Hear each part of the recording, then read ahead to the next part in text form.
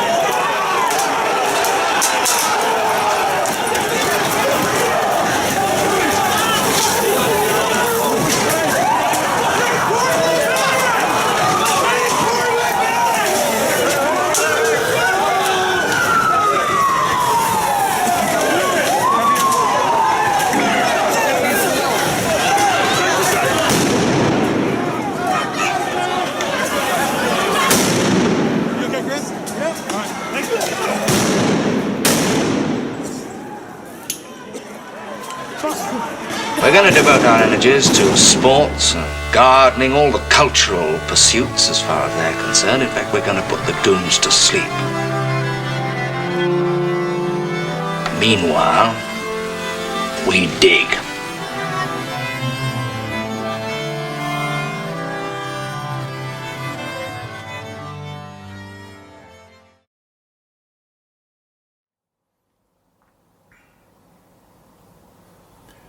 Greetings and welcome to the Anadromist. This is Burn Power, as ever, your host du jour. And oh my goodness, have we got a long video today. If you look down at the time or the time stamps, you'll see just how long this is going to be. This is, of course, Chapter 12 in our How We Got Here series, which is really funny. If you compare it to the first one is like, 15 minutes long? Truthfully, I should have spent a lot longer on the beginning episodes than I easily could have. I once did, on radio in Alaska, an 88-part history of the 20th century, which was about 88 hours long. Each episode was an hour. So, yeah. I could spend a whole lot longer covering the events in the middle of the 20th century. But the reason I didn't is because I wasn't sure yet. I was just starting off with YouTube as far as this kind of content. I wasn't sure how the copyright claims went. Now I am sure, and I can get away with a lot. I don't make any money, sadly. I don't make any money doing this anyway. So if you want to support this channel, first of all, if you find yourself appreciating the series, then, subscribe. Maybe I'll have more that's this interesting. Who knows? Secondly, well, you might like this video. That helps somebody. You know what that does is it helps the YouTube algorithms, the blind idiot gods of the algorithms, find my channel. Because, it's like more interactions. So hit that like button. Actually, what's funny is there's been like one dislike on my videos for like the last 4 or 5 videos. I'm absolutely sure it's the same person. And I'm just sitting there going like, hey, whatever, if you, and in fact, there may be a lot of people who dislike this video because, well, if you are doctrinaire in any particular political ideology, or if, you're not going to like this video, you should probably just click away now. If hearing certain names makes you upset, you should just click away now. It's not you. This is not for you. Obviously, with 5 hours worth of material, 5+ hours, I'm not making this to do the soundbite version of what happened between 2011 and 2019. If you suffer from Trump derangement syndrome, I'll give you a clue. Spoiler alert. I don't consider Trump to be the Antichrist. Occasionally he did some interesting things. He did a lot of stupid things too. I'm not on the Trump train either. So if you're on either of those sides and you're looking for someone to validate you, yeah, I'm the wrong person. Jump away now. You don't. We've got enough bile that is fomented by people going on the internet and, just kind of like using their hatred and their disagreement to go like, we don't need that.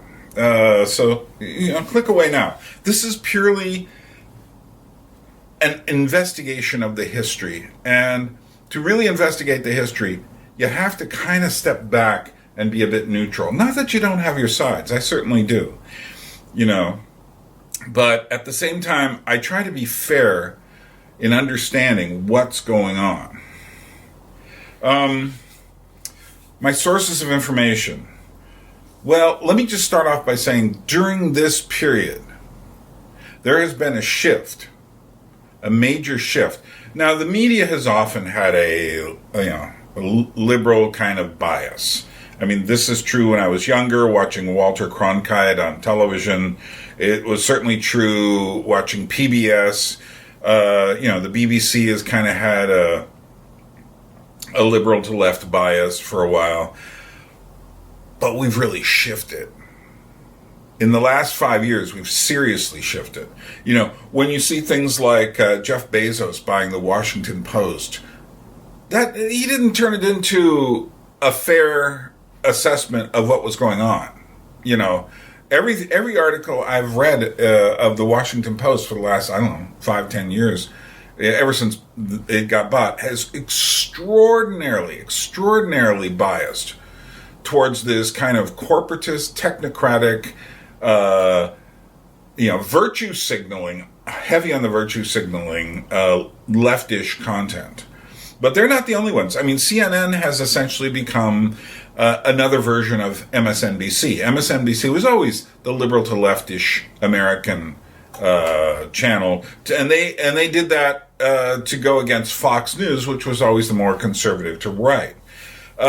Most major news media, though, in this period have swung dangerously to the left. There was an entire almost coup that happened in the New York Times. I would say it was like a coup. I think there may be one or two people left in the New York Times who have some sort of sanity left. BBC, I mean, when I watch them, I'm just sitting there going like they're just a mouthpiece for the same agenda.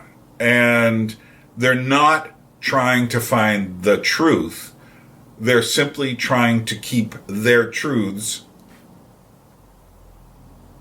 keep their narrative, is a better word, in line and not create waves. And this is, in fact, one of the major things. But I decided not to go into this in this episode because takes us way too far out. I really have to try to I'd have to spend a long time trying to prove these things, which I could do, but it would, you know what? I've already spent way too long making this thing. So, let's see. So what else? There are very, very few sources with any sort of centrist to conservative slant anymore. Very, very few. And then that brings us to Twitter, Facebook, even YouTube. It's a mosh pit of just rage clicks and anger and hatred in the name often of love and togetherness. And, love is love. I hate you if you don't agree with me. We've arrived at a very, very weird thing. Now, I like, looking at the footage for myself because that's what they're doing. They weren't there. The major news media, they didn't send, their reporters out into the field to do this. They're getting it from the same YouTube sources I'm getting it from. So, if I simply go like, okay, it used to be, I would say, I'd read Time Magazine or something, or Newsweek, and say, yeah, I'm sure that something happened, but I'm not sure about their interpretation. But now I'm literally saying, as I watch the news media and read so many of the sources, I'm not sure that what they're saying actually happened, because the actual source material totally contradicts it. And we'll see this several times in this story. So we are going to start off this epic. What I was going to do is I was thinking about dividing this up into 5 discrete chunks or 4 chunks or something like that. And, how we got here, number 12A, how we got here, number 12B. And then I thought about it. I said, the problem is things that I say at the beginning are referenced much later at the end. I'd much rather a person work their way all the way through this to get my overall argument. And because we live in such a soundbite world, I am not giving you sound bites. Because sound bites, another name for sound bites, propaganda lies.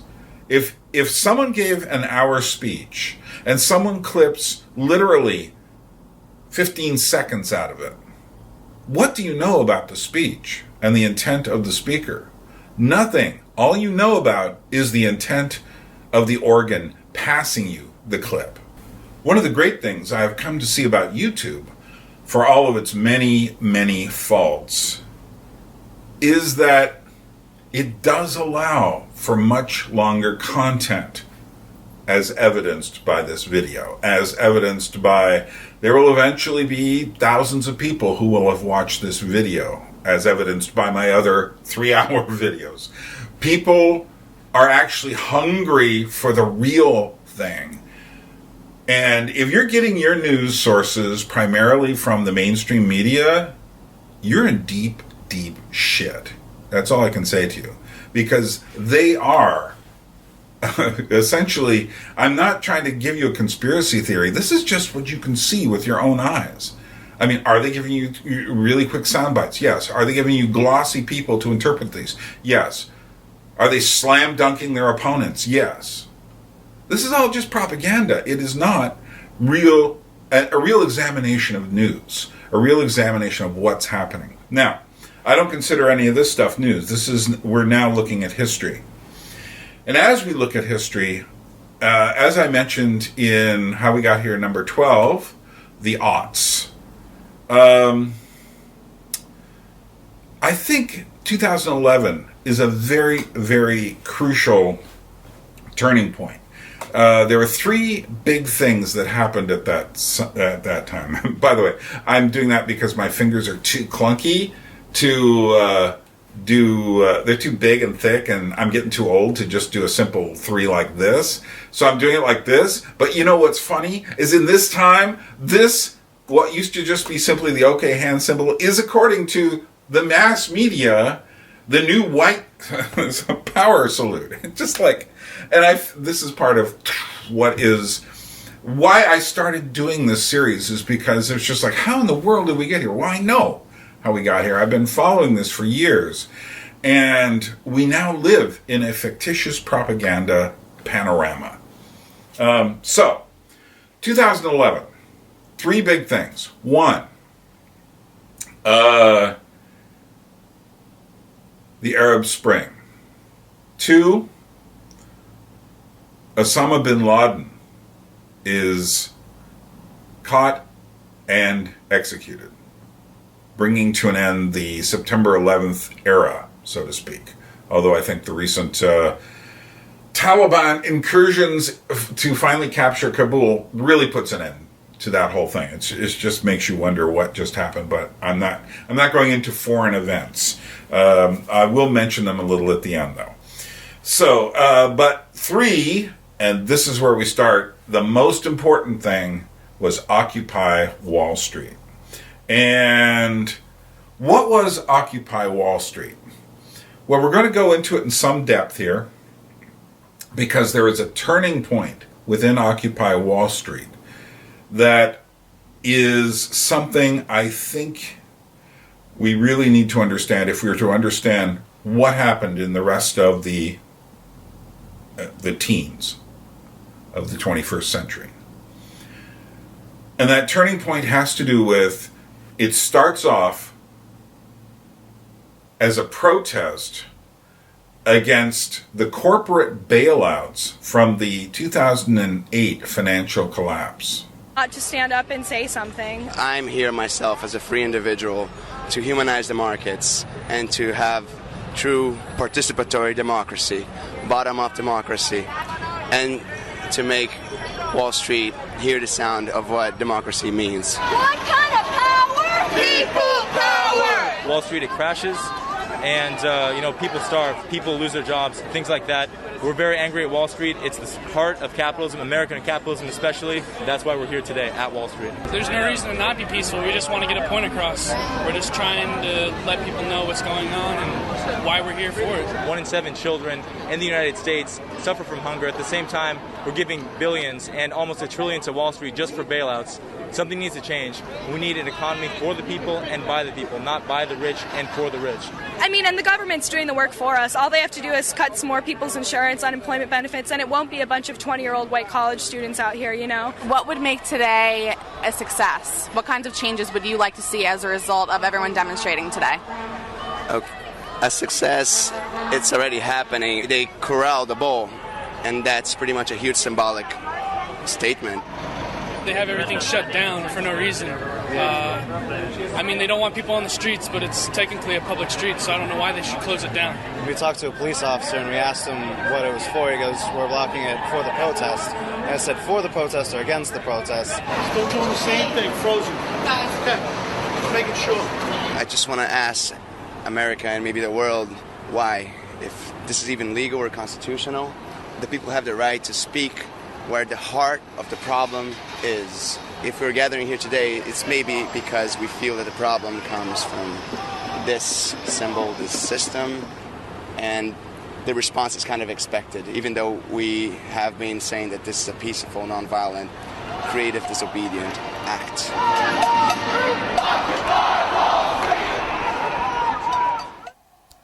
You'll never see this in the 2020 reporting from CNN. Imagine now being part of every decision in a society. That's the way things are done down on Wall Street. Okay, in a park next to Wall Street, where protesters have been living for a couple of weeks. Zoe Chase with NPR's Planet Money team reports. The occupiers of Wall Street sleep on tarps and cardboard boxes. They have blankets. They have pillows. They have each other. One thing they don't have? We need sleeping bags. We need sleeping bags. Did you catch that? We need sleeping bags. This is a technique the protesters are using that they call the people's mic. The police won't allow bullhorns, so the crowd repeats every phrase said by the person addressing the crowd.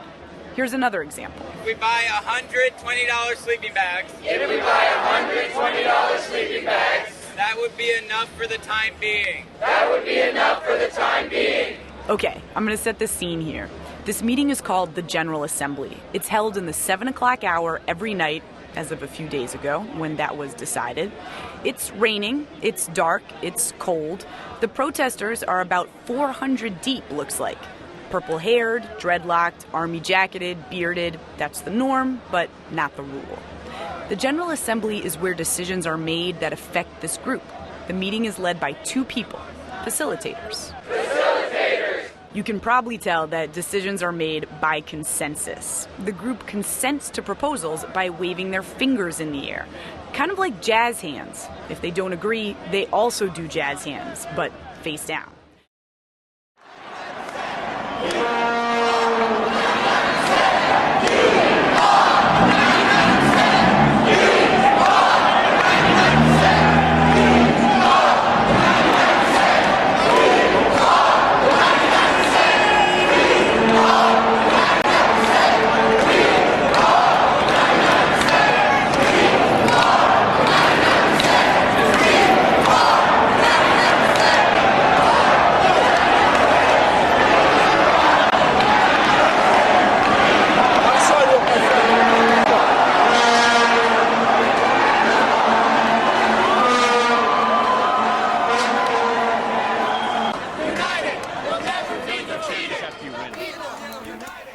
Jim Poole is a very independent journalist and seems to be, to my reckoning, dedicated to uncovering truth where he finds it. I'd heard about Occupy Wall Street through following Anonymous. These flyers were coming up, and they were spreading them around. And it wasn't until the fourth day, it was another protest. And I think protests have their place, but I would much rather dedicate my energy towards formalizing a plan and taking action, so activism. But I saw a video of police knocking a man to the ground. They put him in cuffs. His hands are turning purple, and they drag him by his legs on the ground. And when they drop him, you can see that his hands are bleeding. So that riled me up, and I thought, the first thing I did was I bought a bus ticket for $25, and within 5 hours I was in New York. You stay in the street. We love you, brother. What is your name? What is your name? Love you.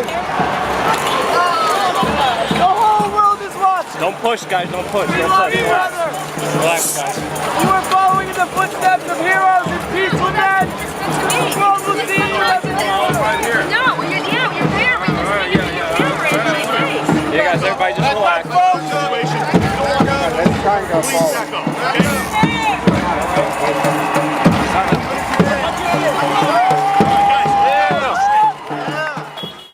And I remember within, my second day there was an ABC News, which is one of the bigger networks in the U.S., was just sitting along the side of the road. And there's this older, middle-aged protest guy who's always yelling. And he went up to him and started yelling about how the mainstream media won't cover the real story of, the rising up. And, at that time, there was between 75 and 100 people engaged in a protest. They've been sleeping there for a few days. So it depends on what you think is a story. Is this a conscious emulation of Tahrir Square, of the movement that occupied Tahrir Square and grew and grew and grew? I don't really think so. People didn't mention, when I was talking to people were not mentioning Tahrir Square. Now, what they were mentioning, I did talk to a woman who had come from Spain and had been at the huge demonstrations in Madrid that had taken place about the economy, and she felt it was a very similar movement that she was experiencing here. What was interesting to me was I thought there was more focus than I thought there would be. If you looked around, the signs that you saw were all very much focused on the economy. They were very much, end corporate greed, and, basically the 99%. They weren't, very often you'll go to a kind of traditional left demonstration and there'll be 60,000 different causes. And I even saw a very weird thing while I was there. They have this thing called the human microphone, where basically because they have no amplification, people repeat what everybody says. So Peter Yarrow comes down there from Peter, Paul, and Mary, and he gets up on the stage and he starts singing and he also starts talking. And he is, in his talk, what I heard was the laundry list of every left cause. So he's talking about blacks in prison, he's talking about militarism, and I'm listening to these people sort of parrot it back and just so everybody hears it. And I realized it was completely different from what I was actually experiencing. That in a sense, I thought he was off the mark.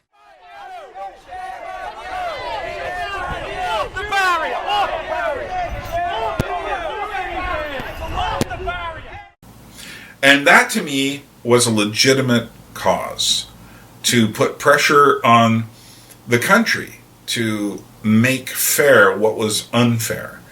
And that's how I think protest should be. It should be for a specific cause, and we want this cause. The problem is, eventually, the characters descended upon Occupy Wall Street to change it, into being what we now see as the woke hydra of issues. And once that happened,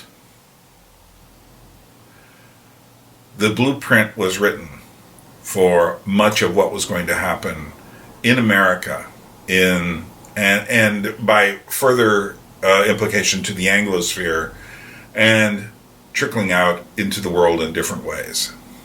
This is January 29th, and there had been a man in all black with a mask, his hood up, came up while I'm using the iPhone, and I have my cable plugged in, and he pulls on it, and it pulls me. I assume he got caught on it. However, a few moments later, there's this other guy who had been repeatedly shining a flashlight into my camera to blind me, whispers to him, "I got him," and then puts the flashlight in my camera so I can't see, while this guy comes up behind me and pretty much judo chops my arm, knocking the camera to the ground and bouncing it away. He trying to find it on the ground, and then my first instinct was I was going to throat slam him, but I think very quickly, and I was like, no, that's like an emotional reaction, so I just grabbed him, and shenanigans ensued. This kid right here! This kid right here! This kid right here! This kid right here! Take off his mask! Take off his mask! This kid right here! This kid right here! This kid right here! This kid right here! This kid right there! Get the fuck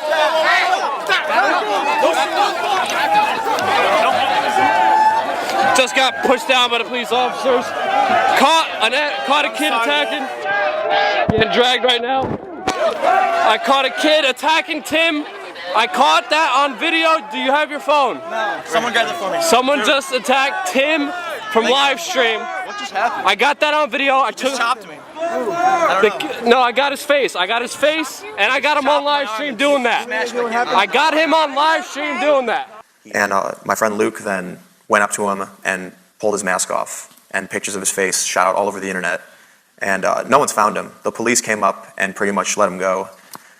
The gentleman who had been shining the light into my camera works with one of the media teams, the Occupy Wall ST Twitter feed, went on Twitter and then said that I had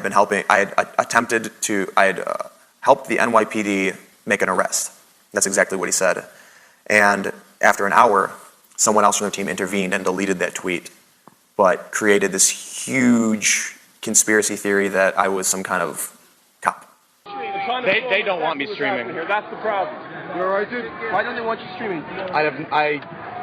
They call me snitch. They said I'm the only one who hasn't been arrested. So therefore, I'm not. Exactly. I haven't been arrested. Brandon's not. He's not a cop. I haven't been arrested yet. He's not a cop. And there he was trying to report on protesters who were letting the air out of the tires of police cars. And he wasn't making a comment on what they were doing. He was simply live streaming it. And this got him into serious trouble and made him... this was the beginning of his antagonism with these people, which has spilled over into his recent YouTube broadcasts. You stop. Dude, if someone doesn't want to be on camera, dude, you keep them off camera. That's called. We've got 10,000. No one cares. Keep them off camera, or you lose your fucking camera. You put you guys are attacking me right now. I'm not attacking shit. Dude, stop advancing on me. I am being rebroadcast on every live stream channel right now. Put your fucking camera away. Get the fuck out of here. Get the fuck out of here. No, you have no respect. Advancing on me. You have no respect. I'm walking away. I'm walking away, and you keep advancing on me. Do that. So they obviously really don't want you to film them. And then we can. How about we have a civilized conversation? If you can not film them, I am not filming. Really help the situation. I am on live stream. Put it away. It's on the public street. I'm on the public. I don't want to be on film. It's about. I was not filming you. You advanced on me.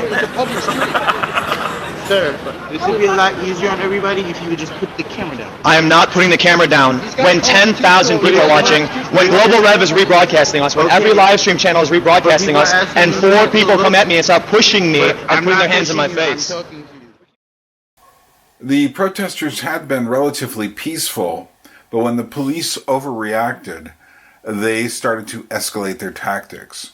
Now we're going to listen to Noam Chomsky, who really is kind of the godfather of this whole movement, which is ironic because he came out against what was happening in 2020. It's a little misleading to call it a movement. Occupy was a tactic, in fact, a brilliant tactic. I mean, if I'd been asked a couple months earlier whether they should take over, public places, I'd have said it's crazy. But it worked extremely well, and it lit a spark, which went all over the place. In hundreds of places in the country there were Occupy events. It was all over the world. I gave talks in Sydney, Australia to the Occupy movement there. But it was a tactic, very effective tactic. Changed public discourse, not policy. It brought issues to the forefront. I think my own feeling is its most important contribution was just to break through the atomization of the society. It's a very atomized society. There's all sorts of efforts to separate people from one another, as if the ideal social unit is, you and your TV. It's 9:21 p.m. here, and I'm just outside of City Hall, where a small group that has left Zuccotti and Trinity is now resting. Earlier today, we saw the Education Day, part of a 3-day series of actions planned by Occupy Wall Street, just in time for the 1-year anniversary. I say for the 1-year anniversary, which is coming up on Monday. Folks, clear the sidewalk. You are blocking pedestrian traffic and you are subject to arrest. If you do not move, you will be arrested. We can fucking move, guys.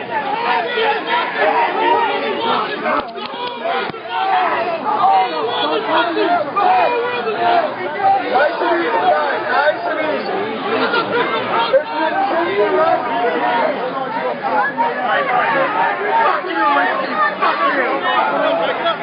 Going back to Occupy, it's a tactic. Tactics have a kind of a half-life. You can't keep doing them, and certainly you can't keep occupying public places for very long. And it was very successful, but it was not in itself a movement. The question is, what happens to the people who are involved in it? Do they go on and develop? Do they move into communities, pick up community issues? Do they organize take, say, this business of, say, worker-owned industry. Now, the question many within the Occupy movement are trying to solve is this one. What would a world look like that had a culture and an economic system that places human need above corporate greed? And how do we bring that world into being? Who cares what it is called? Call it socialism, call it real democracy now, call it Chunky Monkey Cherry Garcia. The world needs to change radically, it needs to change dramatically, and it needs to change fast. This documentary is an invitation for you to participate in that positive change. Frankly, because we need you. Yes, you. So that was a very ominous recruitment poster for a later version of the Occupy movement. But I would say that reflects very much what happened to the Occupy movement. From being a very specific kind of thing that was questioning the 1% and what they were doing with all of the money, instead they start to do things like, essentially, in that ask for one world culture. They're talking about human need, but who defines what human need is? And did you notice the red star in that advertisement, which they called a documentary? Also, their relativistic notion of not naming or labeling anything in a kind of ironic, sort of hipstery way. Also, there's their real definite one-world totalitarian political structure. They want the same rules for everyone on Earth. And the most dangerous word in this whole thing is the word fast, because that means it's got to happen now, and we don't care who gets crushed in the process.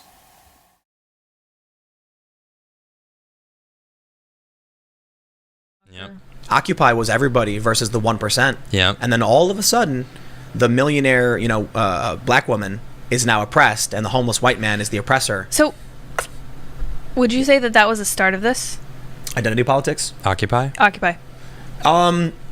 Occupy was one of the first social justice, moments in culture. Okay. But it had started a couple years earlier in media. And then it manifested physically, as far as I can tell, for the first time with Occupy Wall Street. It was because even during Occupy, it wasn't absolute. Right. Like the social justice, SJW dogma stuff, it wasn't absolute. There were people arguing over it. Mm-hmm. If there was an Occupy protest today, it would 100% be social justice dogma intersectionality. Yeah. I'll just call it, that's the proper name. Yeah. Back then, a lot of people disagreed with it, and there was only a small handful of people enforcing it, because half of the park didn't agree with it, and half did. This is a crazy story, man, with Occupy. There was a group of people living in the park who separated and formed their own governing body. They called it the General Union. Okay. Huh. The General Assembly was the power structure. It was college-educated, upper-class, and trust fund kids. They lived in Brooklyn. They would take the train to the park, hold meetings dictating what to do with all the money they raised. The people who lived in the park, the poor people, decided, because they couldn't get fair representation at the General Assembly, that they would create their own system called the General Union, where your voting power was based on your tent. So you had all these tents, and they said everybody's tents are rep from their tent. So if there's 2 or 3 people in a tent, one person goes and we make decisions. They were going to have their own meeting on the other side of the park. It was the west side of the park. And facilitators, they called them, showed up and shut the event down and wouldn't let them organize. It was the creepiest thing I'd ever seen. Yep. And one of the dudes who organized started crying. So, like, I got threatened by 2 guys.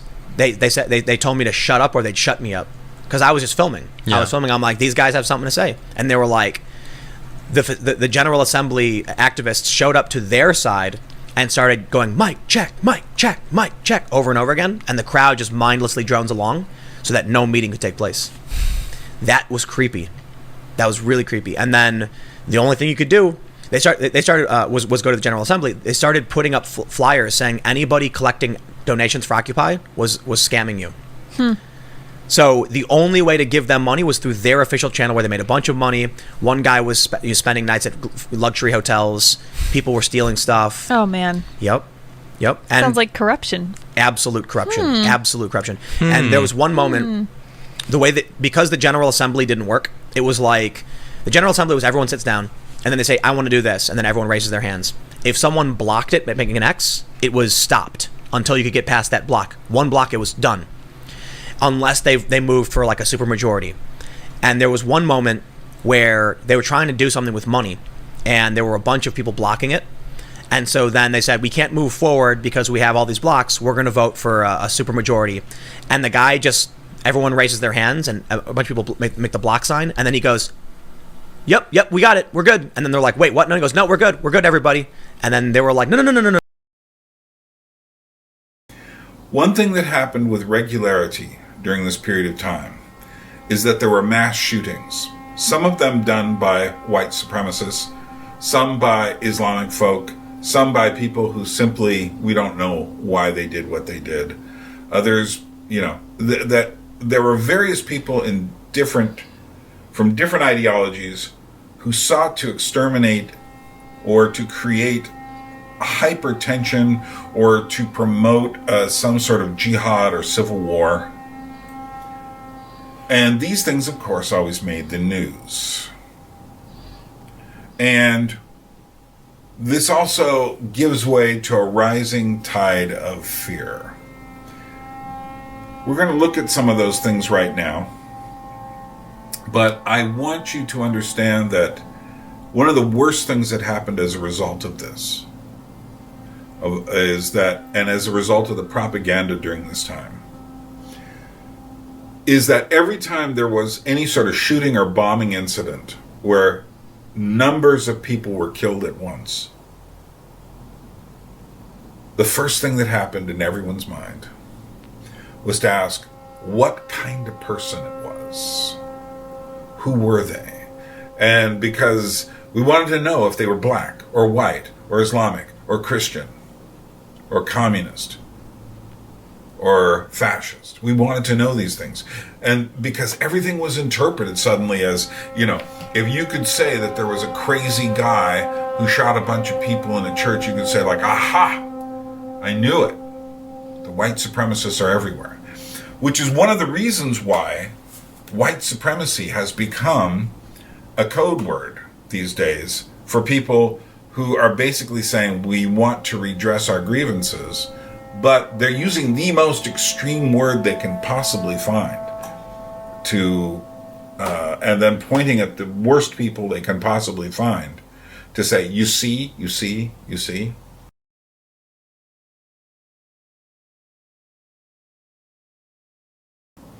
We're going to talk about Black Lives Matter now, BLM. And Black Lives Matter started as a result of the verdict in the trial of the sad murder of Trayvon Martin back in 2012. In one of the most closely watched murder cases in years, a Florida jury has found George Zimmerman not guilty on charges of second-degree murder and manslaughter for fatally shooting unarmed black teenager Trayvon Martin. Zimmerman, a volunteer neighborhood watchman, shot Martin on the night of February 26, 2012 in a gated community in Sanford, Florida, as the teen walked back to his father's girlfriend's house after buying candy at a nearby store. A police report filed that night noted there was, quote, no indication Trayvon Martin was involved in any criminal activity at the time of the encounter. Zimmerman's trial took about 6 weeks. All 6 of the jurors who decided his fate were women. 5 were white, 1 Latina. They deliberated for more than 16 hours before they returned to the courtroom. This was the scene as Judge Deborah Nelson received their verdict. Members of the jury, have you reached a verdict? Okay, if you'll please publish the verdict. In the Circuit Court of the 18th Judicial Circuit in and for Seminole County, Florida, State of Florida versus George Zimmerman. Verdict: we, the jury, find George Zimmerman not guilty. So say we all, foreperson. In Los Angeles, protesters shut down the 10 freeway for 20 minutes. Here in New York, thousands gathered Sunday in Union Square, then marched for hours through Times Square and up into Harlem. These are some of their voices. America, we need to show America. Enough is enough. Enough is enough. Leave our youth alone. Leave our youth alone.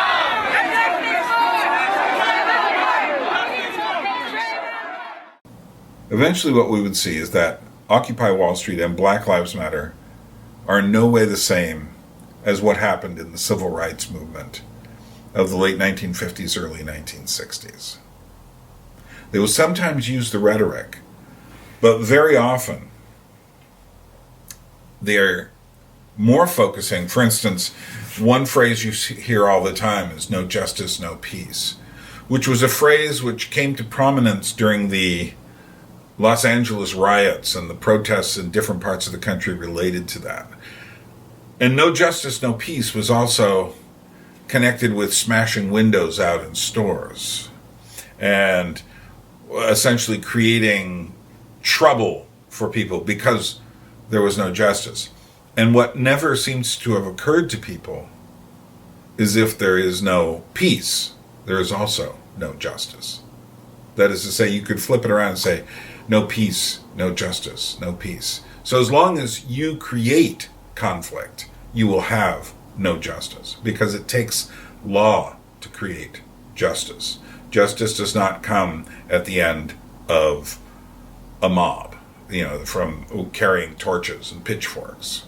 Justice comes from having law, and that's what this country is based on, however imperfectly.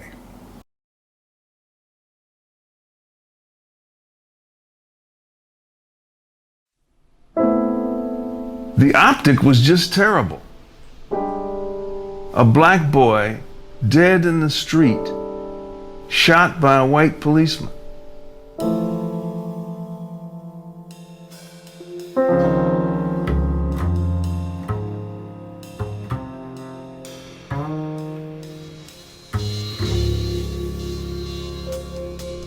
It was 4.5 hours before they finally removed the body. It pointed to a terrible America in which, on a given August afternoon, a young black American male could be shot dead as he no more than walked down the street.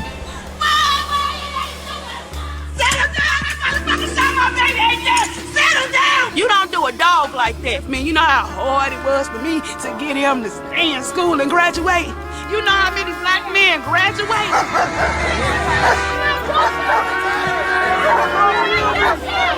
This was an execution. This was an assassination.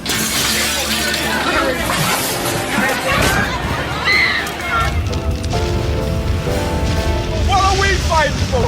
I don't want y'all killing my child because she walked out the door. Y'all having a bad day. Move out the way, motherfucker. I don't know fully what happened, nor do you. Our hearts are out there. Police brutality against African Americans is rising. Oh. Can't have people fearful. We can't have police officers killing people. I don't look like I'm putting my thumb on the scales one way or the other. Missouri is the new Mississippi. We have determined there is cause for the Justice Department to open an investigation. Everybody want me to be calm. Do you know how them bullets hit my son? No probable cause exists to file any charge against Officer Wilson. Burn this motherfucker out! Burn this bitch down!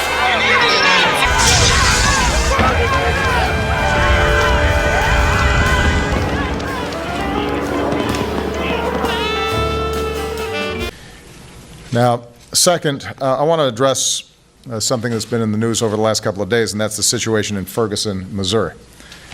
I know that many Americans have been deeply disturbed by the images we've seen in the heartland of our country as police have clashed with people protesting. Today, I'd like us all to take a step back and think about how we're going to be moving forward. My wife, my kids, they began these candlelight visuals. That's how it really started in Ferguson for Mike Brown. It was visuals. A peaceful vigil and demonstration last night turned into rioting and looting of stores. But as it persisted, there were like a national fervor that started to move into our city. You had people that, state senators and representatives and activists who were legitimately protesting during the day and in the early night. But what would happen, you'd have their movement was corrupted by the outsiders that were coming in and throwing Molotov cocktails. I would say close to over 90% were in from outside. 90%. Over 90%. It's becoming a nightly routine here in Ferguson, arresting 31 people, saying many of them were from out of state. So some 32 people being arrested in Ferguson Sunday night, and the interesting part, none of them are from Ferguson. It turned into a frenzy, if you will, of different people. It wasn't just about Mike Brown Jr. It wasn't just about justice. Everybody was feeling like this is a free-for-all. It would be useful then to make sure we have our facts straight. So, here's a quiz to test your knowledge. First question, true or false?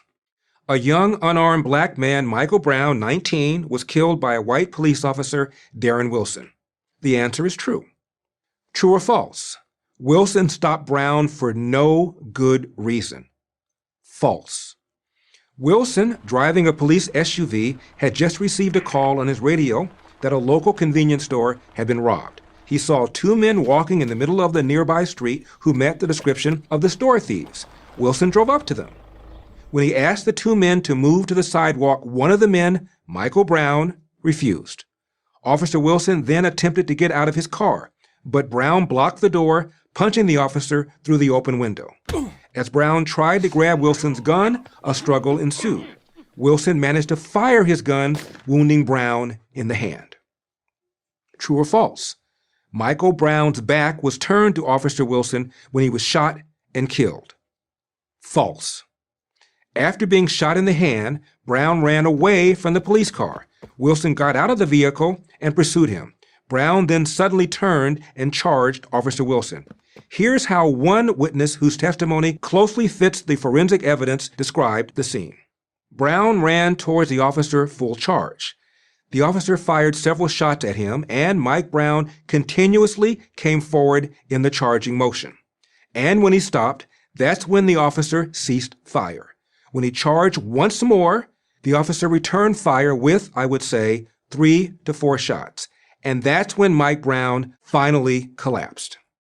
The Brown family's own medical expert, respected pathologist Dr. Michael Baden, also conceded this point. The wounds Brown suffered were consistent with Brown charging toward Wilson, not running away. Think about it. If you came out one of these doors and saw the body of Michael Brown, what would you think?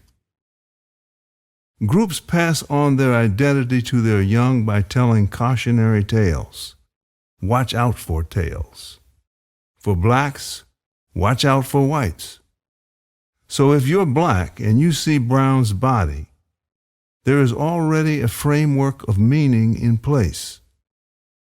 You don't think so much as step into that meaning.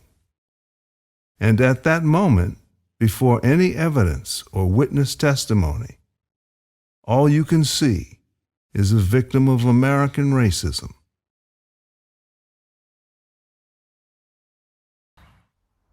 Eric Holder came to Ferguson as an envoy of Black Power, but there was no evidence of white racism in the shooting of Michael Brown. So where did Holder get the momentum to go forward? I think it came from white guilt. Since the 60s, whites have lived under the accusation that they are racist. Thus, there is a compulsion to prove their innocence of racism. This compulsion is white guilt. It is not actual guilt, but the terror of being seen as a racist. More than anything, Holder's mission to Ferguson was to exploit white guilt. He needed victims and he needed racists. Good evening, everybody. As all of you know, a few minutes ago, the grand jury deliberating the death of Michael Brown issued its decision. It's now come that either way was going to be subject of intense disagreement, not only in Ferguson, but across America. So I just want to say a few words suggesting how we might move forward. First and foremost, we are a nation built on the rule of law. And so we need to accept that this decision was the grand jury's to make. There are Americans who agree with it, and there are Americans who are deeply disappointed, even angry. It's an understandable reaction. But I join Michael's parents in asking anyone who protests this decision to do so peacefully. Let me repeat Michael's father's words. Hurting others or destroying property is not the answer. Almost immediately, neighbors began gathering and anger began growing because of the various descriptions of what had happened and because of the underlying tension between the police department and a significant part of the neighborhood. The duty of the grand jury is to separate fact from fiction. I said indict, convict, send that killer cop to jail. The whole damn system is guilty as I said indict. The methods they use to fight seem like something a kid does when he's between the ages of 2 and 3. I can't rationally talk to you. I can't agree to disagree with you, but I can spit, bite, and kick you because I'm a toddler. So these young people took that approach. You will not listen to us, so we're gonna blow up your buildings, we're gonna burn things down. Who wanna take the time to break down racism from a philosophical level. Y'all did not show up. I don't care about how it look. It ain't made for TV. This ain't your daddy's civil rights movement. This ain't your daddy's civil rights movement. And they want to know. Even in the back day, they did this. But they did it differently to get an answer. But this generation here feel like somebody owed them something. We want this, we want that, we want a board of this, we want a board of that. Okay, and grant you, in the day, and I gotta keep going back to the day, because when I heard somebody say F Dr. Martin Luther King, I was through. Straight mayhem out here. This is no longer peaceful protest. Both protesters and media, please evacuate the area. We are trying to get to the next fire. Things heated up pretty quickly. A cop car was flipped over, several windows were smashed. Right now the police are giving the dispersal order. That's minor to a death, to us losing somebody 18 years old. Them losing a police car, that's minor, man. They just need to feel our pain. This don't have nothing to do with right now. This is about years and years of this, man. That's all we want to say. Black community, rest in peace, Mike Brown. Please stop murder and bloodshed.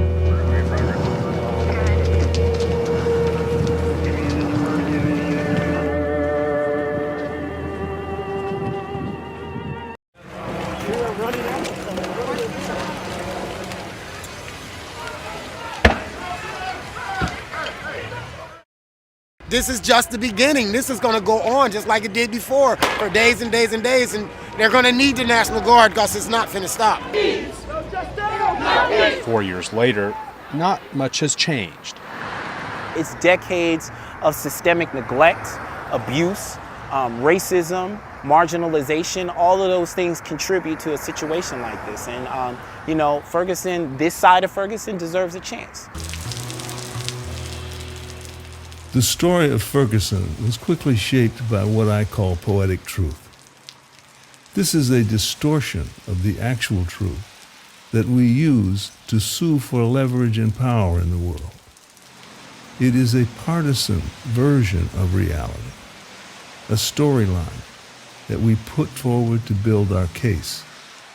For example, that Michael Brown was executed is a poetic truth.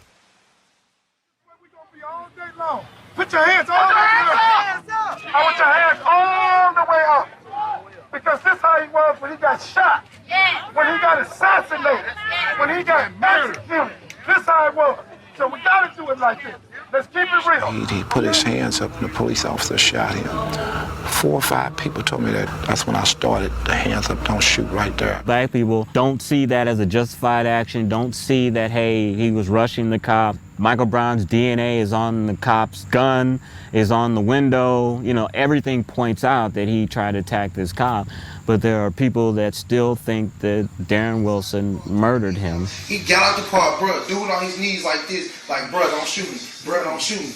Dude, shot him dead in the head, bruh. Then walked up to his body, shot him 4 more times, looked at his eyes, paused for a minute, shot him 4 more times. There was simply no way to not have an opinion on what happened in Ferguson. And there was almost no way not to be swept up in the wave. That's how powerful it was. Not affirmatively expressing your support for Black Lives Matter almost led to suspicion. Hands up, don't shoot. Hands up, don't shoot. Hands up, don't shoot. Let me see your hands. As you know, some of the eyewitnesses have said when at that moment when he turned around and put his hands up. That would be incorrect. No way? No way. So you say he starts to run, does a stutter step, starts to come towards you, and? At that time, I gave myself another mental check. Can I shoot this guy? Legally, can I? And the question I answered myself was, I have to. If I don't, he will kill me if he gets to me. He's already overpowered me once. If he gets to me, I will not survive. Even though he's, 35, 40 feet away? Once he's coming that direction, if he hasn't stopped yet, when's he gonna stop? So you've already fired twice. He starts to come towards you. After he's coming at me and I decide to shoot, I fired a series of shots and paused. What did you see? I noticed at least one of them hit him. I don't know where, but I saw his body kind of just flinch a little. And after that, I paused and I again yelled, stop, you on the ground, giving him the opportunity to stop. And he ignored all the commands and he just kept running. And so after he kept running again, I shot another series of shots. And at least one of those hit him because I saw the flinch. And he stopped. I stopped and I said, get on the ground, get on the ground. Well, this time he's about 15 feet away.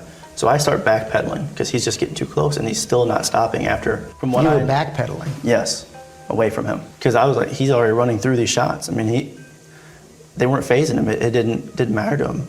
And he was looking through me. The face and the image he was presenting was just, I wasn't even there. What did you see in that face? Just aggression. There was nothing. It was like hollow, just looking through me. And as he gets to that 15 feet after I fire the second round of shots, he gets to about 8 to 10 feet. And as he does that, he kind of starts to lean forward like he's going to tackle me. And 8 to 10 feet is close. I mean, if he's going to tackle me, he's going to tackle me at that point. And I looked down my barrel of my gun and I fired, and what I saw was his head, and that's where it went. Right in the top of his head? Yes. Some witnesses have also said that they actually saw you stand over him and shoot in the top of his head. That'd be incorrect. The Brown family came out with a statement last night where they said, "We are profoundly disappointed that the killer of our child will not face the consequences of his actions." What do you think when you hear that? I think those are grieving parents who are mourning the loss of their son. What do you want to say to them? I'm sorry their son had to lose his life. And it had to be? Had to. Today is the 4th anniversary of Michael Brown's death. People don't understand the pain that we go through. I deal with a lot of demons out here. My life is upside down. I walk around here, I try to smile. I try not to show nobody I got so much hate and anger in my soul because I don't want nobody to think that I'm just this angry man walking this earth. When you look out here during the anniversary and across some of that impact that I just showed, how would you assess the impact of the movement? And speaking for yourself as one of the organizers, is part of the goal to shape electoral politics and what the candidates are saying? Well, I think first and foremost, we just have to acknowledge that, if it wasn't for young people standing up in Ferguson as they're doing right now, this conversation would be very different. To be honest with you, Black Lives Matter, both as a network and I think as a growing movement across the world that is demanding the respect and dignity for Black people in this country so that all people can live better lives, is really at a turning point. And frankly, we are here to make sure that our communities continue to be safe. We are here to make sure that our communities have the things that we need, and we are here to make sure that anti-Black racism is eliminated once and for all. From Ferguson, we go to Baltimore about a year or so later, and a guy named Freddie Gray died at the hands of several police officers, and this started an even larger riot. We're looking at aerial photography of some people who have essentially surrounded a car that I think it's probably a plainclothes police car or something. But the Baltimore riots got even worse, and this set up what was going to happen in 2020, this kind of sense of anger. It's what Shelby Steele calls poetic truth, that is to say, the truth we are sure, this is what we're sure really happened, and then you can no longer question it. And that's 2020. All 6 of those police officers who were named today to be charged with first-degree murder, they say that they are going to march on the City Hall on Thursday. And at that point, a little impossible here, but at that point, they will take over City Hall until they get those individuals arrested. Looks like we got a armored police vehicle pulling up. People are throwing stuff at it.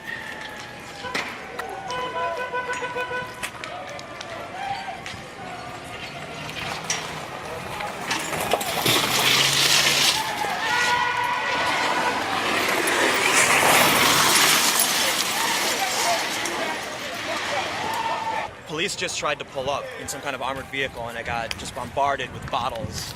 And we've got a huge row of riot cops straight behind us. And it looks like they might come in soon, but we're not sure.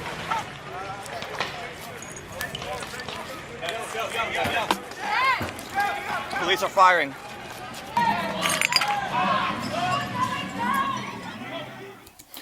Tim Pool reporting again. He found himself in so many places. That's why I'm using Tim Pool, is because he really knows his stuff. But what was more remarkable than the tragedy itself was the explosion of controversy that surrounded it. Black militants of every stripe, national black leaders, politicians, mainstream media, cable news, even the president and Attorney General of the United States all became players in the Ferguson story. Yet in Chicago, my hometown, in the year 2016, 762 young blacks were shot and killed. 3,000 were wounded, largely by gunfire from other young blacks. All this killing, all this loss of life, did not garner as much attention as the shooting of Michael Brown in Ferguson, Missouri.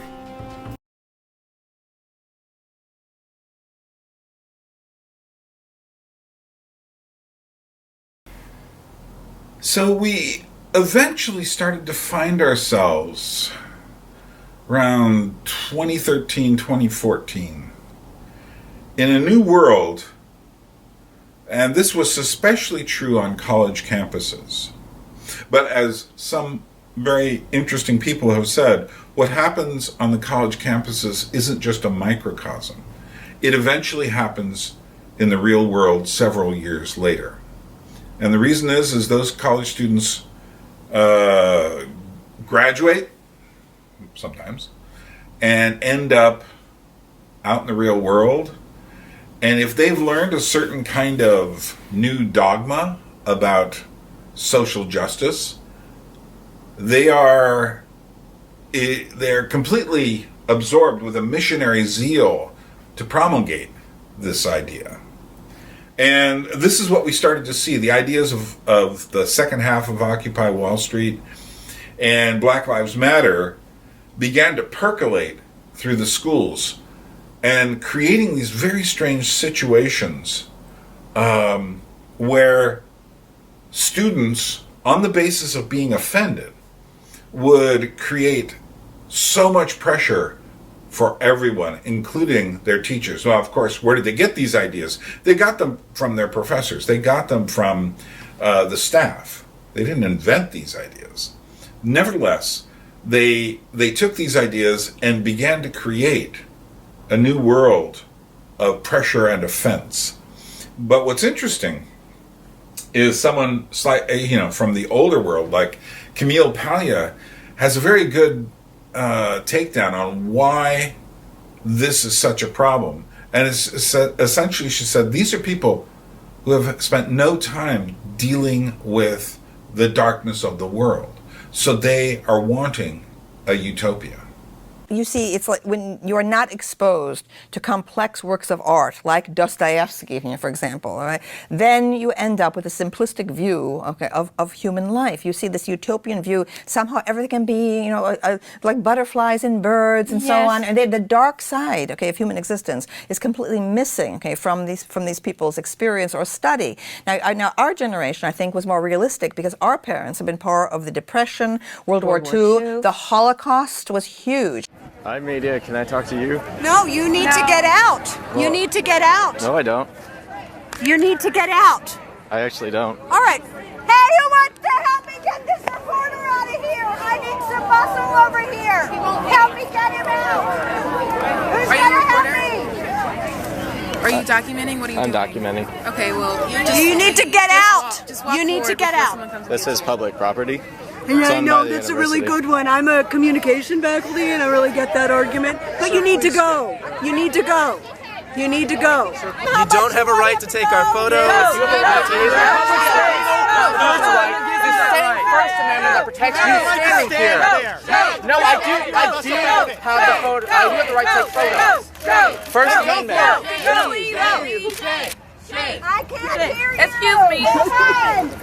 If you would like to take photos, you need to please give them space. You cannot be this close to them. Please. They're being close to me. What I'm saying is, you need to move back. You showed scientific studies about how racism affects the black body in its physiological form. Yes. So I'm saying these studies that you have cited, which you seem to not care about, that you and your wife seem to have kind of dismissed in the course of events of the past couple weeks. You've gone to discussions with students, but largely have not listened to us. That has been the biggest thing that I've heard. That has been my biggest reaction from this email, is that you're not listening. I came to Silliman, I moved in here my freshman year, and it became my home. I give tours every day, not every week, and have to stand here in the courtyard and say, this is my home, I live up there, my master's there, my dean, I love my college. And I can't say that anymore because it's not a home. It is no longer a safe space for me. You're saying that I can't have a hairstyle because of your culture? Why? Because it's my culture. You know what belongs to me. Do you know it was in Egyptian culture? Are you Egyptian? Nah, bro, you're not. Are you Egyptian? No, but doesn't matter. Wait, where's Egypt? Tell me. You know what, girl? Where's Egypt? Dude, go. You have no right to tell me what I can wear. Huh? Where's Egypt? Yo, girl, stop touching me right now. Yo, girl, stop touching me right now. Come back. Get off of me. Come back. You put your hands on me, don't wear it. Like, you're gonna make some shit because of what the hair I have? That's no reason, yo. I don't need your disrespect. I don't need your disrespect. Why are you filming this? You should visit the Dominican Republic. Take a picture next to that Christopher Columbus statue in the island's capital. Everyone will think you are of his bloodline. I seriously have no words for that last part. Like, I can't even, I'm trying to contain myself from, I'm trying to stop laughing. And I don't know if this guy actually believes this shit or he's just jumping on the bandwagon of my oppression, you know, because it's a hot commodity right now. Everybody's watching this shit, you know, whether it's negative feedback or positive feedback, you're still getting them views, you know. But in case this blood-soaked mop is serious, I just wanted to say one thing. There's no such thing as race privilege. There is only class privilege.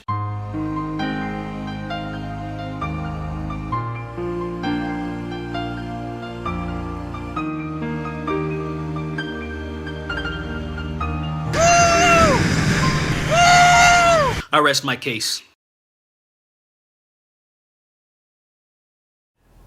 And now it's time to discuss perhaps the most contentious issue here, and that is the transgender movement. And I am specifically calling a movement because this idea is spreading through social media like wildfire, and through the universities, and eventually through the mass media like wildfire. It is analogous to the hippie movement, and there are many, many similarities where you have people who are suddenly adopting a new sort of ideology, way of being, as they would say, their lived experience, but everyone lives in experience. Interestingly enough, there was a moment when the Supreme Courts said, okay, we're doing gay marriage. No one can say no to it now. And that felt for a moment like, you know, people who were, you know, had questions about it said, okay, whatever, we'll just deal with this. Let's, you know, there was a sense almost of kind of like if things could have stopped there, we would eventually find some sort of equilibrium. It wouldn't have been easy. There's still a lot of polarity. But shortly after that came the issue regarding bathrooms in North Carolina. And everyone was desperate to take a stand on this. And, you know, there was a conflict here that was just the tip of a wedge between the trans ideology and the older women's rights idea. But let's watch a few things. Now to the legal showdown in North Carolina over transgender rights and the use of public restrooms. The state now going head-to-head with the U.S. Justice Department as they sue each other over the so-called bathroom bill. First, the federal government already prohibits employment discrimination on the basis of sexual orientation.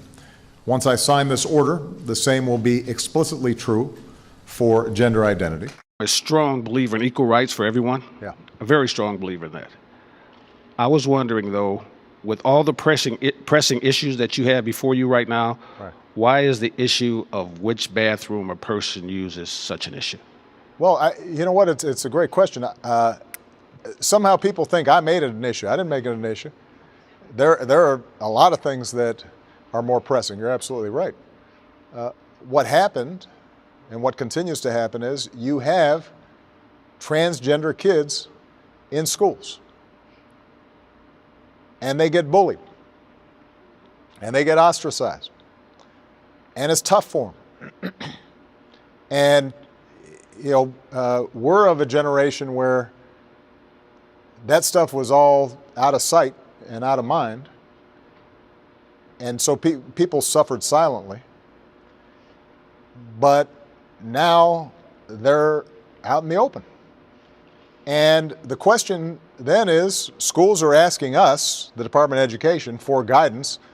How should we deal with this? what is this? This is the question. Obama says this. Like, and here is where I feel like Obama made many, many mistakes. Some people hate Obama. I don't hate Obama. I think he was, he started off with some ideas that struck me as being naively hopeful. And I think a lot of people liked him for that. I'll confess, yeah, I voted for Obama on his first term. And then I saw very quickly that he wasn't going to do what he said he was going to do. He was going to do the agenda rather than try to bring America together. But to me, this is Obama's big mistake. Like I say, we could talk about a lot of other things, but to me, this is the moment where he really steps into it. And why does he step into it? Because he is confusing what used to be considered transsexuals, post-operative transsexuals of different degrees, with this new transgender ideology. So the idea that someone who has gone through all this surgery should use a woman's bathroom, I don't think is a big deal. But the idea that, and here's what Obama didn't get at that moment, and it was already really clear if you'd been following along with what was going on, was this wasn't that. This wasn't simply people who had gender dysphoria saying, I was born in the wrong body, I need an operation. We could have a separate discussion of what that means, but this wasn't that. This was something much deeper at the root of what it means to be human. This was people saying, I am what I feel myself to be. I've sat through acres and acres and acres of, people telling me, follow your dreams, don't dream it, be it, become a Disney princess when you grow up. And this is people who are acting on that. But the point is, it's not based on any science. It's not based on anything credible. It is, in fact, saying that humanity has no biological basis. That we are simply whatever we choose to be in the moment, which is a highly bizarre philosophy. But let me just say this. This discussion gets so bizarre, we need a bit of a glossary to go with it. So I'm providing one here because this thing continues to be strange. Again, if you are kind of a person, if you somehow have wandered into this video and are really kind of a low information sort of person and don't follow things very, very deeply, some of the words here are going to seem extremely bizarre to you because you haven't been following this conversation, or rather this push to change the definition of what it means to be a man or a woman. In short, what Obama did by mistake, and I think it was a mistake because I don't think he understood what was at stake, was he opened the door to change the definition of what it means to be human. This is Bruce Jenner, an Olympic medal winner and reality TV star, and has been lauded as a hero for transitioning and renaming herself Caitlyn Jenner. He's lauded not only for his determination and his courage, but the controlled media fawns over his new feminine beauty and stunning, sexy, girlish curves. The world is getting to know Caitlyn Jenner this morning. Caitlyn Jenner stepping out for the first time. Call me Caitlyn. Call her Caitlyn. A brave Olympian transformed. It's really quite, I think, inspiring. It's very inspirational. I think he's courageous. She looks like a movie star. She looks like Rita Hayworth, so glamorous. She is stunning. She looks beautiful. Wow. She looks amazing. Look at that. That is a hot woman. Yes, Caitlyn is hot. It's like, yeah, sexy boobs. So sexy it hurts. Who's hot? Do you think Caitlyn is actually hotter than Chris? Okay, I have to ask the most important question. Does she have a better body than Kim Kardashian? I'm sick and tired of living in a world where the way people want to express themselves, the way people want to live, makes them treated worse. Trans rights are for white people. They don't protect trans women of color. We should have rights. We're human. And we're still going to fight till the end. A lot of people just look at you funny when you try to go to the washroom, so I either don't go at all or I just get really nervous. Have you heard of LGBTQ+? Well, I am the T. I have a mind that wants to be a boy. Yes, I'm trans and I'm proud to be me. And just in case you are wondering, yes, I'm pretty sure it's not a trend. And though I was always a girl, I have tried it out. And I really, really, really like being called a boy. Going through my legal name and gender change and getting approved for surgery. It's a long, arduous process. It's not accessible for everybody, and it's kind of a painful, drawn-out rigmarole. Being here with my mom, I realize how blessed I am, and it makes my heart stop. It's so amazing to be here.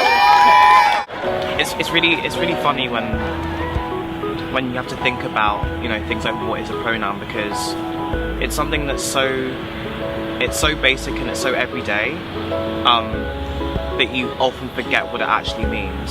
A pronoun is something that you use to refer to someone else that isn't their name. Everyone who isn't strictly male or female is non-binary to one extent or another. Whether they're cisgender, agender, bigender, trigender, polygender, gray gender, gender fluid, or any of the many, many, many, many, many more I didn't mention. It's liberated me, and I don't have to act my age. And by not acting my age, I don't have to deal with the reality that was my past. I don't have to think about adult stuff. I still drink coffee and drive a car, right? Even my tractor, but I still drive the tractor as a little kid. I drive my car as a little kid. A 52-year-old father of 7 who now self-identifies as a 6-year-old girl. What do you think of that? Man, I think it's interesting. I've actually never heard of someone identifying as a different age. I guess I shouldn't, judge, The most common gender-specific pronouns are he and she, which indicates that a person identifies as male and female. But that's not always the case. Some men and some women might not use he or she respectively, and some people who use he or she might be different genders. There are also gender-neutral pronouns, such as they and ze, which indicates that a person identifies as either agender or somewhere along the gender spectrum. Oh my god, what gender are you? I have no gender at all, and if you say otherwise, I'm going to cut you. Am I a girl or am I a boy? I don't know, but damn, I'm cute. Straight people are dumb. As a cishet male, your opinions on certain things are just no. So why are pronouns so important? Well, we use them in everyday life, in everyday conversation all the time, so it's very easy to overlook why. It's something that needs to be pointed out. Pronouns are a very important and integral part of an individual's identity. It's something most people don't ever have to think about and take for granted. I had an abortion when I was 20. People at the clinic constantly read me as a woman and called me ma'am, she, miss. Having an abortion is tough enough without having to navigate constant misgendering. It's like being slapped every 2 seconds. Is there any limit to what somebody can self-identify as? If you can find the resources to be the thing you want to be, you can do that. We're not ready for that. We are just now becoming more aware of social issues in regards to how you identify. I started my journey on not wanting to have any sort of label to be male or female. I just felt very androgynous and just didn't like people labeling me, calling me all these different things and names. So my next steps would be to possibly remove my genitals, my nipples. I don't really care about whether someone's gonna fall in love with me or not. I'm more in love with the kids and the community the freaks and to make them not feel so weird. And then we come back to the issue of, and this has really become more and more of a central point. Now, there are people who have been feminists of the more fourth generational intersectional type. I never understand if it's third or fourth generation, but nevertheless, where we are now, there are women who will say, yes, I'm a feminist and I completely support my trans sisters who were male to female transitioners. But it's created some very, very strange problems in the definition of what it means to be human. Now, because of the confusions between who is a woman and who is a man, and even though this is occurring on a microscopically small scale in Western society, nevertheless, in order to create inclusionary words to make everyone feel welcome, we have this very strange thing happening where, for instance, in fact, just today I found someone, there were a group of doctors who said, we have to stop using the word breastfeeding and we have to start using the word chest feeding. We have to stop referring to, mother's milk and talk about human milk. Do you see what's happening here? This is what I mean about radically changing the definition of what it means to be human. And let's look at some of the documentation related to these sorts of things. I know there are people who don't think being transgender is a thing, and this video is not for them. This video is for the people who say, yes, trans women are women, but they are still biologically male. Because while their intentions might be good, the impact that these words have is actually very harmful. Trans women are not male, and saying that they are allows some people to justify the mistreatment of trans people. And apparently people have decided that because I don't think that post-operative transgender men, i.e. M2F, transgender people are women, I'm not to be allowed to talk. But surely if a man who feels that he actually would like gender reassignment to make him, her, feel more comfortable in her body, then that's what should be done. They should be allowed to do that. I'm not saying that people should not be allowed to go through that procedure. What I'm saying is it doesn't make them a woman. It happens to be an opinion. It's not a prohibition. Carry on. Hi folks, I'm having a chat with Posey Parker, the founder of Standing for Women, and a person who has been, I think it's honest to say, persecuted by the radical trans lobby.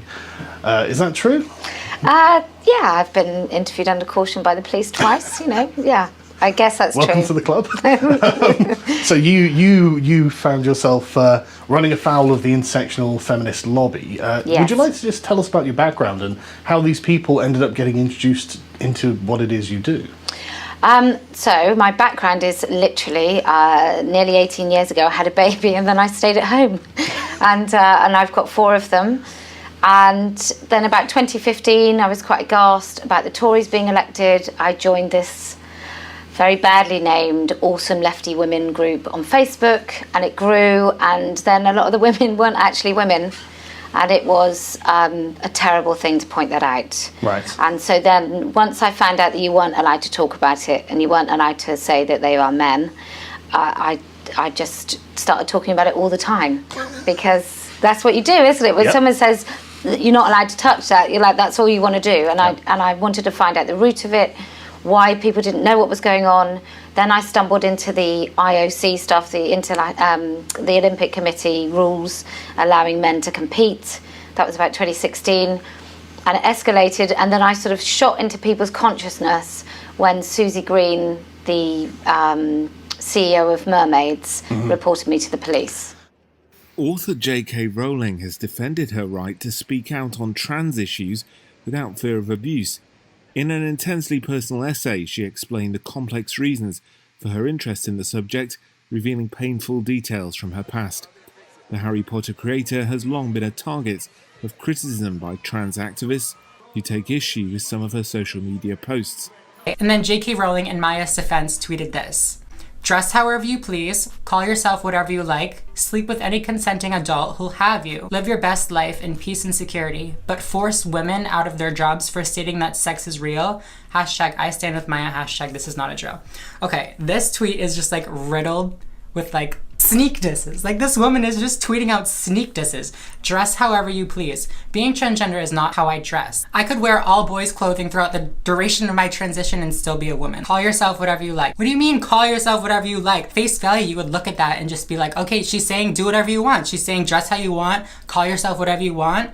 But you have to read between the lines. She's saying that being transgender is just putting on a dress or, you know, calling yourself a new name. And that's not at all what it is. Hey guys, welcome back to my channel. So the title of this video, yeah, we know, water's wet, but I actually am going to be ranting in this video. This is something I am super passionate about. This video is going to be in regards to the huge fiasco between J.K. Rowling and the trans community. I'm putting that in quotation marks for a specific reason. I'll tell you why in a second. I wasn't originally going to do a video on this topic, but I am seeing a whole lot of BS on social media right now, and I feel like, damn it, let me just weigh in. And there's some things I need to get off of my chest.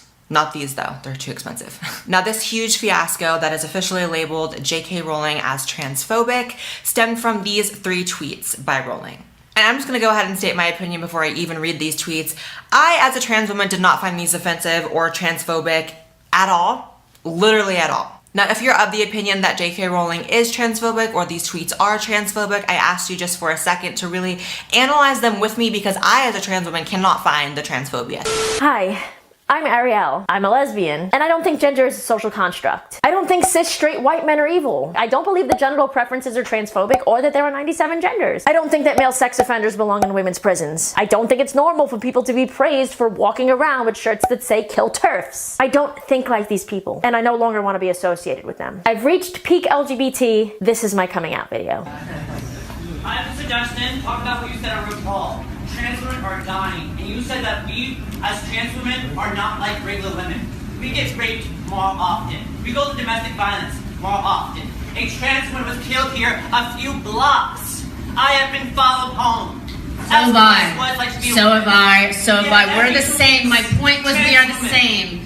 There's an entire show called ID Channel, a network dedicated 24 hours a day to women getting abused, murdered, sexualized, and violated. And you are too, sister. And trans it's women the go to same. domestic violence, and you do nothing for them.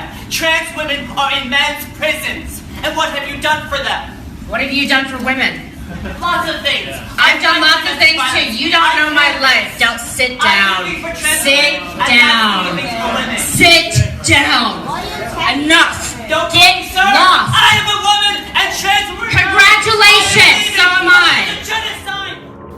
I don't know if you want to read this, it's pretty indecent, but what it shows definitely is the state of sex and gender among a certain class of people in America these days. And it is frightening because there is no definition of woman or man left.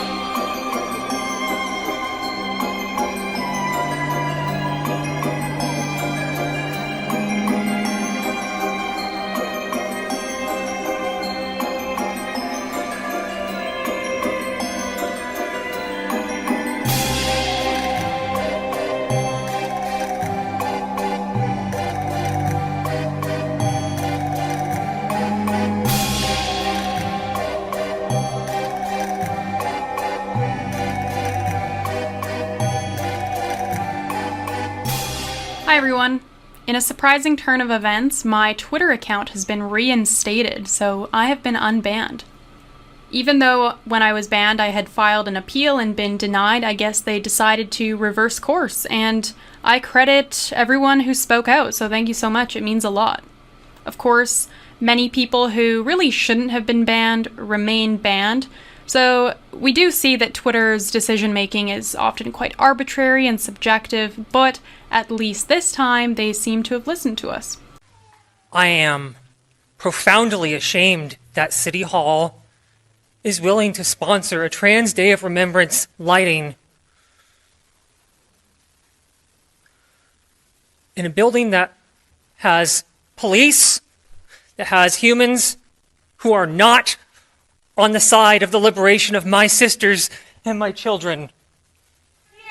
We are here to represent the people of San Francisco. That Nancy did let in. That Nancy consented to private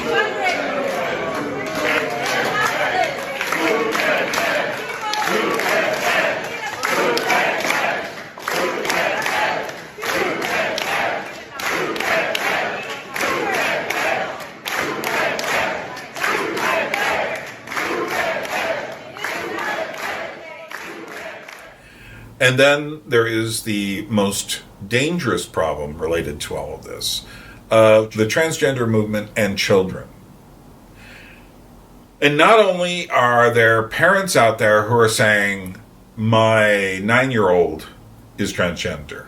Some of them are saying, my 3-year-old is transgender. And are starting them on puberty blockers. And many people are saying, we should give puberty blockers to our questioning children, and without ever asking, well, what do these really do biologically to a person? And what happens when you give hormones at a young age to a child that is not related to their biological sex? Do you understand what I'm saying? And what's interesting is that when I was growing up, parents who dressed their children as, for instance, the opposite sex, because we used to have sex back then, there used to be the sexes, were considered abusive parents. But now they're considered heroic. What happened? Well, let's look at this issue, because this issue is, I think, one of the most disturbing related to this. And there's some very interesting books on the subject. I would immediately recommend Deborah So's The End of Gender, and also a recent book by Abigail Schreier. Getting ready for work. A meticulous process that involves shaving, glitter, hairspray, and a wig. But instead of performing in a nightclub, hi, hello, and the venue is the Brooklyn Public Library in Park Slope at 10 o'clock in the morning. who wants to be a drag queen when they grow up? Little Miss Hot Mess, Who is ready for a story? is the host of Drag Queen Story Hour. This one is called Worm Loves Worm. Talking, singing, and reading. We can both be grooms. To an audience of preschoolers, toddlers, and their caregivers. The hips on the drag queen go swish, swish, swish, swish, swish, swish, swish, swish, swish. Hi, I'm Nadine, a sex educator. And I'm Eva, a sex researcher. Today we're going to use our Sex Ed School dolls, Blue and Ginger, to help you guess today's topic. Hey Ginger, I'm Blue. I use the pronouns they and them. Hi Blue, nice to meet you. I'm Ginger and I use he and him pronouns. Awesome. Yeah. Good? It's a little bit tough because we're describing something that's inside you and part of how you know yourself. Any other guesses? Yes. Being a lesbian? So it's not quite about, who we have relationships with. It's more about who we understand ourselves to be. So for example, if I was introducing myself to all of you, I would tell you that I use the pronouns she and her because I'm a woman, and when I was your age, I used to be a girl. And if I was introducing myself to Nadine and to everyone, I'd also use she, her pronouns. That people who identify as transgender have higher rates of mental health problems and even higher rates of suicidal thoughts, ideation, and attempts than the general population. This is a concern to me as an epidemiologist. Would you say that overall in this entire field, human sexuality and gender identity, would you say that generally speaking, more research is needed for these public health questions? I would say more scientifically based research is needed. I mean, there are thousands of articles published where people express opinions and then they grab some data to support their opinion. But the sort of long-term follow-up that looked at an entire community over time and compared it to other communities, that's what we really need.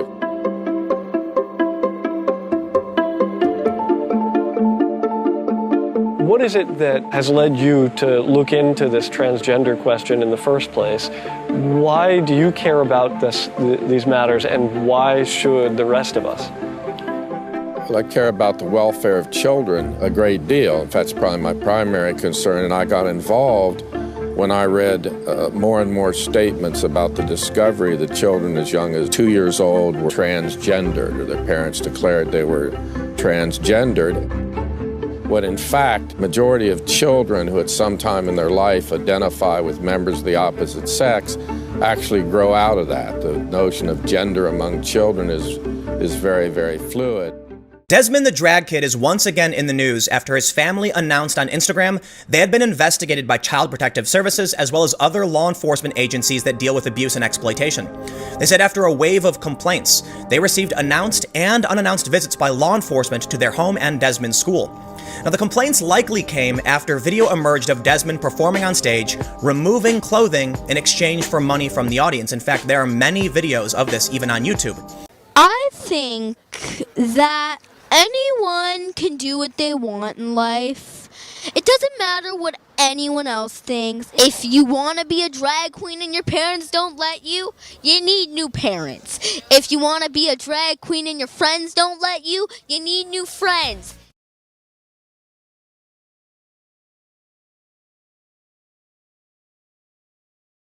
Okay, we're now going to get into one of the most obscure aspects of the last 10 years that most people don't understand.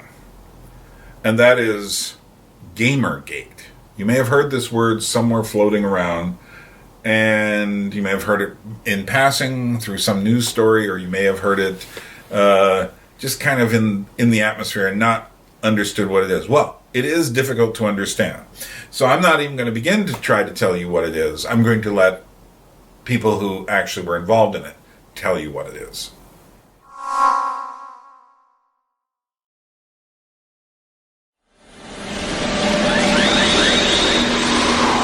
Let's begin with gaming, and specifically Let's Plays.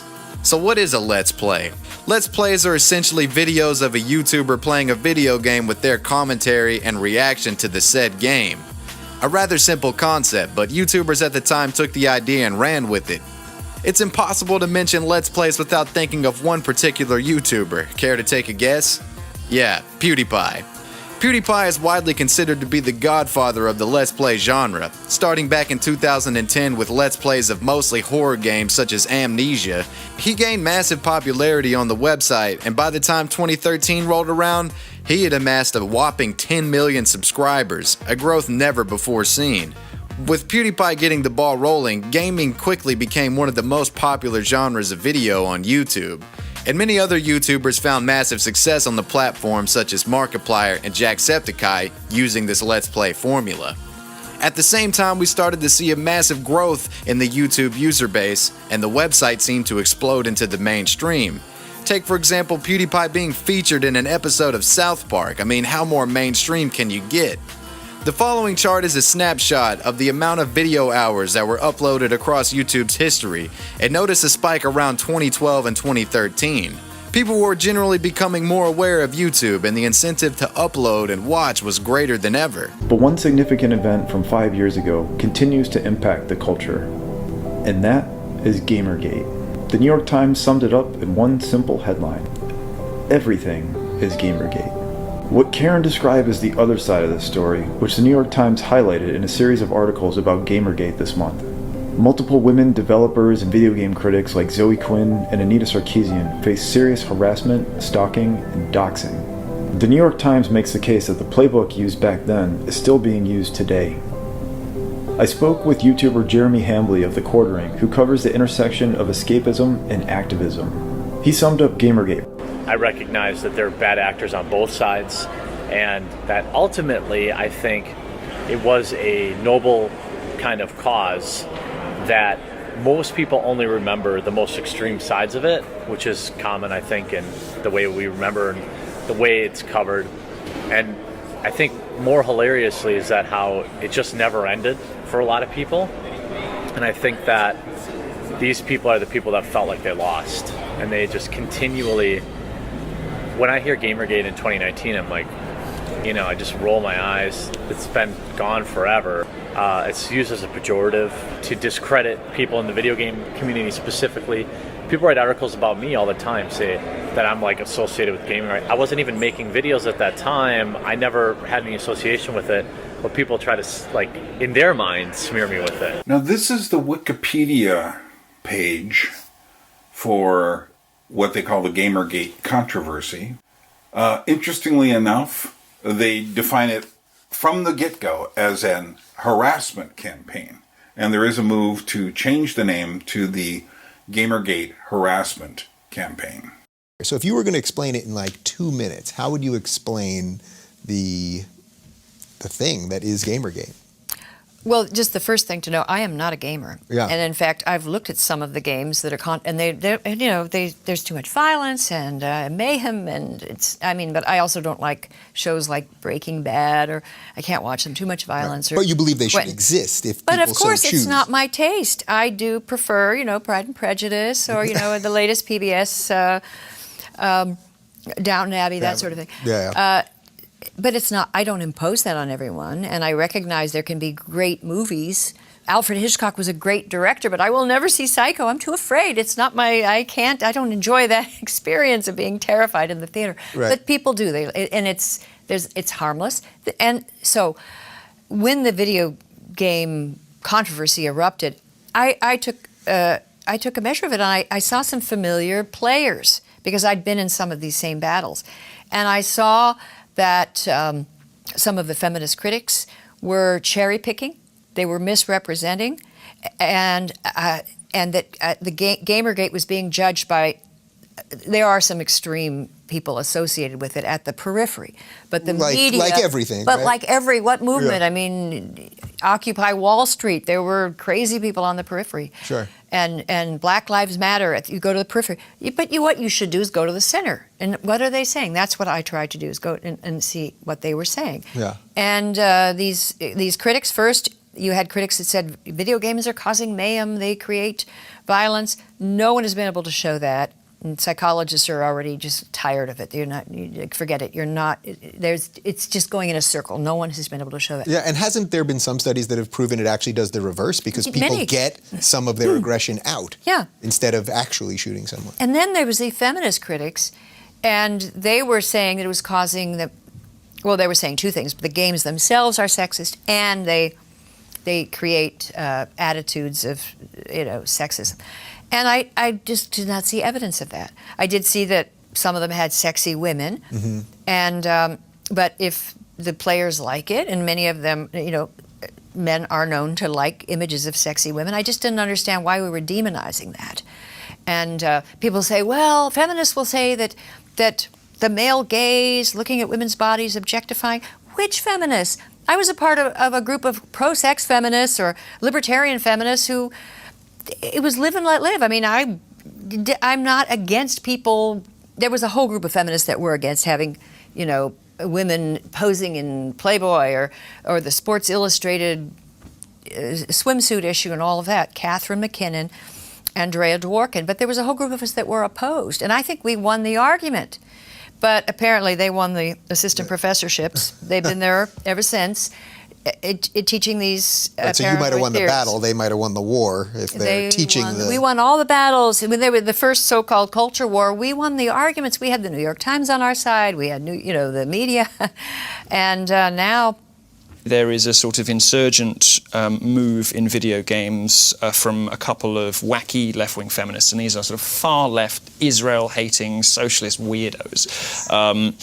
Far-left feminists who say that every video game is problematic, that there is something wrong with all these video games. Now, for some reason, the journalists have sucked all this up and have bought it all. And the same journalists who protected video games when the religious right in the 1980s and 90s said that video games turn kids into killers and violent. Which there's no evidence of, right? None whatsoever. Yeah. Those same journalists nonetheless have rolled over and accepted the feminist critique of video games and said, oh, well, video games can't make you violent, but they can make you sexist. Now, again, there's no evidence whatsoever that's the case. Yeah. The research is the most generous you could be is to say the research is, the jury's out. Yeah. But most of the most credible research says there's nothing in it. Right. So to be real clear on that, so that would be like, for example, in a game like Grand Theft Auto, where you can literally grab a woman out of her car, punch her, and steal her car. But you can do that to a man too. So you would argue that's not anti-woman because it's equality. Well, first of all, it's imaginary. It's not real.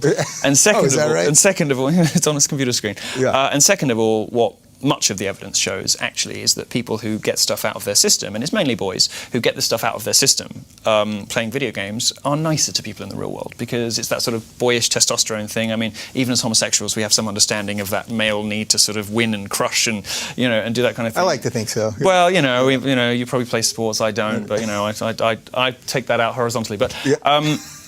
So our table of game journals gets angrier and angrier. How can all these people believe such terrible, slanderous lies about their dear friend? And as the table whips itself into a frenzy of self-righteous anger, they decide to do something very, very stupid.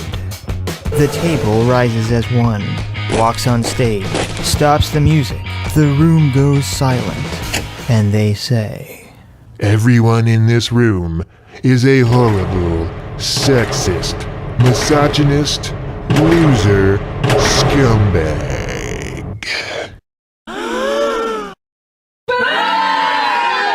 How could this happen? And this is what started Gamergate. It wasn't the girl and the boys breakup. It wasn't the gossip about the girl and the boys breakup. It was this. It was the gaming journalist's reaction to the gossip of the girl and the boys breakup. So what happened next? The majority of the people in the room said, "Who the fuck are these assholes?" and went back to playing video games. The next largest group of people stood up and said, "Who the fuck are you to call me sexist?" I didn't even know about this stupid breakup drama until you told me about it now. The remaining group of people, the smallest, but housing a large amount of gaming media figures, panicked. Because, oh no, we're not sexist. So they bent over backwards and tied themselves into knots, trying to prove to the table of gaming journalists that they were not sexist. Anita fakes the threats and harassment she receives on a regular basis, either by sending these threats to herself via sock puppet accounts or by enlisting an army of feminists to do it for her. Where is that army? And of course, I'm far from the only person doing progressive writing these days, which is awesome. I'm part of a community as well. I feel I'm part of a movement. I'm definitely not in charge of this cultural shift. No one person is. In addition to regularly writing and speaking about feminism, I reject as much as possible conventional models for video games writing. You can't be a female columnist or like a woman who writes her opinions without people making referendums on your personality or speculating about your motives or even your mental health. So I just doubled down on doing personal work. Whether I'm doing interviews, criticism, anything, no pretense of being unbiased. I write about the things I'm interested in, the creators I care about, and the trends that I want to see succeed. Sorry, that's the conspiracy. The tide is turning in gaming, and that larger numbers of developers and fans are challenging the sexist status quo and embracing the ideas and critiques expressed in my work and the work of many other women doing the same cultural criticism. I'm absolutely proud, to advance amazing creators and conversations that I think matter to games. Yeah, I have an agenda, sorry. I've been playing games since I was 5 years old. It's a soundtrack of one song, except I'm doing video games. So it's not exactly a fandom. I'm not a fan of video games. I actually had to learn a lot about video games in the process of making this. In general, my approach often puts me at extreme odds with the typical gamer fan type of reader for various reasons. I'm a polarizing figure, but I'm thriving even still. Despite the fact I've deliberately alienated the traditional audience, somehow I still have a career. One of the most radical things you can do is to actually believe women when they tell you about their experiences. So just to clarify, from those clips there is a movement of feminists doing progressive writing. They reject traditional objective journalistic methods in favor of bias to promote their agendas. They are not gamers. They have gone out of their way to deliberately alienate the gamer audience, and they want people to uncritically hear what they have to say because, as I have already shown, it is very likely that at least one, if not more, of these people are flagrant con artists. So why exactly did Gamergate take off the way it did? Well, there's two reasons. The first is that it revealed to people the incestuous relationship the majority of the gaming press and gaming sites had with each other, and that they would actually plot to shape a narrative together behind closed doors. And second, this way of thinking that we now label as SJW or regressive had been building for a while now, slowly spreading out. And this new attack, shaped by these regressive ideas, was the tipping point, the final straw. The dam broke.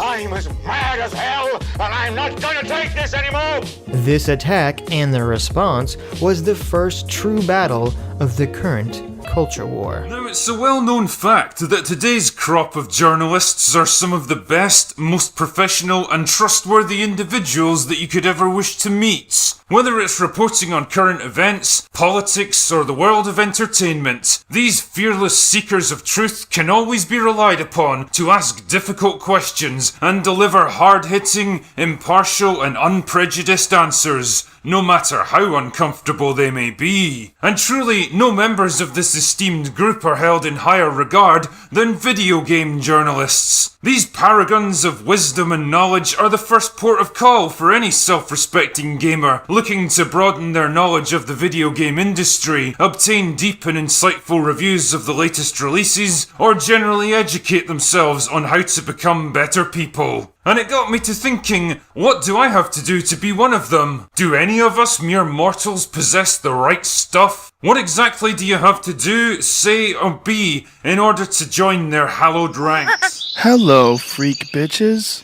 For them. But there's been a bit of an interesting development with Miss Sarkeesian, if you'd like to hear about it. Well, Pete, tell people who she is. I don't even know if I need to, but most people don't know. Well, you live in a very insulated world. Like, if I ask my mom... Well, yeah, your mum won't know, but people who use the frequency? Internet, yeah, of course your mum won't know. Okay, Annie Sarkeesian is an internet feminist who decided after making a bunch of videos on her YouTube channel in like 2009 through to like 2010 or something, 12. She ended up getting a sort of favourable reception with the progressive intelligentsia, who were very feminist, very pro social justice, and they liked her patter because it's pretty stock in trade, and she came across as being very respectable. She's well presented, she's attractive, she's well spoken, she knows her patter, and so they promote her. They made a big deal out of her. She sounds like a total bigot when she's talking about anything. A bigot? Yeah. How so? Because she'll just say, well, this is men. I mean, the whole premise of feminism is that men are oppressing women. And if men aren't oppressing women, then feminism has no argument. And they also have a sort of a thing they say to each other, where you have the right to hate your oppressor. It's right to do this. And it's like, okay, but I don't think it's ever a right to hate, even if you are being This oppressed. is something that she said personally? Not her personally. Oh, she probably has said it personally, but this is the sort of ideological thought. I mean, if you read their papers, if you read We're their doing media, that they-them thing again, right? Well, who yeah, are we talking about? they're talking about hardcore feminists? Yeah, we are talking about like a specific sphere of academic feminists. In her case, sex negative. What? Yeah, they don't like objectification. Hold they on. don't like What sexy is women and titties. Sex negative? Yeah, they don't like sexy women. The male gaze is So, like oppressing women Laura by looking. Croft? Tomb Raider. Oh, God, yeah. That was part of the big issue, right? It was like sexism horrific in video oppression games. because of Lara Croft. Terrible oppression. I don't know how women can get over it. But Anita Sarkeesian stepped up and was like, you know what? It's wrong to look at these tits. So I speak for all gamers when I say the media should stop talking to critics like Anita Sarkeesian. Here now to be talked to is media critic and creator of the web series Feminist Frequency, Anita Sarkeesian. Ms. Sarkeesian, thanks so much for being on here. All right. Look. Let's put this on the line. Okay, let's call this what it is. You and the other feminazis in the gamer world are coming for our balls to snip them off, put them into a little felt purse, and take them away, so we have to play your non-violent games, right? No. What I feel like is happening is that in the past couple of years, there's been sort of a paradigm shift in the industry. Right. There's been a grander, a larger conversation happening about feminism, about women's place in games and minorities' place in games. And instead of it being like, okay, cool, I see where you're coming from, it's becoming a personal attack. So it's like, so you think I'm an asshole for liking these games. Right. It's kind of how I think it's feeling. And I understand that too, because I'm sure the first reaction to someone would have is like, well, then they're going to come after the games, right? And then I won't have the thing that I really like, right? But that's just, I think, by the sheer like size and magnitude of the gaming industry, that's just an impossibility. What are the next steps, basically? How do we get past all this? My main thing is like, if we're gonna have any conversations, either about, if you really want to talk about ethics in journalism and we want to rap about that, we have to sort of in a unified voice be like, okay, cool, no more harassment. Like, I will not be part of the Gamergate movement if it continues to be associated with attacks on women. For those of us that feel, that want to advocate or feel very strongly about increasing the awareness of feminist issues and minority issues and continuing that conversation, for anyone that has the emotional and mental capital to continue doing that, I would really strongly ask you to continue the work that you're doing, because it's super important. So my question there was, what is Gamergate? And I think your answer, because your answer had almost nothing to do with Gamergate, I think it was the right answer, right? Because that seems to be the confusion about what is Gamergate. Nobody seems to really understand what it is. At this point, it's morphed into so many different things. It's so many different things. But at the core, it was a group of gamers who were, there were issues I don't understand as not a gamer. They were irritated by some cronyism in the Right, that some of the magazines were being paid off by the manufacturers. All that was going on.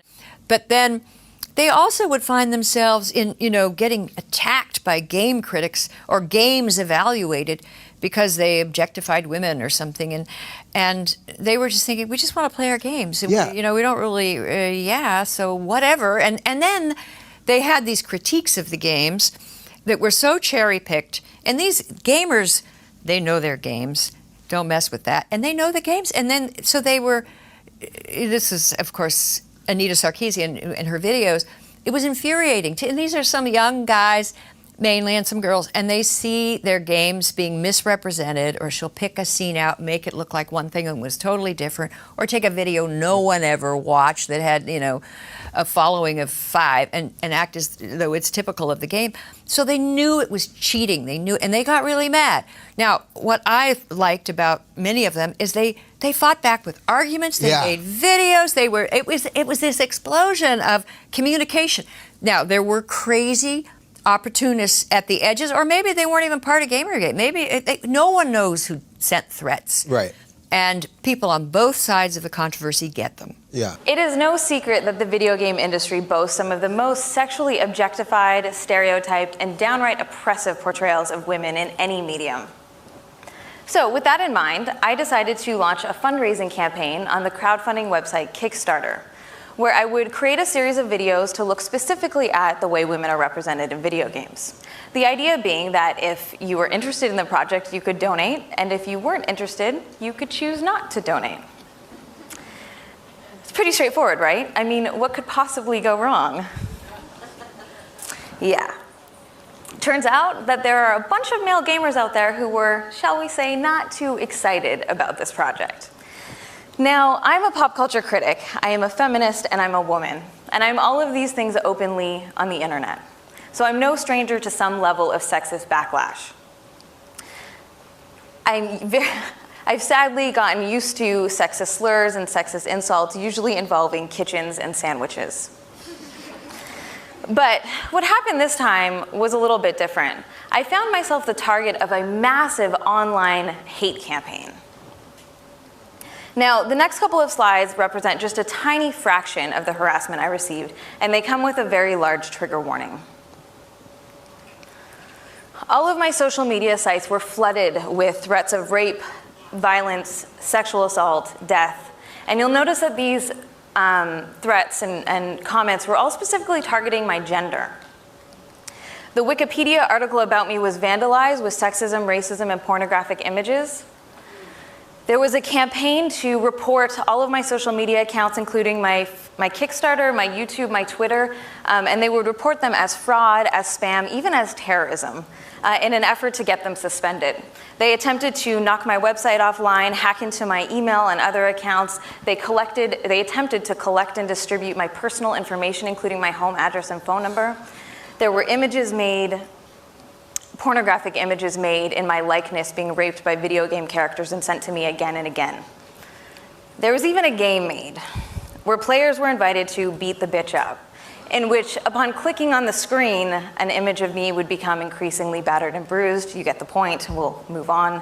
Well, let's start with the threats. We have to do something about that, and I think we are. I mean, I think they get reported, and if they're credible. But the thing is, with Gamergate, like, has anybody been hurt? Is there any evidence of it's just all internet nonsense? I mean, that there are these threatening mails and making. I mean, where are they? I mean, who has been hurt exactly? I mean, the worst thing. One of the worst things I read about was Milo getting terrible things in the mail. Right. Milo Yiannopoulos. Well, but there he's were bomb threats. pro-Gamergate. Weren't there bomb threats called into something that he... What Gamergate truly was the beginning.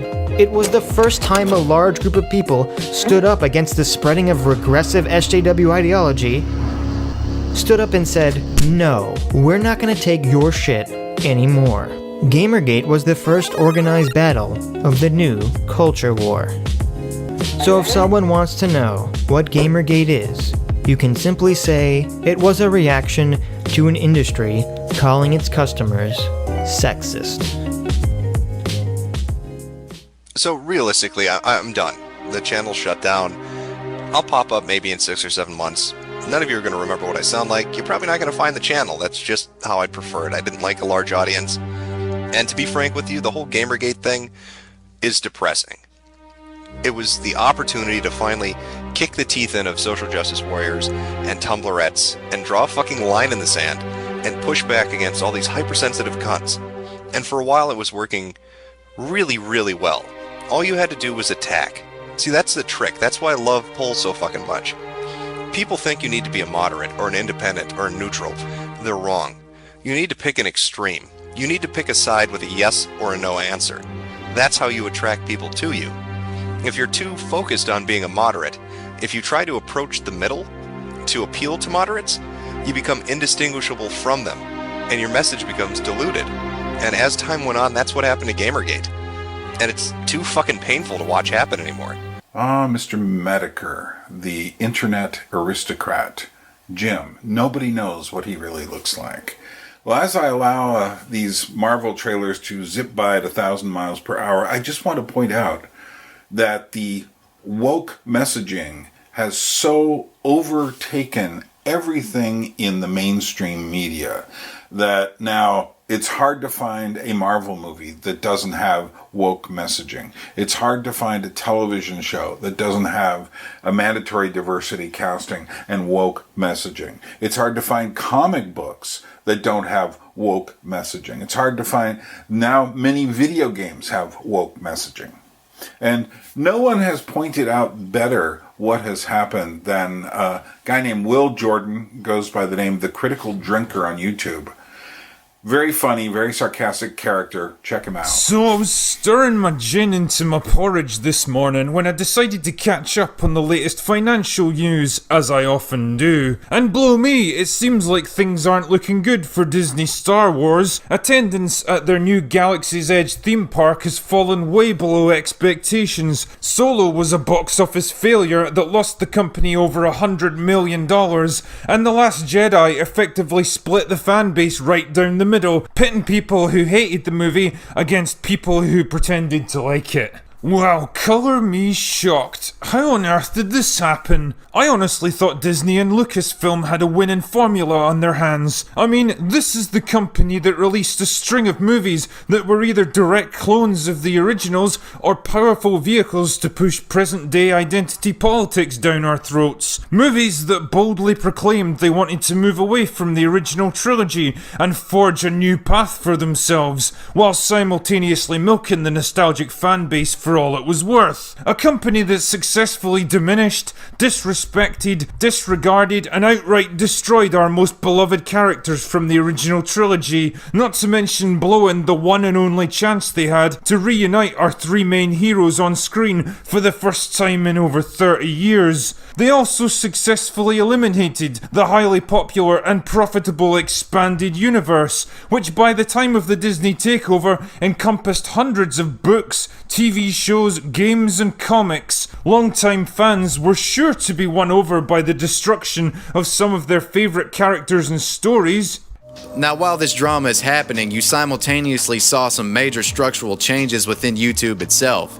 YouTube announces its YouTube Heroes program, which essentially incentivizes YouTube users to flag content which some people may find inappropriate or hate speech.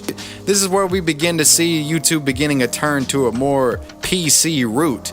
YouTube's administration began cracking down on edgy content, and YouTubers begin to fear that their careers may be in jeopardy as more and more videos begin to be flagged due to inappropriate content. These creators feared that they'd be the next on the YouTube hero hit list. Then in February 2017, everyone's fears were confirmed. A double-sided controversy emerged on YouTube. Two events that took place at the same time, and they would change the platform as we know it forever. PewDiePie gets a hit piece written about him by Wall Street Journal calling him an anti-Semite because of some jokes that he made on his channel. And then, major advertisers began pulling ads from YouTube because a separate incident occurred. A video appeared on Twitter of a Coca-Cola ad playing on a racist video. Thus begins the adpocalypse. I must state first and foremost that I don't blame PewDiePie at all for the adpocalypse. It was just an unfortunate situation, and the mainstream media decided to target PewDiePie because he is the biggest non-music YouTuber on the platform.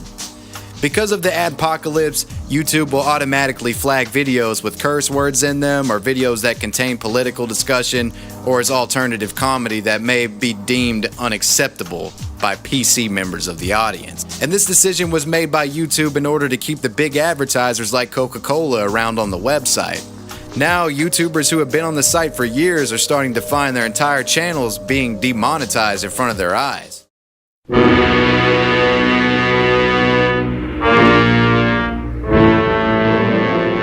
My dear fellow Kyrgyzstanis, this is Big Man Tyrone, President of Kyrgyzstan.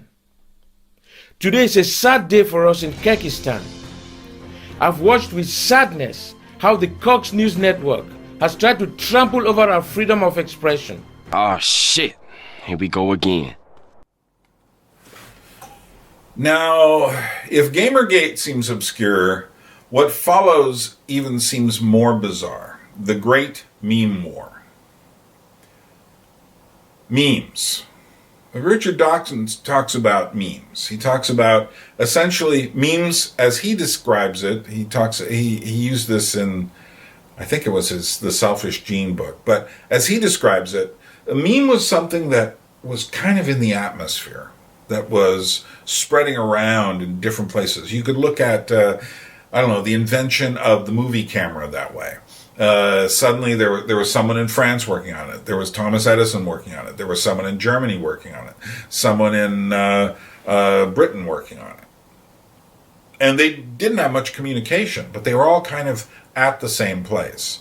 It was something spreading around, a small bit of an idea spreading around. And we often see this with the arrival of new ideas. But memes now, for most people, mean these little kind of jokey snippets where, and these are often created, they often start their lives on weird websites like 4chan or Reddit, where this, one that I think a lot of people will recognize is the Sean Bean character in Lord of the Rings is saying one does not simply walk into Mordor. One doesn't simply enter into Mordor. And that has been endlessly, one does not simply, with a picture of him pointing, endlessly, one does not simply end a meme war. Well, why is this idea of the memes so important? Because, well, let me explain a little bit more. And with the idea of the meme war are the ideas of meme magic. Now, this doesn't actually mean magic, although maybe some people think it does. But it means the idea that if you put it out there, it will change something in the virtual realm. And that will have an effect on the larger realm. But you come up with these names like Kek.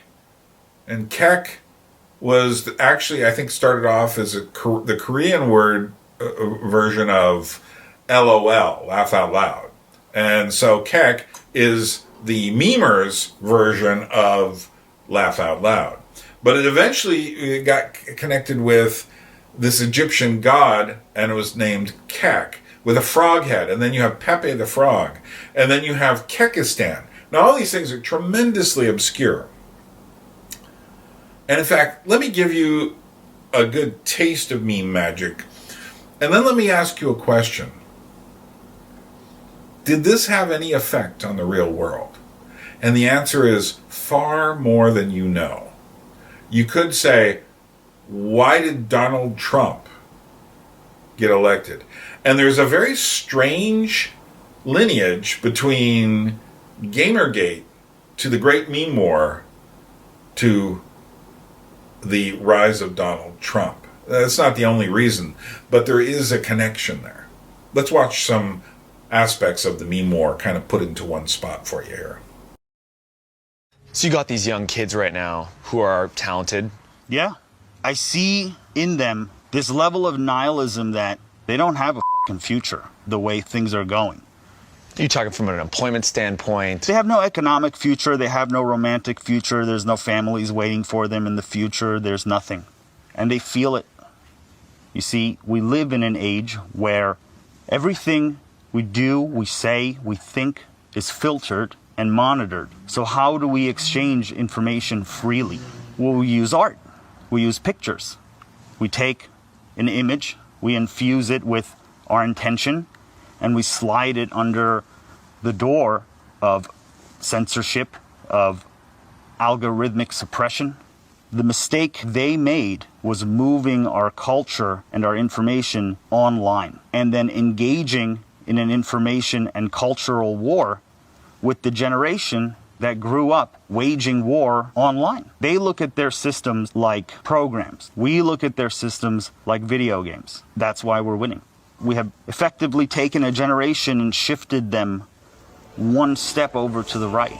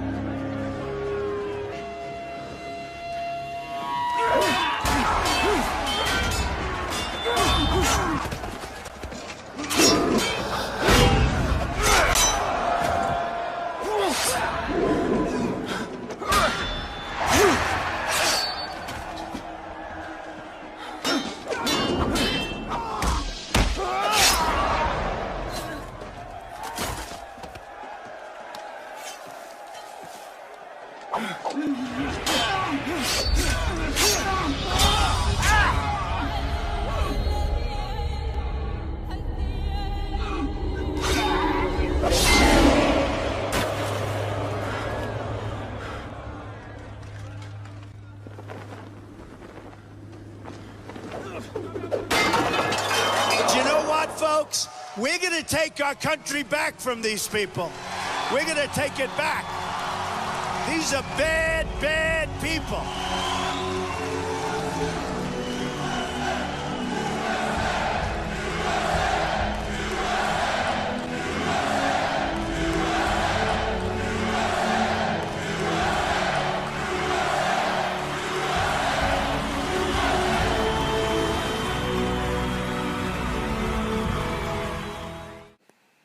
Donald Trump had great powers of dank.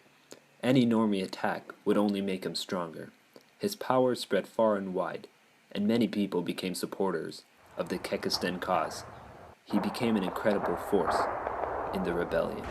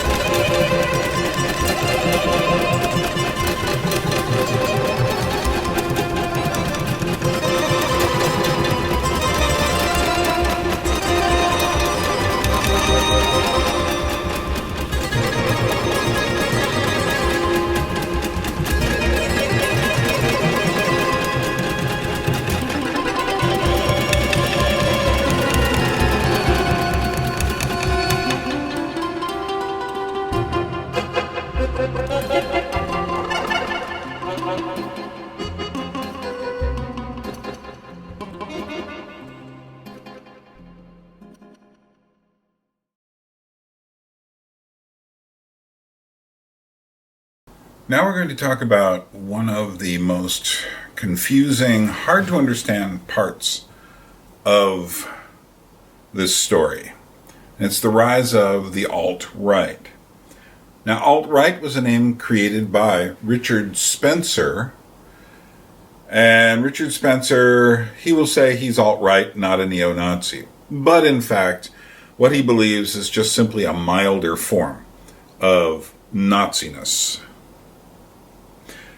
Nevertheless, the word caught on among people who called themselves race realists and other forms of people who were very suspicious about immigration and other kinds of issues. But it spread even further. When I first heard the word about 2016, it was not clear what it meant. That is to say, it was kind of a cool sounding name, alt-right. It was not clear what it meant. And there were many people who were considering themselves kind of alt-right who were not racists. And were simply, what happened was it started to be a catch-all phrase used for everyone who stood opposed to the SJWs, the social justice warriors.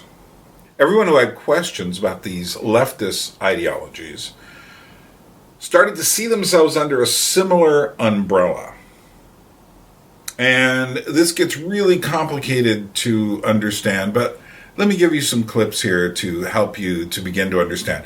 And let me also point to you that there is a real connection here between Gamergate and the alt-right, as defined as this umbrella term.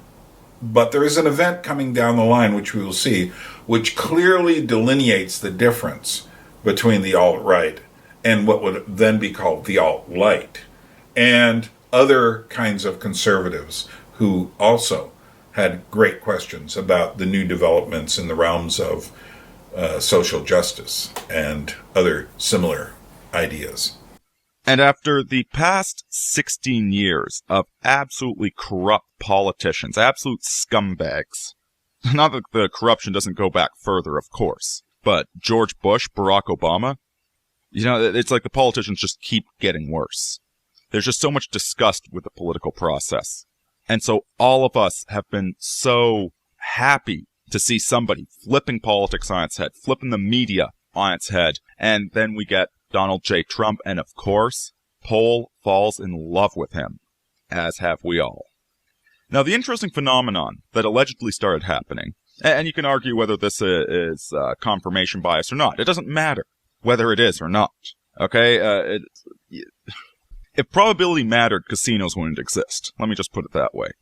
You started seeing a lot of dubs, of triples, of quads on 4chan, particularly with Donald Trump and with Pepe and with Kek, right? Which at the time just meant LOL. But then somebody noticed something. That Kek was the name of an ancient Egyptian deity, a frog-headed one. Also worth noting, it can also be pronounced Cuck. Another coincidence.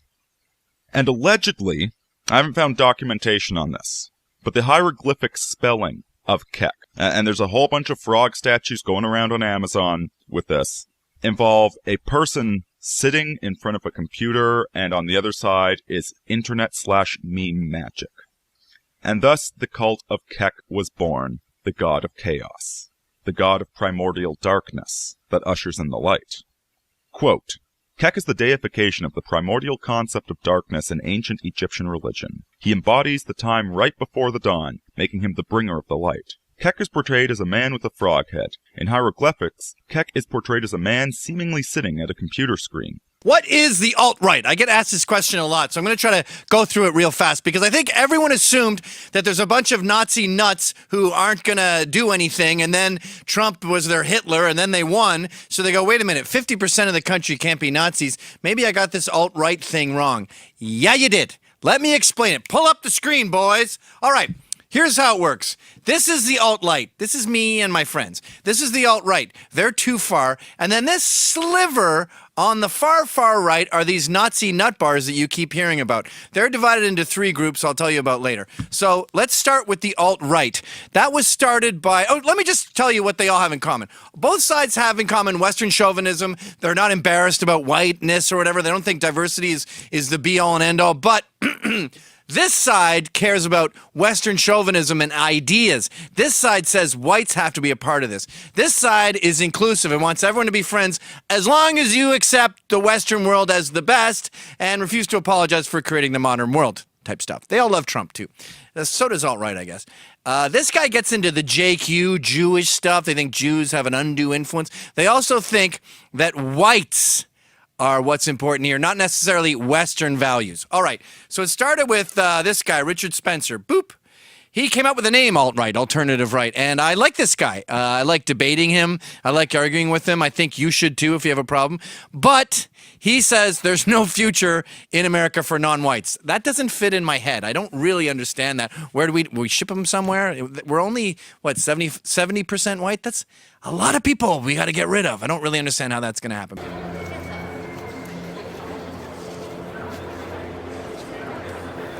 I hope you're feeling all right.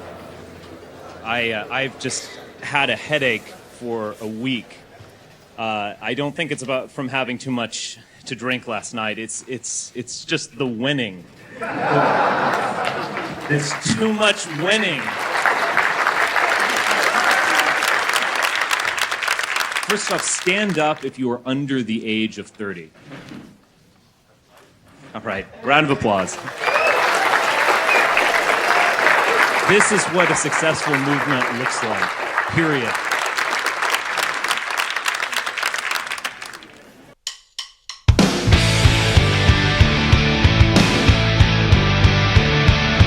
Jackboots cracking on a polished floor. Redheads gathered at the liquor store. Pure hearts race on a crystal night.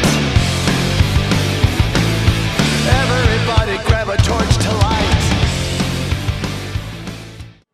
We should have an ethno-state. It would be an empire that would be welcome to Italians, to Scots, to Russians, to white Americans, to Finns, etc. That's what the alt-right's doing. It's thinking those political ideas that aren't possible yet, and imagining a reality in which they are. To be white is to be a striver, a crusader, an explorer, and a conqueror. We build, we produce, we go upward. And we recognize the central lie of American race relations.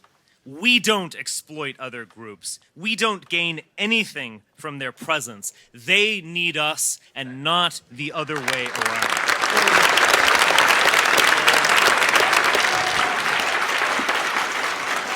We knew he could win. Many of us thought all along that he could win. The mainstream media, or perhaps we should refer to them in the original German, Lügenpresse,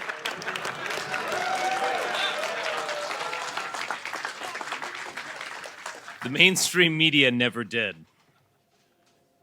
We willed Donald Trump into office.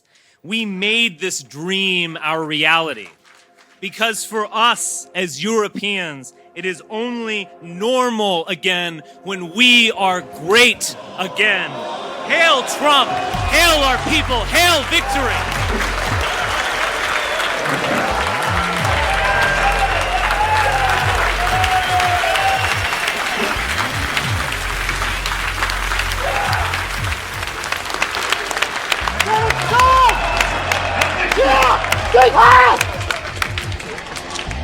Some startling images, quite frankly, from the United States. The alt-right gathered in Washington to celebrate Donald Trump's victory. And we know from what's just happened in presidential politics that they are feeling super empowered. You've dealt with a bunch of guilt-ridden, silly whites all your life, and we are waking up. We are recognizing who we are, and we see an amazing future. Richie, so you better get ready.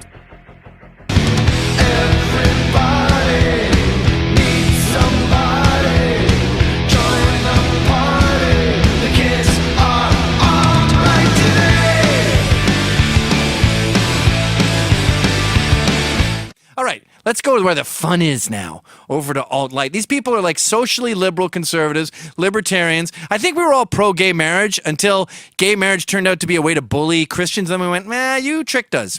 But they are Lauren Southern. And by the way, the biggest problem the left has with Lauren Southern is that a lot of racists think she's beautiful. This is why they attacked PewDiePie. Oh, that reminds me of another thing. I didn't include a lot of gamer guys like Vox Day.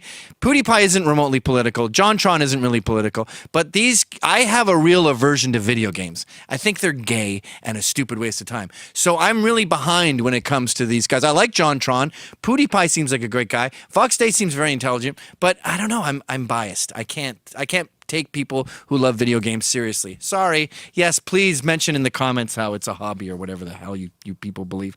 Paul Joseph Watson, also a big guy in the alt-right. Now, we don't like the name alt-right. It's a rude, mean nickname the alt-right came up with, but you don't get to choose your nicknames. If you know anyone named Maggot or Black Widow, then they chose their nickname. You'll notice, by the way, Richard Spencer and Paul Joseph Watson couldn't be farther apart. There's a definitive line here that separates these two groups. So I've had people go, why do you give Richard Spencer credit? Why are you giving him a platform? I'm not. He's way over there. We're separate. It's two different groups. Also, we have Rams Paul. I think he was alt-right, and then he noticed that a lot of the so-called Nazis, 1488ers, 14 words, or is he supposed to say that about the white race, and 88, Hitler, I don't know. He noticed a lot of them are spies, and he doesn't trust them. See, they don't want to debate ideas. And by the way, the thing I hate about this exclusionary deal with the alt-right is our blacks are better than their blacks, as Ann Coulter said. And if some black dude is sitting there arguing for Trump at Thanksgiving, getting vilified for all his right-wing views, I don't like the idea of him finally coming to the Holy Land after wandering through the desert and we go, nah, you're not invited here. That's bullshit. In fact, we should almost reward them more for coming over to our side because it's so hard to get here for them. Baked Alaska, another guy, every time I think he said something alt-right, I look it up or I call him and he goes, no, I didn't say that at all. And you realize, oh, that's alt-light. They are lying because they can't differentiate between any of this. Anything that is not radical Marxism is Nazism. And that's why I'm making this video, to show you that the alt group has two separate sides, and the nut bars you're hearing about are just one little sliver way over here that doesn't involve anyone you know. Now, we all love Pepe. We all love the glass of milk. We all love OK. But I don't want to give the game away. I might get in trouble for saying this. But you know why we love all that stuff, right? Because we're making fun of you. We're making fun of you for thinking everything is racist. So we just, with a laser pointer, go to a grocery store and go, milk? And you go, milk. We're making you chase your own tail like a fanatic chihuahua. Milk isn't really racist. There's no secret codes because there's no Nazis. The only guy who thinks that America shouldn't be anything but white is one guy, maybe two. Actually, this guy says whites should have the right to congregate and not have to include other races. So he doesn't even want everyone to leave. This is the only guy you got. And you sucker punched him. Congratulations. So brave. Milo Yiannopoulos, another guy who is recharging his battery and is about to blow the world's mind with a tsunami of new content. I won't spoil. Spoiler alert! No, not happening. And then we got Mike Cernovich, the guy who just busted open that awesome Susan Rice story and keeps busting up stories. And by the way, none of these people can get fired. They harass Richard Spencer's family. They harass Jared's clients. Peter Brimmel won't get a book deal ever again, but he doesn't care. He makes his own money. Chuck and Pax invented their own business. John works for Peter now. Lauren Southern is her own business. Paul Joseph Watson's his own business. Milo, Rams Paul, none of these people you can fire. You got Sam's show canceled, I'll give you that, but he's coming back with a hell of a lot more. See, every time you try to kill us, you just make us stronger. Who else? Stefan Molyneux, of course. Am I forgetting anyone? Is there anyone above Stefan? Oh, there's me. I'm so modest, I forgot myself. But basically, that is the story. Now, I'm leaving out a lot of conservatives like Steven Crowder and Ben Shapiro. Those guys are much more influential than a lot of people on this list, but they wouldn't consider themselves alt-right. I don't think they like well, they do like the danger. I don't think they like Trump, basically. And Trump is a huge part of all three of these colors.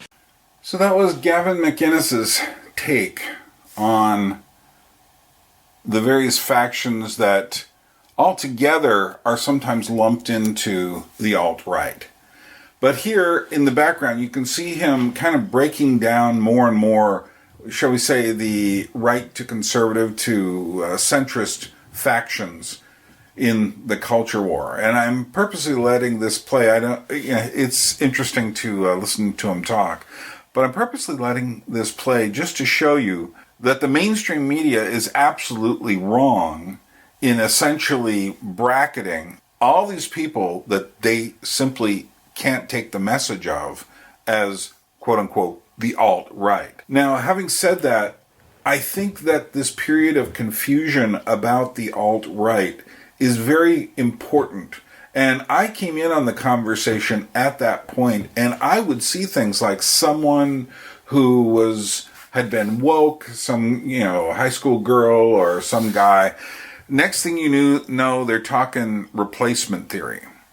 But they didn't, and then these channels on YouTube would come and go.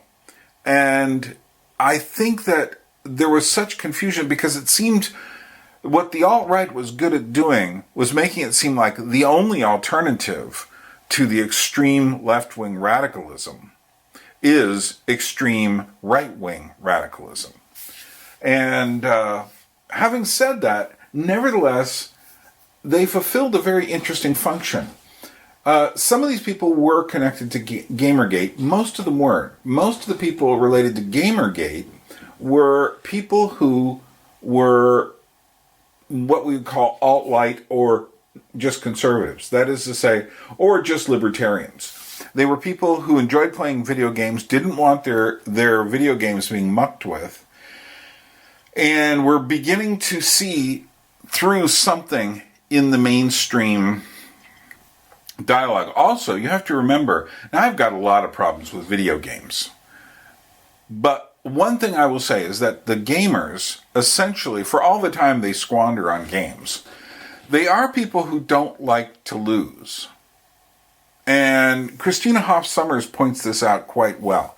She points out that what the gamers did was they essentially went after the people who were attacking them. And being much more savvy than those people in terms of the internet, they started the meme war. They used Gamergate as a means of essentially exposing the hypocrisy of the mainstream media and of the woke media. Unfortunately, there was a feeling like they lost. And, it was something that I think that sense of despair also went into some aspects of the alt-right. And now, the genuine alt-right, people like Richard Spencer and those, I mean, there is a faction of people who have these racial ideas. They are indeed racist. There was an interesting interview that Gavin McGinnis did once with Richard Spencer, and the first words out of his mouth was he just kind of sneered and said, "Racist!" And Richard Spencer just kind of like looked at him and tried to kind of like smugly laugh and stuff. But Gavin McGinnis is very much a crazy libertarian. Now, what's interesting, he actually was a punk who started Vice magazine. Later, left it because they became too politically correct. This is a weird chart that this girl cooked up. I can't remember where it was, but it basically shows the supposed connection with all these people in Gamergate and the alt-right and all of these things. And the point was that YouTube radicalizes you. Well, yeah, there were a lot of different things. But, I'm looking, I see that guy T. Well, that guy T is black. Meanwhile, you've got Richard Spencer. He's not. It's just absurd. Tim Pool points out how absurd that whole chart was. Because he says, I'm linked to everybody, and yet I'm not alt-right. But let me finally get to these people. This nut bar line way over here. These people, I think we all disavow, both the pinks and the blues. Can you pull up those 3 layers? I think that this sliver of lunacy is divided into 3 groups. It is Hitler nut bars, who I don't know. I guess they really are obsessed with Hitler, but they wouldn't be obsessed with Stalin, and they just chose this random political figure. Hasn't even done the biggest purge of all time. We got Mao for that one, but whatever. They are fucking mental lunatic Nazis. This group has nothing to do with Nazis. It's just this tiny third of the tiny sliver. And then below them, you have the LARPers. Now, these guys are just trolling. They're just messing with you. They don't believe what they're saying. They're sending out memes to give you a panic attack. They're just having fun. They're LARPing. So the same way they go, Hitler did nothing wrong, you might as well be a Civil War reenactor going, Hitler, another up, shooting your smoke gun. And then at the very bottom of this, we have a third, spies. And this is why I avoid this group entirely, because they're either mentally ill or LARPers or spies, left-wing liberal spies who go in there and pretend that they want to be part of the Nazi movement or whatever, and they're just there to identify people and dox them and do all this other stuff. Okay, so now we start what is perhaps the central drama at the heart of the teens of the 21st century. And that is the ascendancy of Donald Trump as president. And in this section, we're going to look at the election and just give you an idea of some of the insanity that went on in that election. I'm not going to do everything because, again, the point of these videos is not to say everything about everything. The point of the video is to give you a taste of the flavor of the era, and this was super important to everything else. It was just one line from Senator Bob Dole's acceptance speech more than 20 years ago, but it speaks volumes about where our politics is today. He was talking about the contrast between himself and his rival, President Bill Clinton. This is not the outlook of my opponent, and he is my opponent, not my enemy. Think about that for a minute. An opponent is someone you battle in an election or on a ball field, but with a common understanding of the rules of the game and a mutual willingness to abide by the outcome. He is my opponent, not my enemy. But an enemy? That's very different. An enemy is someone who poses a threat to your survival, someone to be fought by any means necessary. And that's increasingly how Americans have come to view those on the other side of the political divide.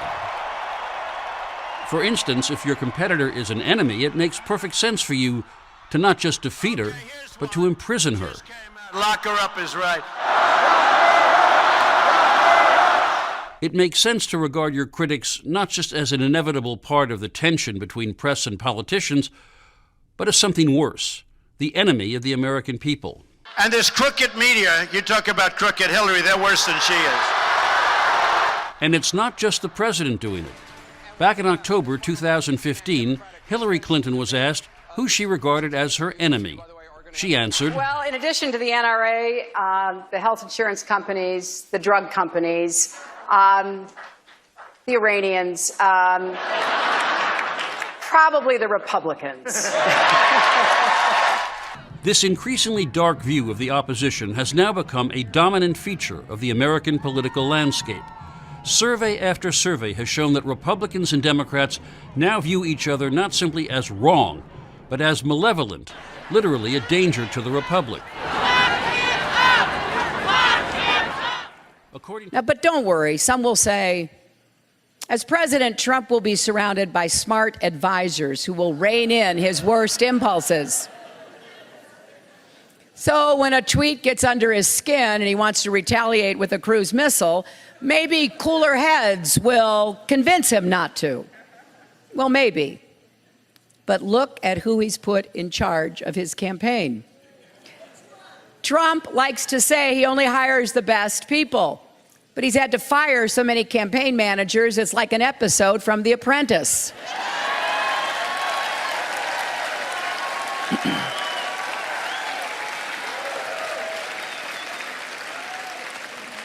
And the latest shakeup was designed to, quote, let Trump be Trump.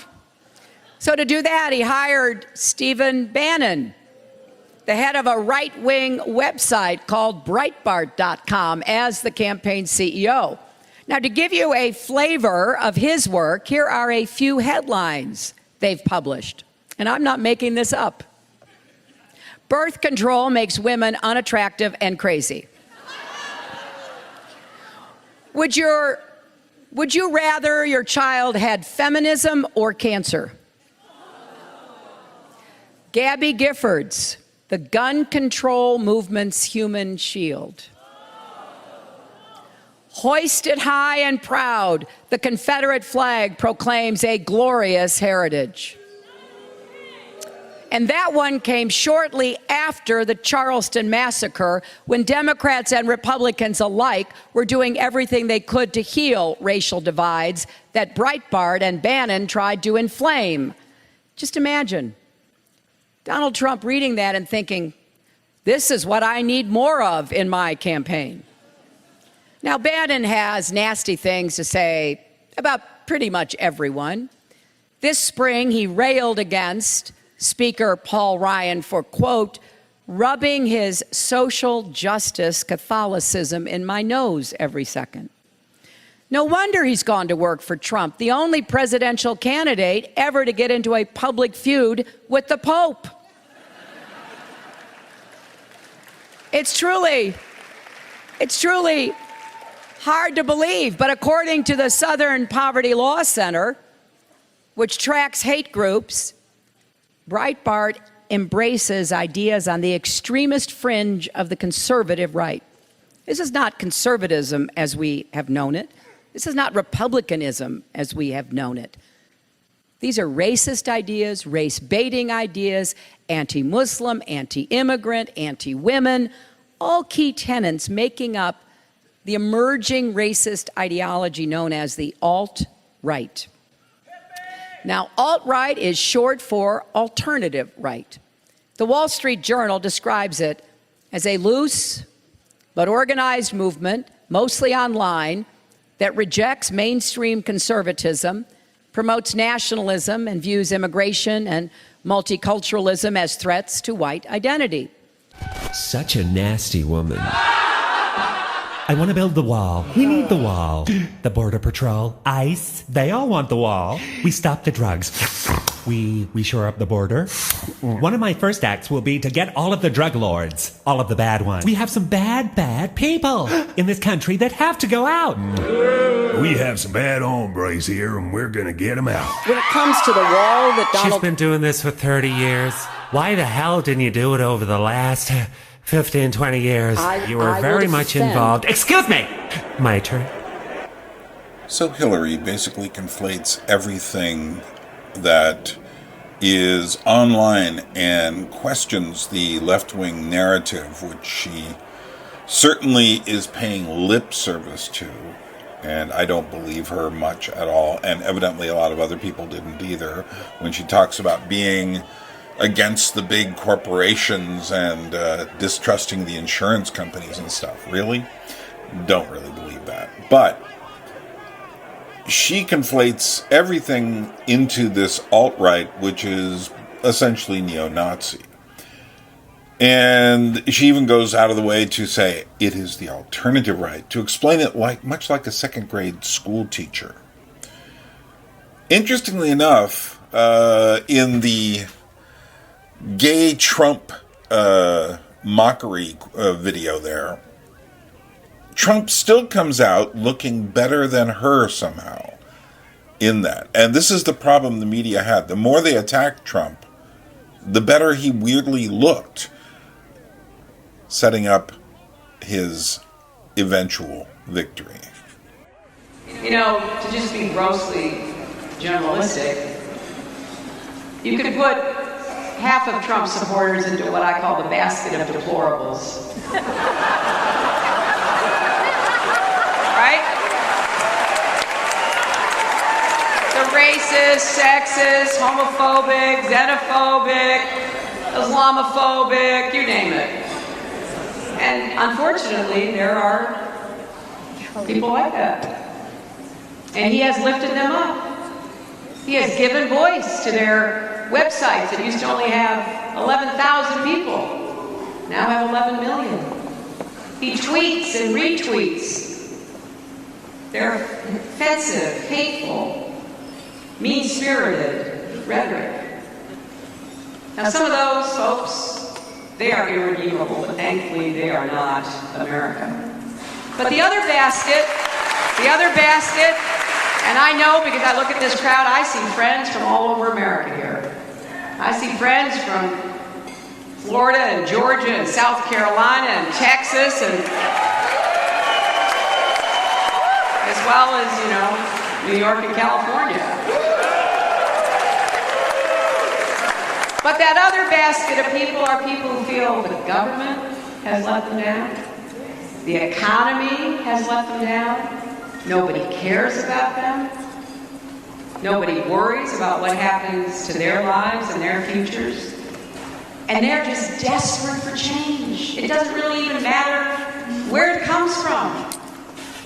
They don't buy everything he says, but he seems to hold out some hope that their lives will be different, that they won't wake up and see their jobs disappear, lose a kid to heroin, feel like they're at a dead end. Those are people we have to understand and empathize with as well.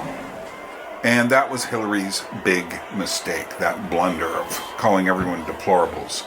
The other person who was very important during the 2016 election was Bernie Sanders, who was seen as the populist left-wing candidate.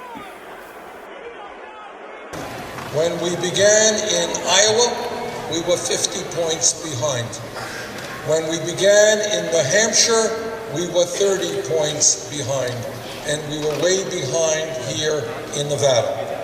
But what I think is happening is that as people hear our message, and it's a tough message because it speaks to the truth of an American society today that a lot of people just don't want to address.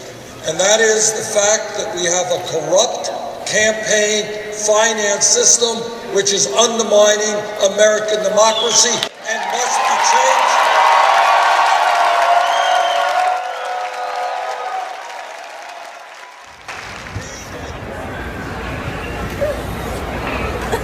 Can you describe what you're feeling right now? I'm afraid. Repression.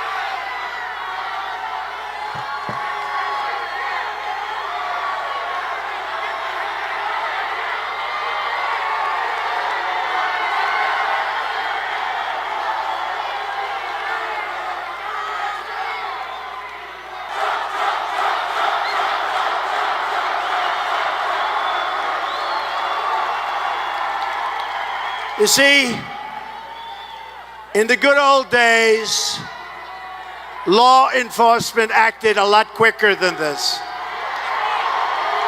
A lot quicker. Trump rallies inspired people to protest, attack, squabble, fight.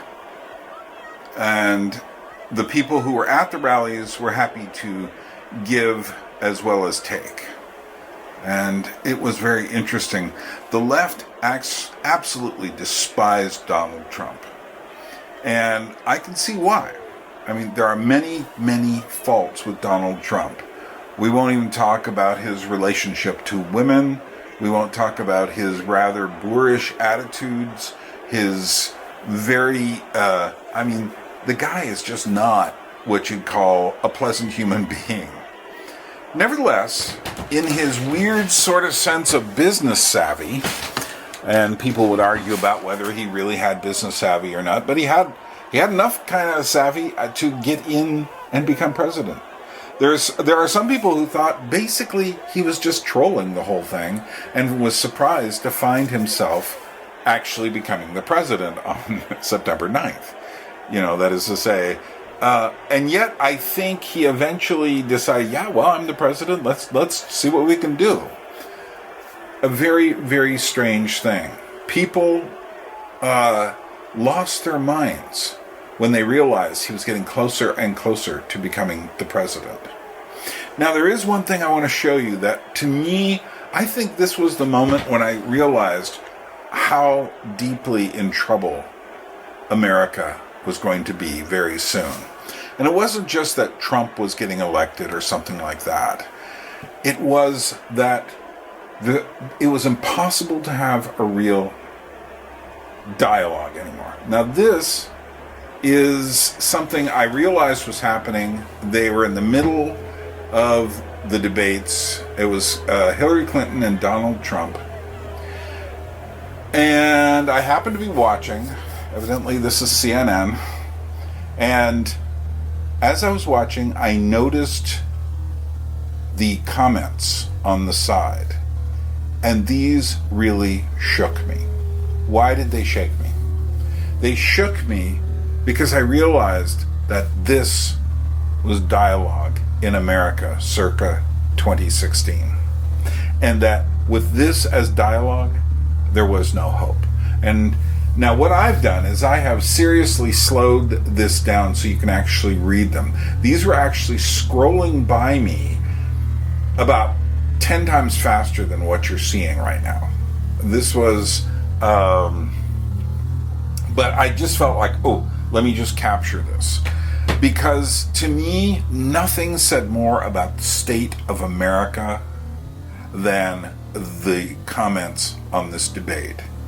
It doesn't matter what anybody was saying. The vitriol, the stupidity, the naivete, the trolling, the mockery, the hatred on display in this comment section, to me, is frightening beyond all measure. And the very fact that we have these weird comment sections that just zip by, and after a while it means nothing. Now, occasionally I will put up a video where I will do a premiere and allow comments. Now, my comments have not been enough that it goes by very fast, but I know what will happen. As soon, I mean, it's already starting to happen that the people in the comment section are starting to talk to each other. Well, so far, that's not so bad. But the point is, the faster it goes, the more, all you can do is say a quick word. You'll see some people just put images, some people like, what's that image? You see what I'm saying? It's like someone just sat there, crafted this apart, and then stuck it in the comment space, hit enter, and you'll see that come up again, because there is no way to communicate through this. This is what social media has done to us. These people are us. And I will make this point much stronger by the end of this video. That we are in deep danger. You know, I didn't have a horse in this race. Both Hillary and Donald Trump look like a choice between, I don't know, heroin and crack. You know, it was just like, you know, it was a choice between like amphetamine. It was a choice between two forms of like poison. I didn't see a hope in either one at this time. I just looked at it and I said to myself, what is going on? But I didn't, you know, their message and stuff, I looked and I go, okay, it's political stuff. Although something struck me in Trump, and what struck me was, okay, he's not going by the playbook. This is really freaking people out. But much worse than anything that Trump or Hillary did or said was this. There's a comment. Someone just wrote, poop. Someone wrote, there's a bunch of flags. You know, how does this communicate? You see, this to me does not communicate. This is anti-communication. Hillary for prison. You know, it's just dump Trump. You know, it's like shill. It's like you read these things and you say to yourself, this means nothing, except it does mean something. It means these people all have insects in their brain, chewing. and they think they're being heard, are they communicating? And the answer is no, sadly.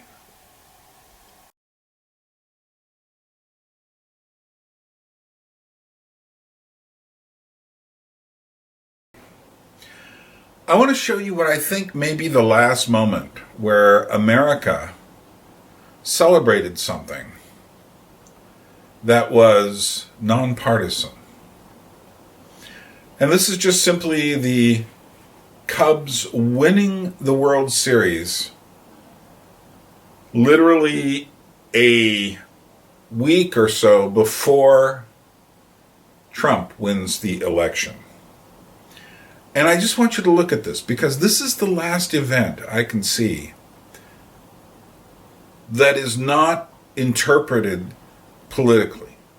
It's not a political event. And you can say, well, burn. There's been lots of baseball games, football games. Yeah. And look at those things and look how they've been interpreted. The taking a knee or the not taking a knee. Yeah. It's like, there are people now who consider the American flag to be racist. No, this was the last moment when there was really one America. Sadly. And I just want you to watch it before we continue on.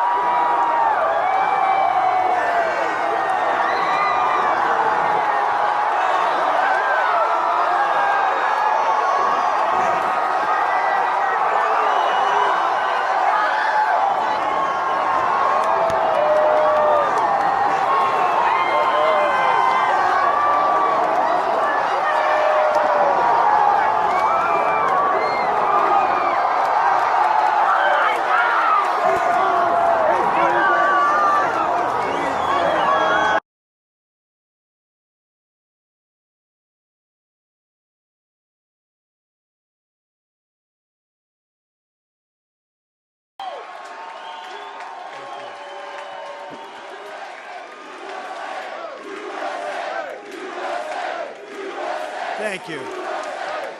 Thank you very much, everybody. Sorry to keep you waiting. Complicated business. Complicated. Thank you very much.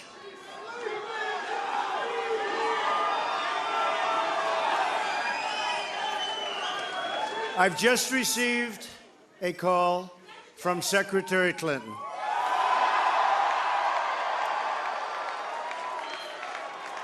She congratulated us, it's about us, on our victory. And I congratulated her and her family on a very, very hard-fought campaign. I mean, she fought very hard.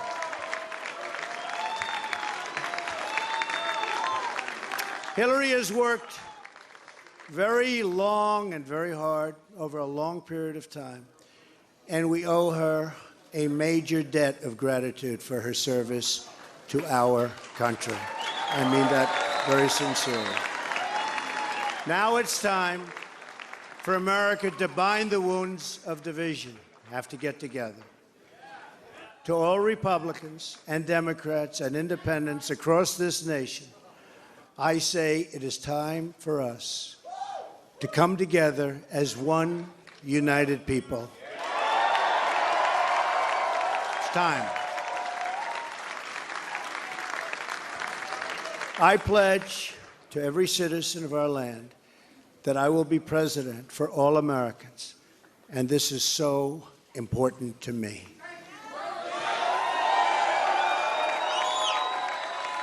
For those who have chosen not to support me in the past, of which there were a few people,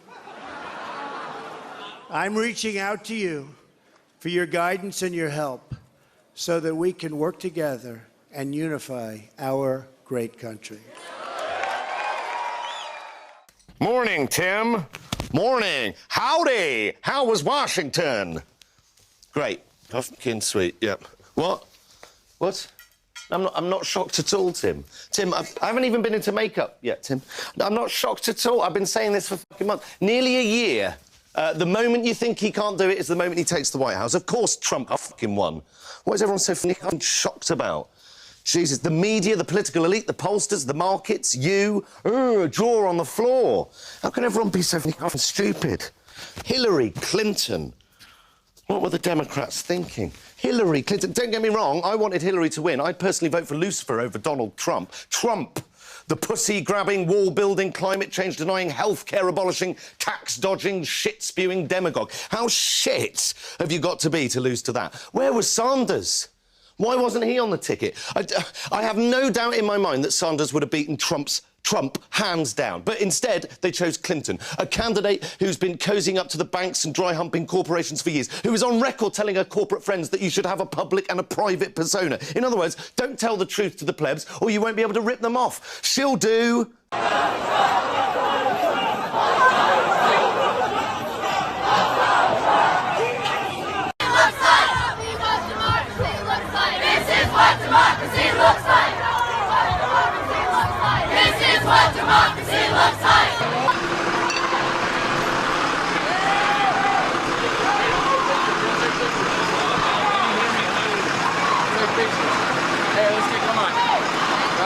You guys know the drill. Yeah, this is not what this protest is about.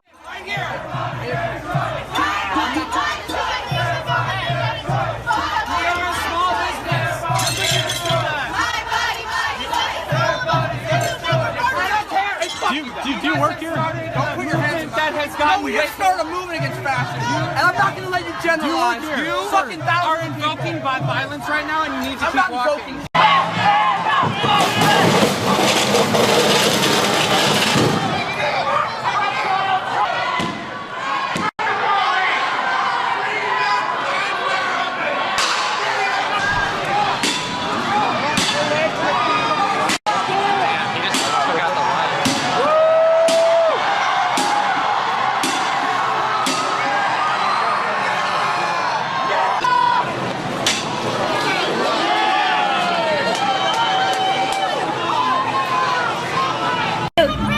I dare you! Say your fucking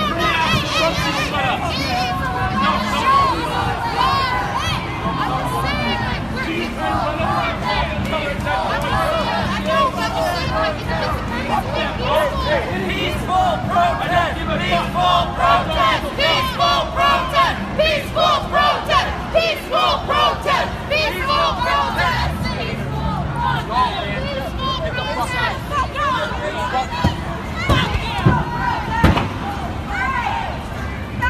Hey, do not interfere with other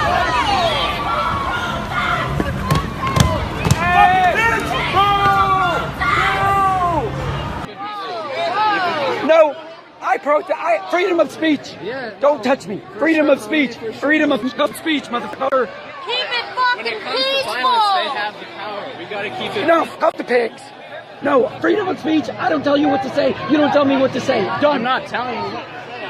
Fuck you.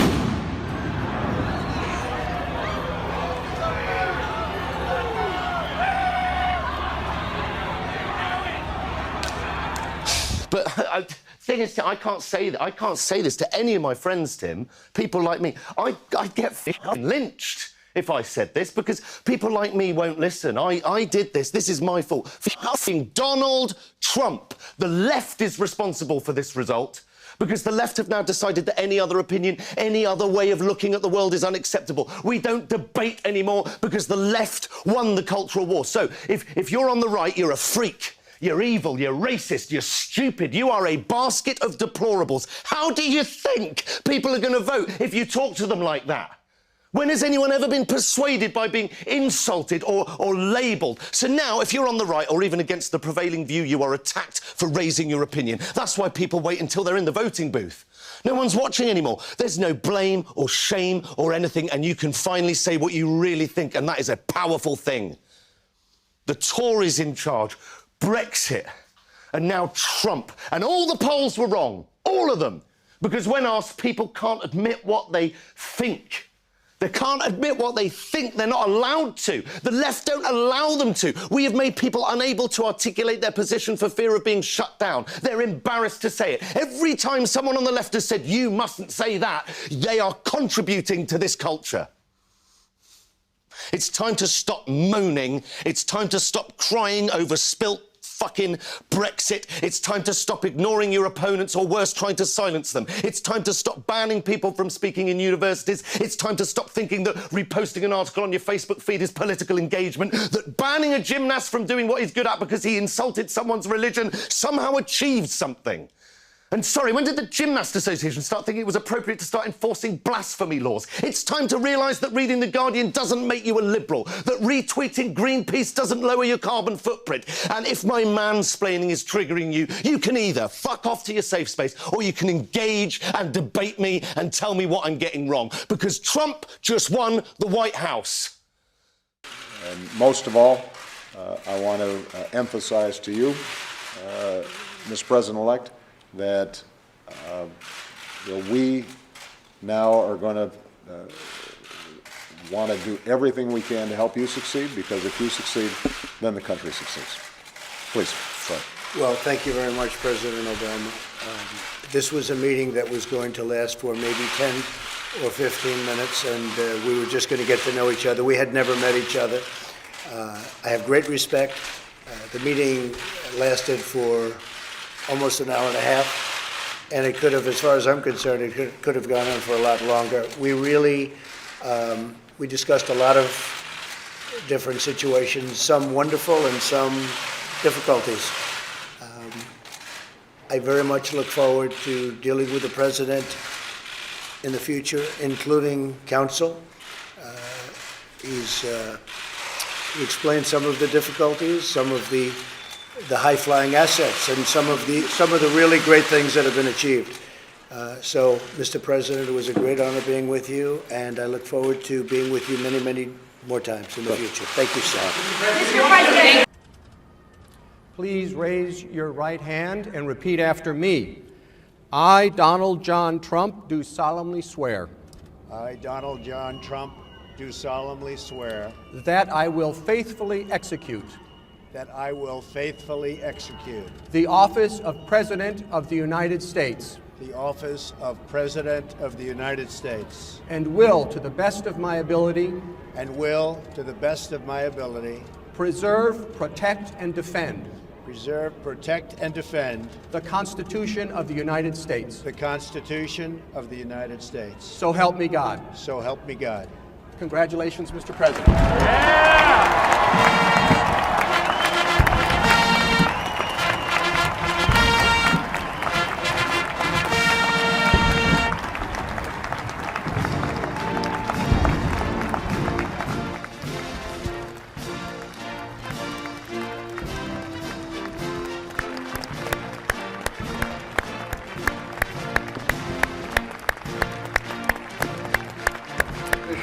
Donald J. Trump is now President of the United States. President Obama is the ex-president. And Mr. Trump, for the moment, steps loose in for the inaugural address. What a great honor to be able to introduce for the first time ever anywhere the 45th President of the United States of America, Donald. On the shoulder.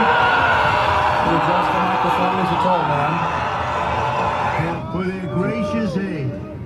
I am so sorry to my world. I am so sorry to my world. This is not what we want. We will face challenges. There's so much potential but we will get the job done. For beauty and for devastation. In this one moment, it's almost incomprehensible that they can exist right now. So, and we are grateful so to close. President Obama. At the center of this movement is a crucial conviction that a nation exists to serve its citizens. Americans want great schools for their children, safe neighborhoods for their families, and good jobs for themselves. These are just and reasonable demands of righteous people and a righteous public. But for too many of our citizens, a different reality exists.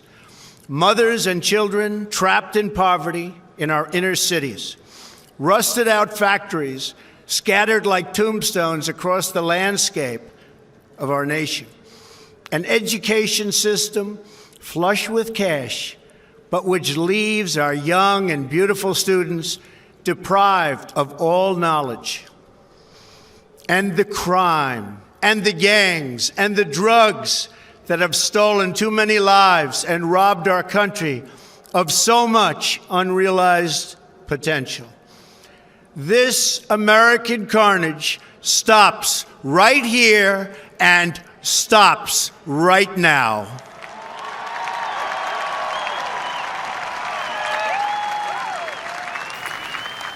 One thing I want to point out is that not everything that Trump did was evil.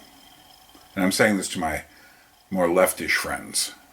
For instance, he really wanted to do something I believe he really wanted to try to do something with the infrastructure in America. He didn't get there. I believe there were moments when he was presidential. And I also understand the reason why people would protest against him. He sent waves of fear down people's spines. This is the Women's March, the day after the inauguration. Let's listen to a little bit of it. Hundreds of thousands of Americans enraged by the man voted into office by millions of other Americans. My message to him is listen to your people. You want to be the president of all of us? Listen to your people. This presidency is kind of scary for me as a person of color and for me as a woman, and I think that the support today and being here is just a way to show what I believe in and what I stand for. What is your message to him? Change fast. Nobody's going for it. Change. In Washington, the crowd was so big, plans to march near the White House had to be canceled by organizers, though they headed that way regardless. It is so sad to see at least 100,000 brainwashed women pouring through the streets who actually believe the CIA propaganda being pumped by the news that the Trump administration is anti-woman.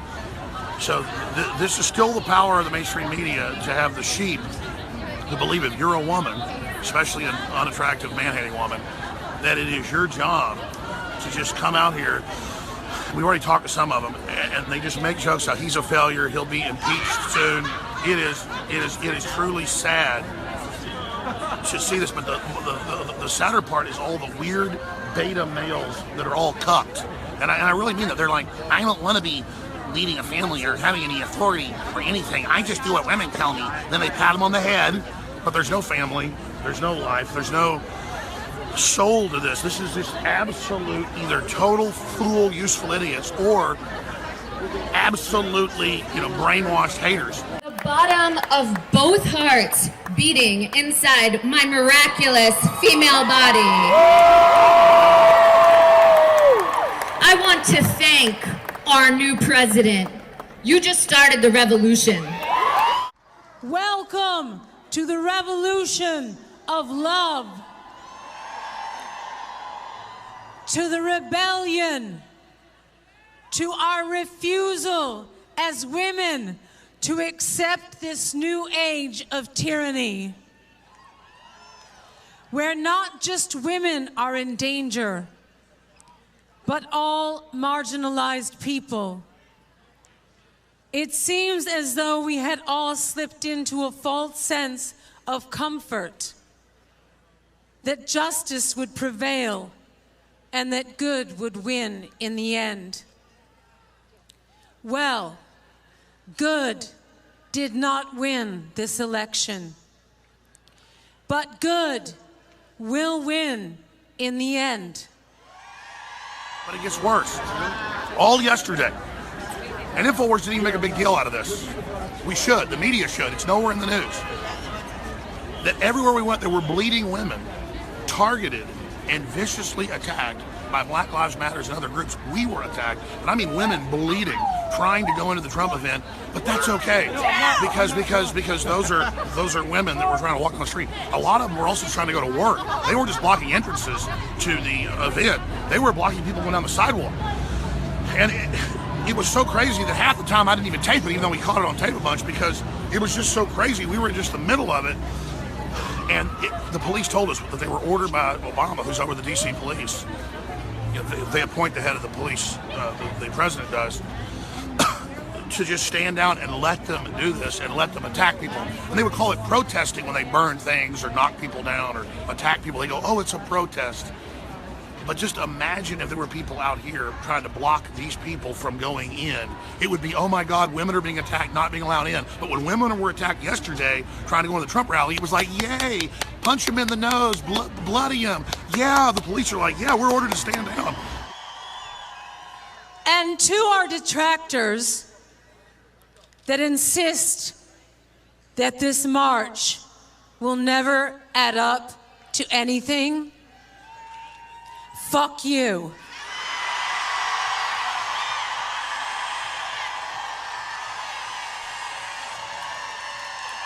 Fuck you.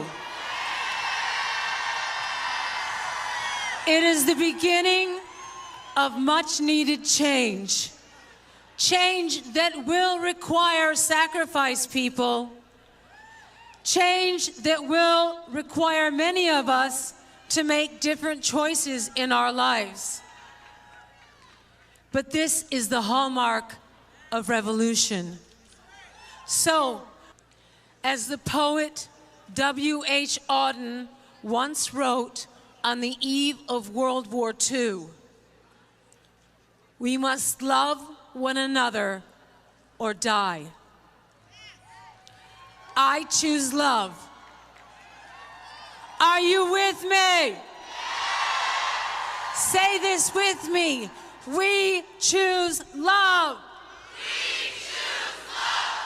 We choose love. We choose love. Very contradictory message there from Madonna. She's basically saying, we are on the side of love. But what does that mean? And how can they be on the side of love and be so filled with vitriol? I don't understand. I understand that they do, that they think that they are on the side of love. But then again, the question, and this is one thing I pointed out in my How We Got Here in the 1960s, is that the definition of the word love changed then. From at the beginning of the 1960s, it still meant something closer to Christian charity. It was replaced more and more by a kind of a Jack Kerouac, man, let's just all get along, we can love each other, just this kind of waffly love. But by the end of the 60s, it's Stephen Stills, if you can't be with the one you love, love the one you're with. Which means what? If that's about a love relationship, it essentially says, be selfish and love. Which is absolutely contradictory. In other words, if you can't get sex from wherever you want to get it from wherever you can. And unfortunately, as far as I can tell, that's the definition of love. It's the late 60s definition that essentially equates love with essentially sexuality. And that is where love is. So when people say love is love, my next question is always, well, what is love? You know, otherwise you're just speaking a tautology. Oh well, this was a huge, huge rally. And this also tells you how much people are going to, this was the day after his inauguration, this tells you how much people are going to reject so much of what Trump tries to do. And this is never more true than in the media.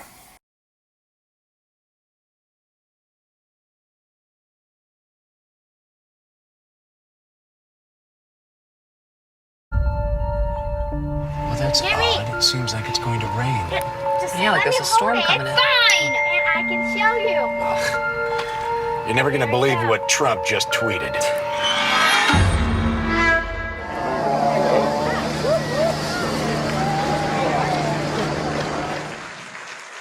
You go over to China. You take China. China. I love them. China. I have to have my China. Anyway, all these comparisons to Trump, it's like, it bums me out. You know what I mean? I mean, sometimes I watch him and I'm like, is that how people see me? You know, like, and I have to be honest, Trump, he's starting to make me rethink some of the things I've done. Because all of a sudden, Trump, Russian possible collusion, Trump, Russia, possible collusion. Trump, Russian possible collusion, Trump, the Russians, collusion. Collusion with the Russians. Trump, Russia, possible collusion. Trump, Russia, possible collusion. Prove collusion. Tweeted. I thought we blocked him on Twitter. You're right, I thought we did block him.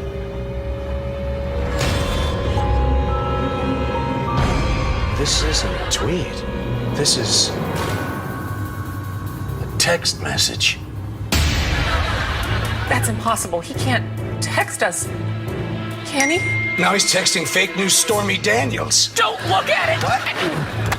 China.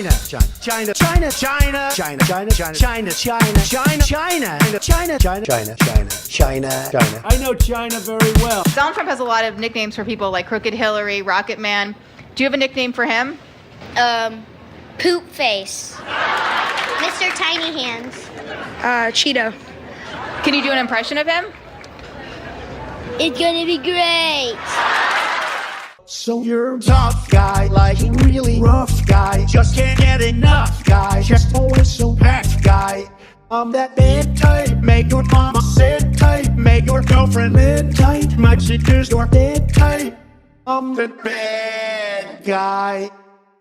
Wall. No collusion, no collusion, no collusion, no collusion, no collusion, no collusion, no collusion, no collusion, no collusion, no collusion, no collusion, no collusion. Mommy, what's a witch hunt? What? You mean that? Now he's texting the kid's iPad. No! Look it up! No! You have 21 new messages from Donald Trump. No! Get out of here! We're not safe in here!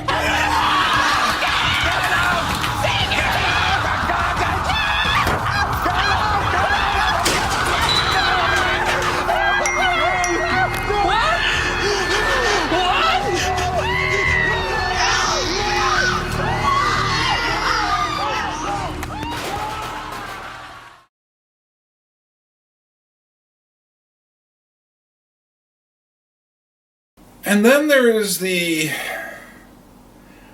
conservative trickster provocateur Milo Yiannopoulos, who was to speak at Berkeley by the invitation of a conservative group. It didn't go as planned. Violent protests erupting overnight at UC Berkeley. The campus locked down as more than 1,000 people rallied against the appearance of a controversial editor from Breitbart, Milo Yiannopoulos. The clashes escalated, the speech was canceled, and just moments ago, President Trump did weigh in again. ABC's Kana Warworth is on the scene in Berkeley with all the latest. Good morning, Kana. And George, good morning. It was a terrifying night. Campus police issuing a shelter-in-place order after college Republicans invited Milo Yiannopoulos to speak. Now, behind me, this is a police generator that was knocked over and set on fire when these protests turned into a riot. Overnight mayhem on campus. The University of California, Berkeley erupting in flames as over 1,000 came out to protest an appearance by the self-described right-wing internet troll Milo Yiannopoulos. We will not tolerate racism or sexism or hate crimes and violence. He's a fascist and Berkeley did not welcome him. At least 6 people were injured, including this Trump supporter who was pepper sprayed. the university canceling the speech. Hey, Mario, we shot you down! Riot police even retreating to the building for safety. You can hear them urging the crowds to leave. I think we have a right to say that we don't want him here. And, the standoff intensifying as protesters lit fireworks, police firing back.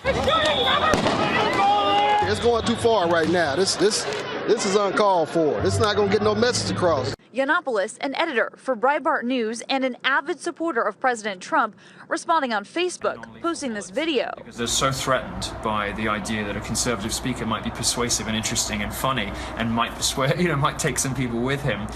They just have to shut it down at all costs. Around 6 o'clock tonight, protesters began tearing down the metal barriers lined along the outside of the building where Yiannopoulos was scheduled to speak. A few people rushed towards the front of the building, one of them armed with a baseball bat. And then 10 minutes later, protesters began throwing firecrackers at the building. Smoke filled the air as explosives burned on the ground there. And then in the middle of the chaos, a generator and a light pole pushed over. Eventually, they caught fire, exploding into flames. After the fire died down, 40 minutes later, protesters rushed towards the front of the building. Take a look at all of this chaos. They're using metal barriers there to break through the front glass doors. And then finally, 6:45 tonight, this was the scene. Police issuing a dispersal order.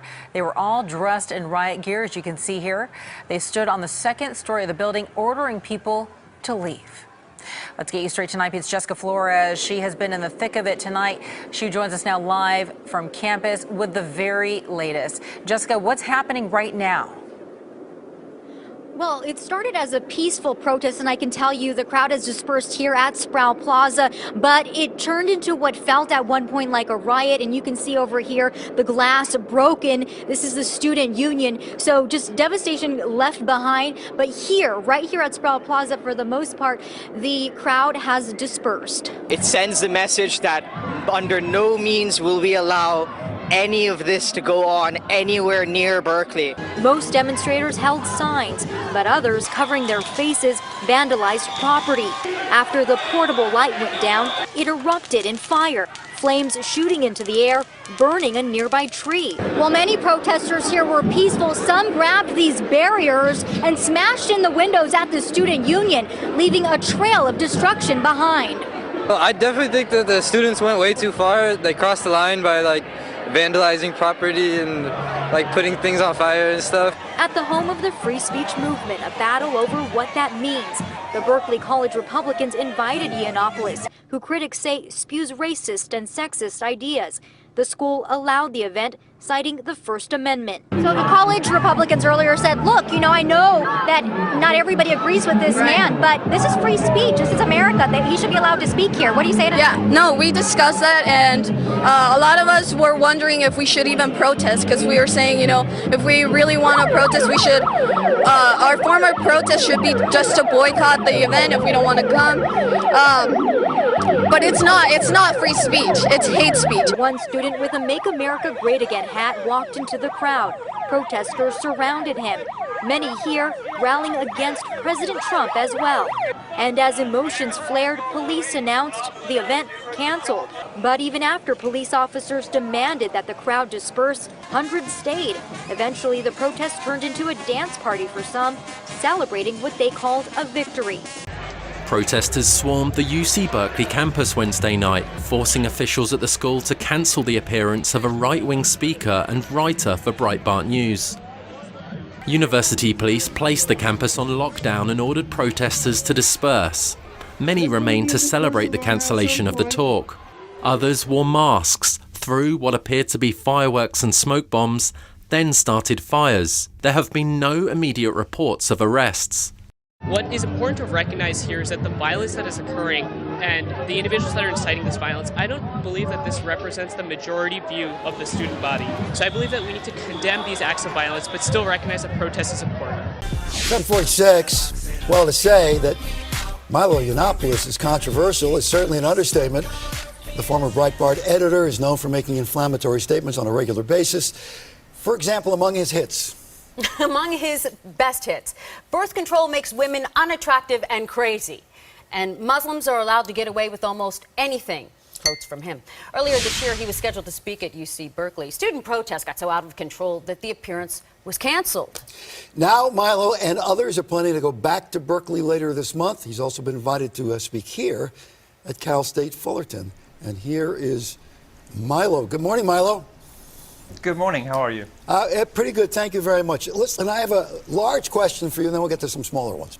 The large question is, I mean, you are amusing, you're a provocateur, you're a comedian, you're a performance artist, you're a libertarian, you represent the alt-right, whether you want to or not. But basically, what is it that you want? What do you want the world to do? Well, I don't represent the alt-right in any way, shape or form, but the larger battle here, the thing that I fight for on American college campuses, is the right to be, do, and say whatever you want. It's about freedom of expression, the First Amendment, which is something that's under threat in this country like perhaps never before. It's under threat in Hollywood, in the media, on college campuses. There are an extraordinary variety of places, both, state-sponsored and otherwise, in which people are not free to express themselves, to use the language they want to use, to argue about things without being called sexists, racists, and bigots and various other things. So what I try to do is be provocative and entertaining and blow open the fire doors, if you like, so other people feel a little bit more brave, a little bit emboldened to discuss their points of view in freer language than they would otherwise feel able to do. So Milo Yiannopoulos is a very contradictory, polarizing figure. Gay and yet conservative. And he's gay like people were gay at the end of the 1970s. Very flamboyant, made lots of very bizarre jokes and such. And at the same time, he would pull the rug out from under liberals, which I think drove people crazy. Now, he later tried to speak at Berkeley again. And there was more than one battle for Berkeley. We saw the first original one in February of 2017, but there were several more attempts that year to bring speakers on. And this is where Antifa comes to the fore. This is where all these people in black masks are Antifa. You can see this guy, the guys who are wearing flags around their necks and stuff, obviously not. This is also where the American flag is now seen, since everybody who's against Antifa is, according to their lights, a Nazi. Therefore, these people are all draped in the American flag. Therefore, MAGA hats and, sadly, the American flag itself are being seen as racist emblems. Do you understand what I'm saying?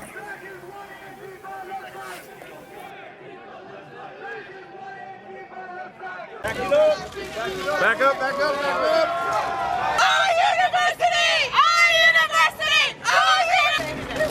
I said to Berkeley, we'll be back as many times as it takes. We'll be back as long as it takes until conservatives get the same platform liberals do. You're welcome at our school. As you can with a failing career, Milo, that is hell-bent on exploiting the dreams and the racism and the sexism. Come on, work with us. Get him back. I really thought that they were not going to. Thank you. Stand back. Stop the bleeding first. Stop the bleeding. Oh shit! He's got a fucked up cat. Pressure. Cause some pressure. There you go. Cause some pressure. If there's any mace, I have milk. Cause some pressure. I know. I got more if we need. You know what day it is? It's not too bad. What's your name? It's like 2 inches. We got a medic right here already on point. How old are you? We got some milk. We got some milk. I was confused a little bit. Lots of pressure. I got milk right here. Looks like don't want to get tangled in that.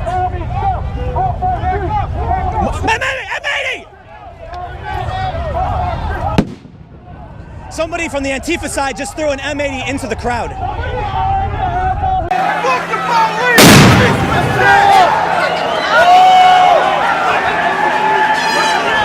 I was surprised to find that, because I had been calling it like a Trump event, like an alt-right thing, but there actually were some liberals there. Antifa clearly didn't identify with what this event was for, who these people were, and so there was a lot of fighting. There were instances where the people on the rally side jumped the barricade and started hitting the Antifas. And it started when Antifa came in and crossed the barricade onto the rally side. I don't think anyone's innocent in this conflict. I think there are a few people on each side. Everyone's really heated and these things happen, and they kind of bum me out. But what I will say is, I saw 2 different people from the Antifa side with knives. One guy actually threw a knife. He was carrying it, and then it wasn't drawn. It was a pocket knife. It was maybe like that long, and he threw it at one of the Trump supporters. Another guy showed me his knife and said it's for defense. But the Antifas threw around 25 M80s into the crowd. I watched an old lady fall to the ground and struggle to get away from an M80, and that's crazy because you can kill somebody. A couple of these M80s exploded in the air. If that hit somebody in the head, that's reckless. That is dangerous. So during the fighting, there was about 7 M80s thrown into the crowd from the Antifa side. One of them landed next to an old woman who fell down trying to get away from it. I'm wondering if you or I know you don't speak for the entire group, but do you condemn the throwing of fireworks at people? Well, the revolution isn't fucking easy. I mean, I got kneed in the face, pepper sprayed in the eye, and some guy tried hitting my head against a rock, and he was ready to fucking make America great again with that. So I guess that's sort of Now, of course, part of the reason it didn't go as planned is because Milo was considered to be alt-right. He was considered to essentially be a Nazi.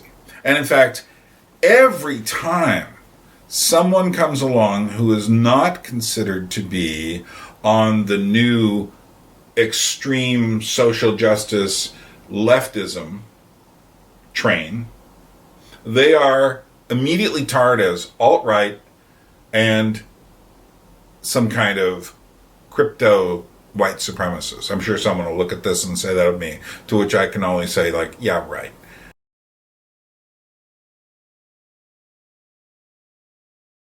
Then we come to another obscure yet very important moment.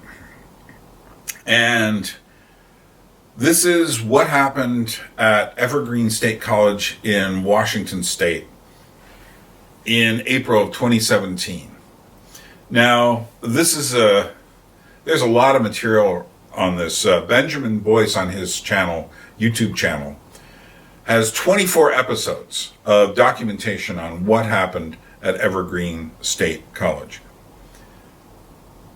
I'm just going to show you a few clips. Essentially, it's the students being very offended, taking over the college in the name of people of color and of the new social justice ideas. Why is this so important? This is a prediction of what's going to happen in America in 2020. We are having people of color stay on campus, and we are encouraging white staff, faculty, and students to go off campus in order to make the space at Evergreen more centered around people of color. Throughout the years, they have never encouraged a race to leave. It's always been voluntary. And then on top of that, socially, it was not voluntary, because if you chose not to leave or you chose to abstain from the event, you were called a racist and then, insulted just like Brett was. And so let me just play you these clips. There's actually much more I didn't cull from his series, where Antifa shows up and it becomes an even bigger fracas than what I'm showing you here. But I'm showing you here the roots, the new, to me, this movement is highly authoritarian. They do not brook any opposition. They do not allow other ideas. And this is exactly what these clips show. And it's not, you don't have to interpret this. It's just very clear. You try to speak anything other, you are shut down. That is what we now call cancel culture. But it's more than that. It is Orwellian. Was it an ask or a tell? Because I think that's Let's important. Let's be very careful about this. Yeah. There was no implication that white people would not be allowed on campus. Okay. There was, however, the implication, when this finally was described, the implication was that white allies would be off campus, and therefore there was the implication that if you were white and you showed up on campus that you were therefore not an ally, and that is the thing that pushed me to respond. And what I said was, there is all the difference in the world between a population absenting themselves from a shared space and a population telling another population to go away. Mm-hmm. And my point was, speech has to be free on a college campus, and that everybody has to be free to be there. I thought that the point was so clear that it couldn't really be missed. And I was shocked at how far off the mark the response was. And then after that, there was a meeting about trying to figure out what the next steps were going to be. There was one student that stood up during the meeting and said that all the things that are going on campus are not amounting to anything, and that things had to start changing quicker. And so they told the room that they were going to go start a do shit committee, and that was going to be in the other room. And anybody that wanted to do shit could join the do shit committee. That's when students brought up Weinstein's name. And then, in sort of just a moment's decision, they decided to protest Weinstein's class the next day. Here as students against campus racism and against anti-blackness on campus. And we would like to reach out to students of color in the humanities as well as sciences. And we are here to support. We want to dismantle anti-blackness campus wide. We want to give some sense of solidarity and provide safety outside of our homes. Will you listen to me? Yeah. Okay. No, not me, please. No, I would decide so. Go! Okay. I am committed to equity. I'm as committed, I believe, as anyone on this campus. I happen to disagree with other folks on this campus about the way there. Okay? But I'm not an unreasonable person. I'm not uninterested. I'm not uninformed about history. I know the implications of these things. I have arrived where I've arrived from a different route. I've arrived there through academic study. I know why racism happens. We live racism. We don't have to study it to understand it. We live it. And the issue is you think scientific proves everything. What about all the racist scientific theories they had about black people for so long? Explain that. May I answer? No. It is not your listen. You're going to listen. You asked me a question. I would like to answer. Hey, hey! Ho, ho! Red, white, tears, got to go! Hey, hey! Ho, ho! Red, white, tears, got to go! So, that stated, I can tell you that we discussed the process by which complaints against faculty and staff are made. We discussed about making that process far more transparent. I have a proposed solution for something that you can do right now, and that is to disavow white supremacy. Like, you make promises, like, and the institution can make promises, but this is an institution on first indigenous land. Like, every single thing about this institution is a testament to white supremacy. So if we don't actively disavow, as a president, there's not things you can't, there's a lot of things you can't do, but something that you can do as a figurehead of the school is actively lead, disavowing and saying that that's not there. There's nothing that you can say to console us, to make us feel safer if this place is welcome and embracing the people who want us dead. Right. Wait, I have a question. If we put Brett in so much danger, why is he here?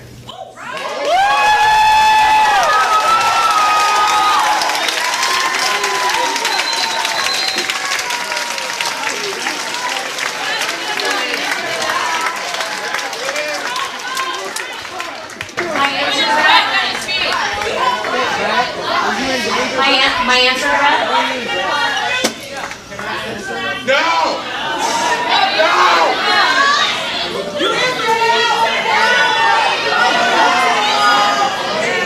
Hey y'all. What the fuck are you talking like that for? They think a riot's about to happen.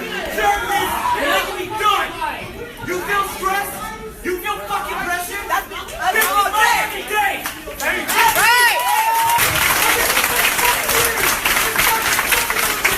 I can't back the bullshit. I have a fucking right to live. I come to this school. You do this bullshit, you're gonna adjourn it? Cause what, you can't? How you one of us gotta stay here? This is my skin color. I can adjourn this shit. They both want to call me to task. They want me to come to the podium so that they can ridicule me. But when I say, hey, I'm ready to go to the podium, they're like, no, don't let him go to the podium, right? So that tension between we want you in our sights if we're in control, but we don't want you in a position to change what people understand, so we're going to shut you down. What does that say about what they're actually doing, whether they're aware of it or not? It's very simple. They are on a mission. They know what they're trying to accomplish, and they feel entitled to do anything in service of that goal.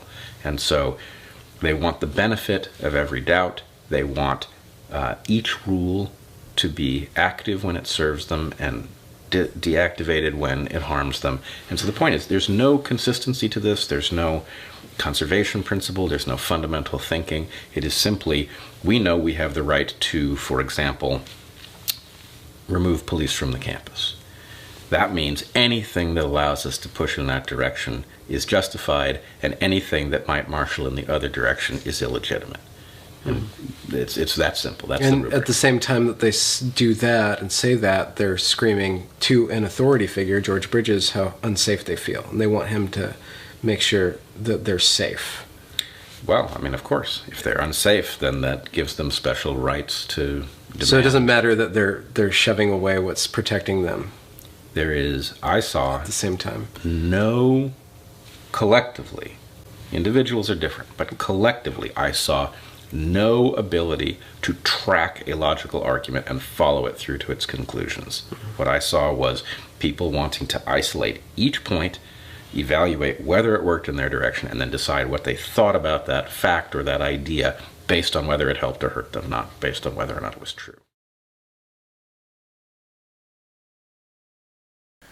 Now, Antifa, or as Mark Bray pronounces it, Antifa, he does that like anyone, obviously he heard it from Europe, and it's like there are people trying to be politically correct and say, hey, you're in America, say it Antifa, shows up a few times in our story so far, but now it's time to actually pay them their due. And let's look into Antifa and really try to understand what this movement is. To look more at the anti-fascist movement known as Antifa, we're joined by Mark Bray, lecturer at Dartmouth College. His new book, Antifa, the Anti-Fascist Handbook. First, pronounce it for us, Mark, and then talk about Antifa. Yes, well, it's pronounced Antifa. The emphasis is on the first syllable, and it's pronounced more on than and, so Antifa is commonly mispronounced. But Antifa, of course, is short for anti-fascist. And, President Trump's comments that the quote-unquote alt-left and alt-right are equivalent moral forces is really historically misinformed and morally bankrupt. The anti-fascist movement has a global history that stretches back over about a century. You can trace them to Italian opposition to Mussolini's black shirts, German opposition to Hitler's brown shirts, anti-fascists from around the world who traveled to Spain to fight in the Spanish Civil War. More recently, modern Antifa can largely trace its roots to the anti-fascist movement in Britain in the 70s and the post-war period more generally that was responding to a xenophobic backlash against predominantly Caribbean and South Asian migration, also to the German autonomous movement of the 80s, which really after the fall of the Berlin Wall had to respond to really unprecedented neo-Nazi wave, unprecedented in the post-war period, of course. So one of the big fictions of the mainstream media in the period between 2017 and 2020 was that essentially Antifa was just these people, wow, they're just against fascists. What could be wrong with that? Now, there were a few people who saw through this. There was an interesting article in the San Francisco Chronicle that came out around the time of Charlottesville, pointing out that, hey, wait a minute, these people aren't exactly the people you should be lionizing. But Antifa would start fires. Now, what we've done here, what we're looking at here, is not Antifa in America, but Antifa in Europe. This is where the idea came. There were protests at the G7, protests in Spain, protests in different countries. And Antifa was very violent in these places. So what I'm doing right now is I'm showing you various places where Antifa was active in Europe prior to, I mean, they still are active at times, prior to 2016, when the idea was really imported strongly here in America and took root in places like Boston and Portland and other places. But essentially, Antifa they call themselves anti-fascists. Well, so did the communists before World War II. And Antifa essentially is, there's the same ACAB, all cops are bastards. And Antifa would rip up the cobblestones and they would throw them at the police. A very common tactic in France or Spain or Italy. And this is what got imported into the American system, except it made a big difference. I don't think that Antifa in Europe has quite the effect that Antifa in America has. The version here is just as violent, but is also much more utopian, much more believing.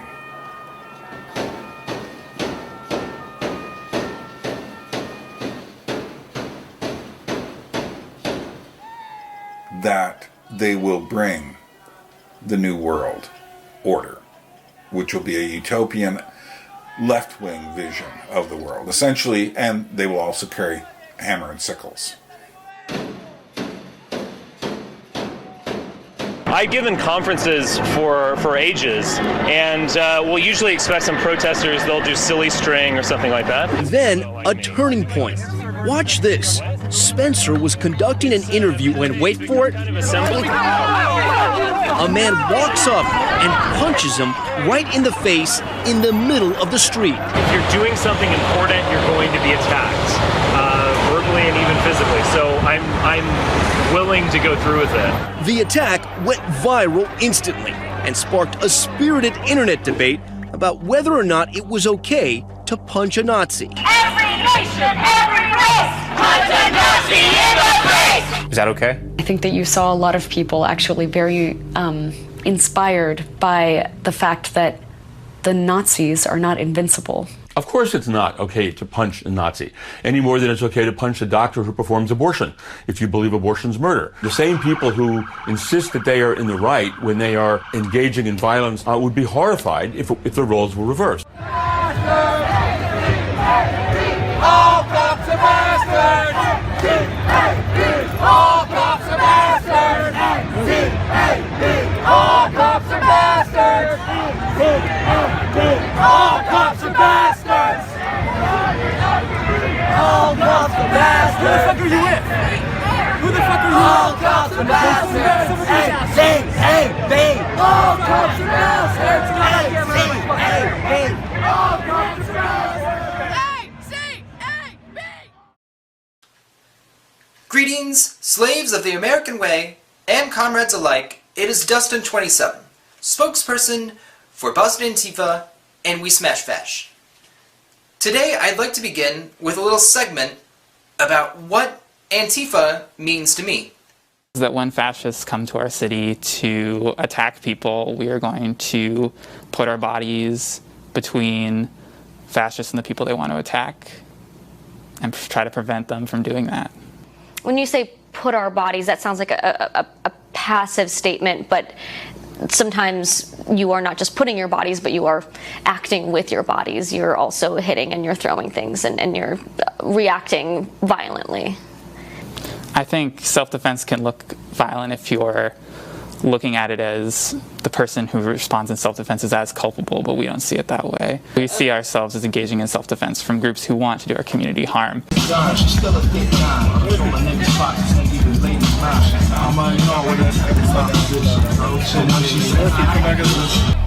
There's a massive undertaking in the district to actually oppose the inauguration of Donald J. Trump. Macaulay believes hate speech is the equivalent of violence and can be answered with violence. We've seen her take on armed white supremacists with little more than a bullhorn. So why do these confrontations always get so violent? I mean, yes, you might have your hot-headed 19-year-olds. Antifa, who I know, are really trying to actually act in self-defense. But what about the vandalism and harassment here of an inaugural ball guest, perpetrated by some of her associates using so-called black bloc tactics? Where everyone wears the same color. Hey, basic black, it's trendy. And also just, wearing the mask again to conceal your identity. The world got a glimpse of these tactics in action when some in Macaulay's group, clad all in black, smashed the windows of a Starbucks and a Bank of America. Breaking a window is a symbolic act. Windows break all the time. Things break all the time. So this is your home. If I after this interview, if I broke all your windows in a symbolic act, you'd be okay with that? That would be a symbolic act. I mean, if you want to protest this interview, you can break the windows. So, what does Antifa mean to me? We fight against normative fascism by any means necessary. In addition to this point, when witnessing or experiencing racism, sexism, or fascism, we interrupt the behavior and address it on the spot, by any means necessary, which is a term invented by Malcolm X. Worldwide power and privilege play out in our group dynamics, and we must constantly struggle with how we challenge power and privilege in our lives and other people's lives. We reject biological determinism and its pseudoscientific ideological explanations of the inequalities of modern society. We expose the falsehoods and toxicity of the meritocracy and late capitalism. We defend all immigrants of their rights to freely cross over imaginary and imperialistic borders. It's a her, you transphobic piece of shit! You transphobic piece of shit! We realize that youth is our greatest asset and that we strive to always do our part in infiltrating centers of learning to destroy the seeds of fascism, racism, and sexism, and all other forms of hate. We do our part in building a new mass civil rights movement. We defend affirmative action, integration into white communities, and we defend marginalized people. Above all else, we systematically work towards a goal of dismantling the oppressive power structure of the American government and late capitalism. And that is what Antifa means to me.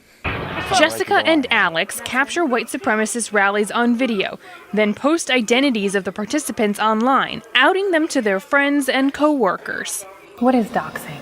It's ascertaining an individual's identity and personal information, and then engineering social consequences for that person for being out in the streets as a white supremacist and making threats against minority communities. You do not get to be a Nazi on the weekend. If you're a Nazi on Saturday and you're marching with a torch, you're a Nazi all week long. So you already know who he is. What's the point of taking this video? His friends. His friends. What's happened to the left? What's happened to us? I thought after Trump we'd finally start getting it, but we're getting worse. Isn't it obvious that we need to change our tactics, and yet we're making exactly the same mistakes, only worse? When you go to a university campus and set fire to things, throw rocks at police, pepper spray and punch people whose opinions you don't like, you're not a liberal, you're not left-wing, you're a fucking idiot. And you lose the argument. It's a gift to Trump. How fucking thick do you have to be to hand Trump the moral high ground?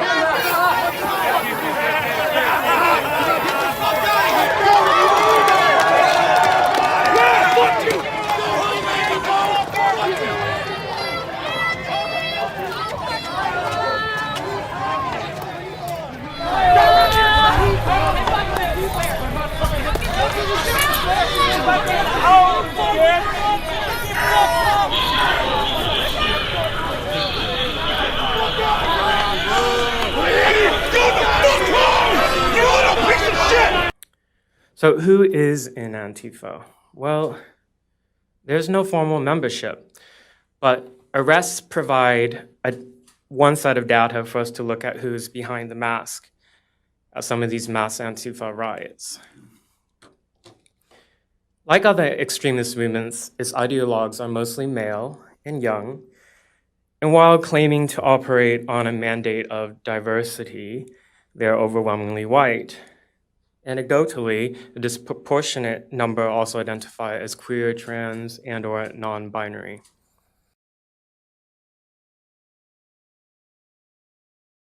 So people are obviously sick and tired of the anti-fascists keep showing up there trying to fight Nazis, and they keep doing horrible stuff, throwing M80s, smoke bombs, throwing freaking just everything you can imagine, rocks, bricks, just being horrible people, casualties, people getting hurt and stuff, and people are sick of it. That's why there's a person like Base Stickman that emerged, and he's trying to fight off these people. He's considered some type of, I don't know, some type of freedom fighter superhero or whatever, and he was there and he got arrested and people were kind of sad. And I just think the whole thing is fucking crazy. Like, life is literally memeing. Get the fuck out of here!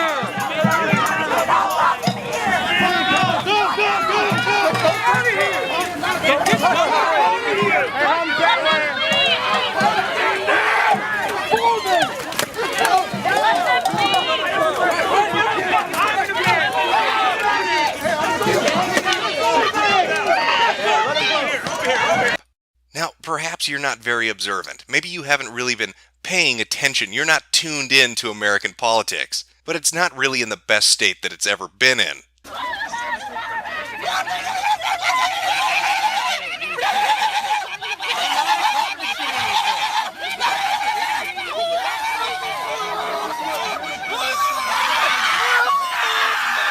And that's got people a little bit jumpy. Getting a little bit jumpy, a little bit violent. Tiny bit violent. Which is so weird because I could have sworn they actually really liked violence. You remember the whole Richard Spencer thing? Runs up and sucker punches him right in the goddamn face? Pepe's become kind of a symbol. Yeah, that video clip right there. Followed by that amazing hashtag and all the press coverage asking the question, is it okay to hit people? Is it okay to punch people I disagree with? Is that okay? This one in particular is my favorite of the whole bunch. Is it okay to punch a Nazi in the face? Leading ethicist weighs in. Is it okay to put a cat in a bag and slam it against the wall? I don't know. Leading ethicists haven't written an article about it. Where do I get my morality from? Off our streets! Nazi scum!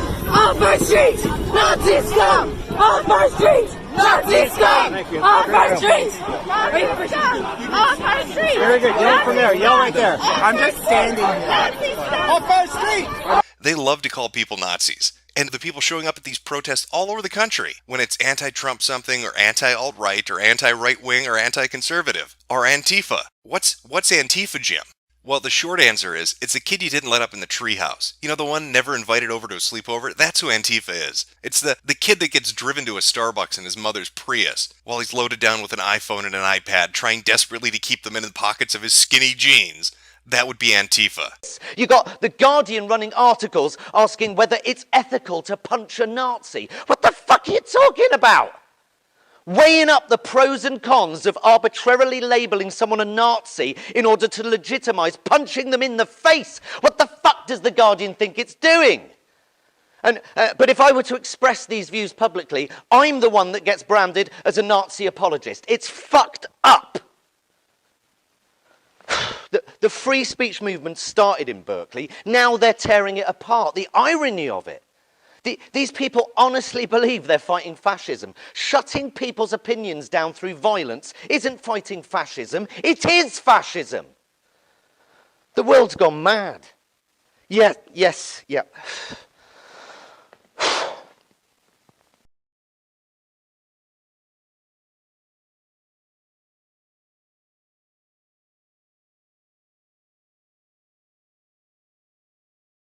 And then came, prior to the year 2020, perhaps the high watermark of insanity in America during the year 2017. And this is what happened in Charlottesville, Virginia, under the name of a organization who is trying to quote unquote unite the right.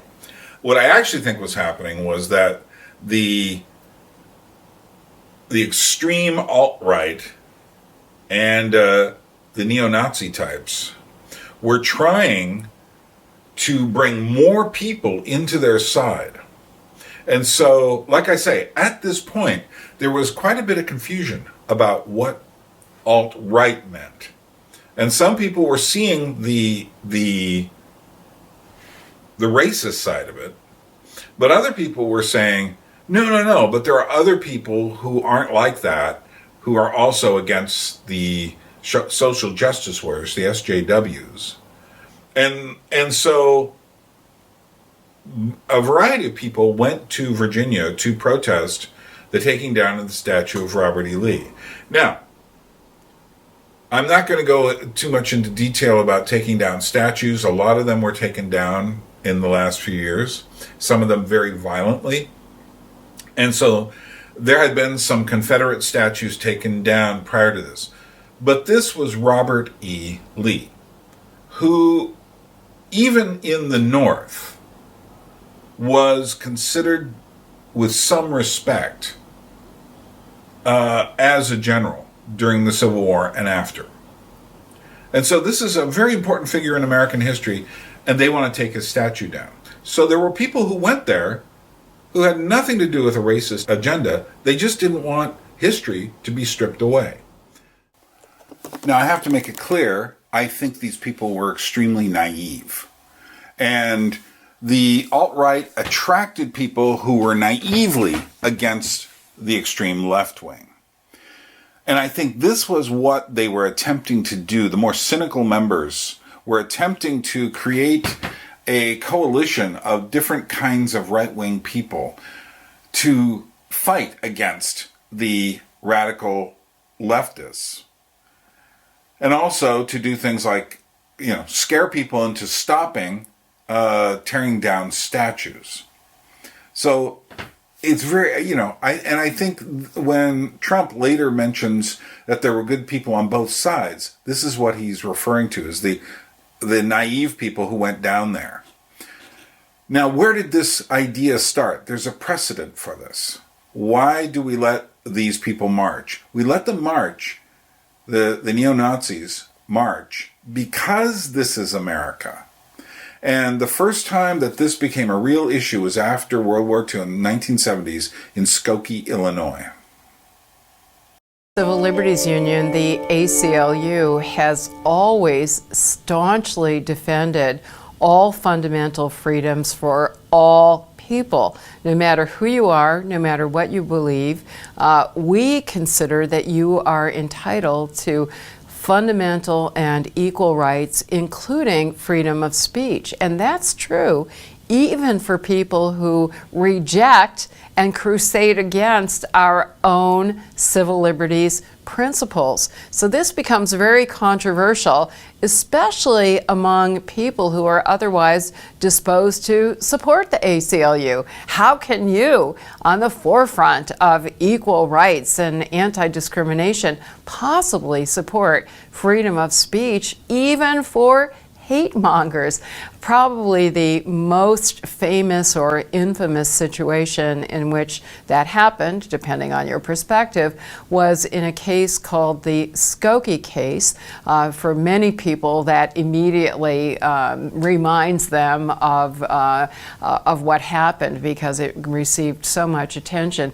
In 1977, the ACLU came to the defense of the free speech rights of a group of neo-Nazis who wanted to demonstrate in Skokie, Illinois, a town near Chicago that had a large Jewish population, many of whom were actually Holocaust survivors way back in 1977. And many ACLU members, stalwart champions of free speech, even ACLU members were so upset that we would really stick to those principles of defending freedom, even for the thought that we hate. And that's a paraphrase of a famous line from Supreme Court Justice Oliver Wendell Holmes, that we lost 15% of our card-carrying members as a result of that case. In the years after the war ended, over 80,000 survivors of the Holocaust immigrated to the United States. I think the United States, to them, it was everything. And above all, it was getting out of Europe. And if I had to pick one word to describe what they wanted for us, security. Security/safety. They did not want us to have to deal with what happened to them. They wanted a clean slate. Skokie was just, it was a quiet community. But that feeling of quiet and safety was shattered in October of 1976 by Frank Collin, an American neo-Nazi. I think the overwhelming majority of the American people believe that America is a white man's country and should be preserved as such.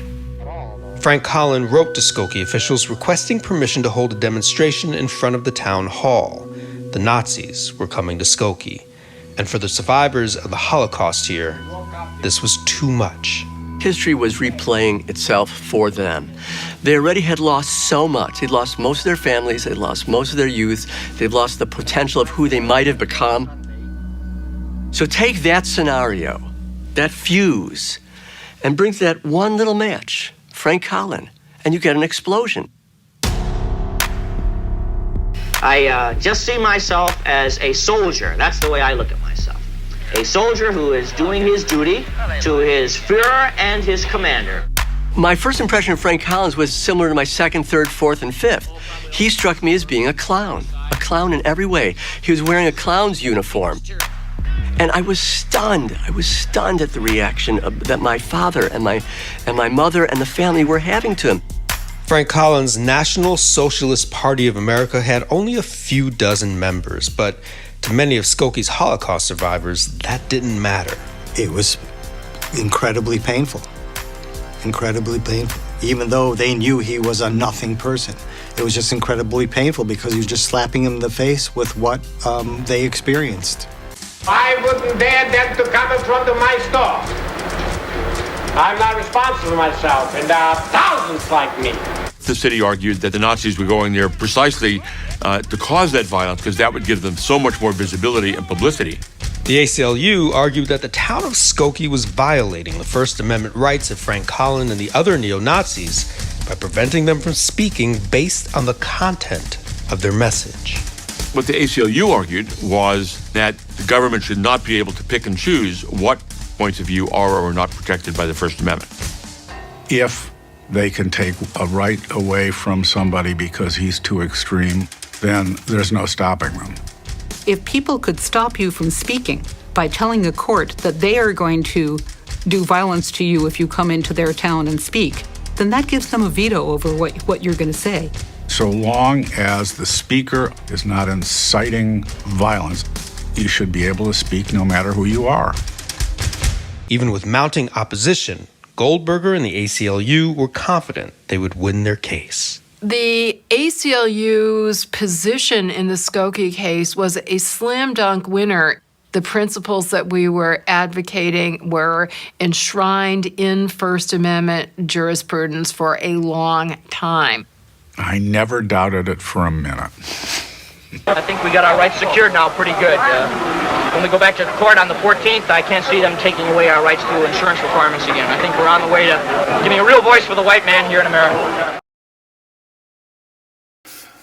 So what happened in Skokie was much worse as far as just trying to cause offense than anything that happened in Charlottesville.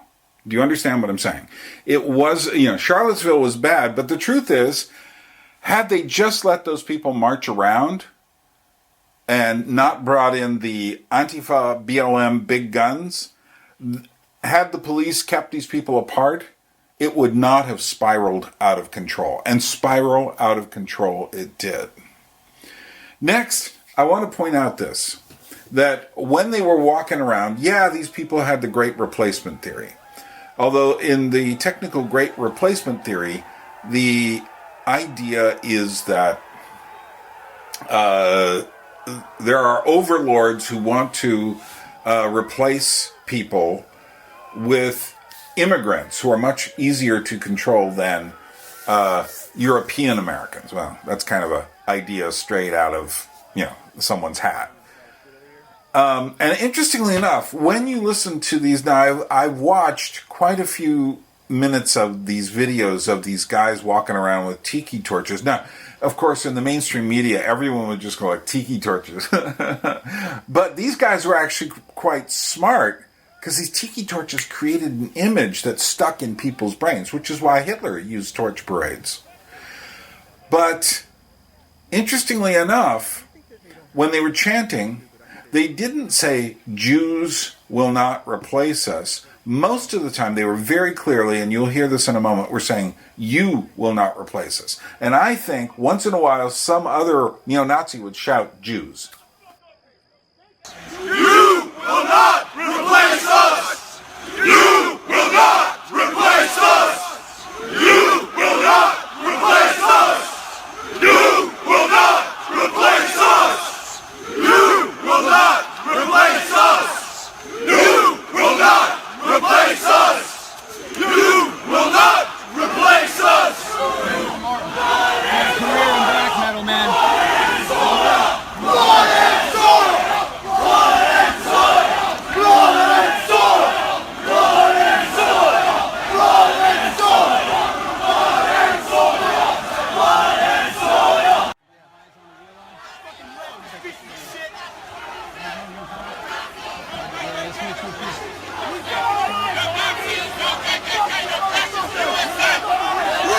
Thank you for protecting our statue. That's so kind of them to do that for us.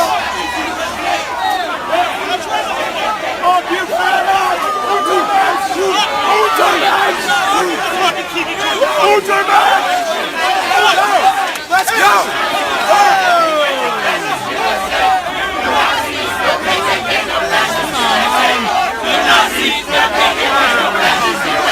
Thank you for protecting our statue.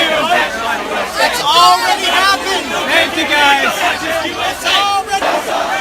You will not replace us. You will not replace us. You will not replace us. You will not replace us. You will not replace us. You will not replace us. You will not replace us. You will not replace us. You will not replace us. You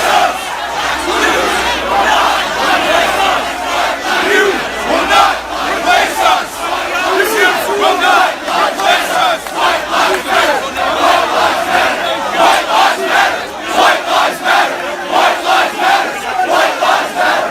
White lives matter. White lives matter. White lives matter. White lives matter. White lives matter. White lives matter. White lives matter.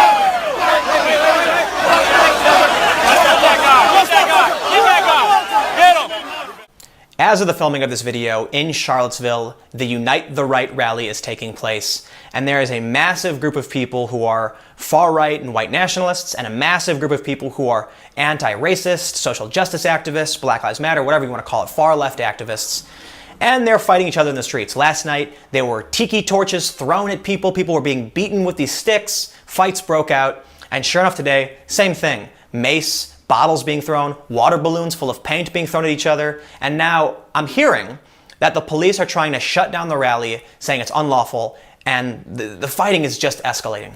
But look at what's happening right now. We saw people who are associated with, the white nationalists, the far right, chanting, "Fuck you faggots," to the people on the left. The people on the left chanting that love has already won, as if going out and condemning people for their skin color is somehow not hateful, somehow that's love. But let's play a game. I want to play a game with you, okay? Let's take a few phrases. Blank is responsible for all of the world's wars. Blank controls the banks. Blank controls the mainstream media. Blank is controlling the institutions of our country, and it needs to be shut down, and we need to fight back against blank. Now, blank, what is that? Well, depending on the word you put there, you can join any one of many political extremists. So let's say your answer is patriarchy or men, right? Men are responsible for all of the world's wars. Men are controlling the banks. Men control the media. The patriarchy is controlling the institutions of our government. Congratulations, you are now feminist. But hold on, maybe feminism isn't right for you. Maybe you want to be associated with Occupy Wall Street. Well, then I got the perfect noun for that blank space, and that's the 1%. The 1% is responsible for all the wars. The 1% controls the media. The 1% is on top of the institutions that are controlling everything, and we need to fight back against the 1%. Maybe you're a conspiracy theorist. In which case, let's not use either of those. Let's use the Illuminati. The Illuminati controls the media. The Illuminati is controlling every government. They're controlling the banks. They're responsible for all of the world's wars. But you know what? Maybe conspiracy theory, that stuff, it's not good enough for you. Maybe you're a white nationalist, or a neo-Nazi, I should say. In which case, I got the perfect word, Jew. Jews control the media. Jews control the banks and are responsible for all the world's wars. But wait, maybe none of those things work for you. Maybe you're an intersectional feminist. In that case, how about we try white, hetero, cis-normative patriarchy? White I can't even say it. Going back to the lead, the national lead now. By most accounts, almost all of the people protesting against the hateful bigots, the Nazis and Klansmen in Charlottesville, were peaceful, but not all of them. In their midst was a sometimes very violent group of protesters that call themselves Antifa, known to not only clash with bigots, but also sometimes with police and occasionally storefronts. At least 2 journalists in Virginia were assaulted by violent counter-protesters over the weekend, including this cameraman from the Richmond CBS affiliate. We are meeting members of the Rose City Antifa, short for anti-fascist. This group's main goal is to disrupt neo-Nazis and white supremacists, but also take on government and capitalism. Antifa is any group that's willing to stand up against fascists by any means necessary. By any means necessary, they say, can mean outing a white nationalist at their work or to their neighbors. Or, as we've seen recently, violence, fires, property damage, hand-to-hand combat at protests across the country. Explain to me the reasoning behind fighting. You have to make it so unpalatable to be doing white supremacist organizing that they no longer want to do that. And historically, that's what's worked. You have to put your body in the way, and you have to make it speak in a language that they understand, and sometimes that is violence. There's no firm number on how many Antifa activists there are in the U.S. because there isn't any one organization. Most are local groups that recruit and communicate through social media. But experts who track these organizations say their membership is growing in response to the rise of white national groups and the election of President Donald Trump. Donald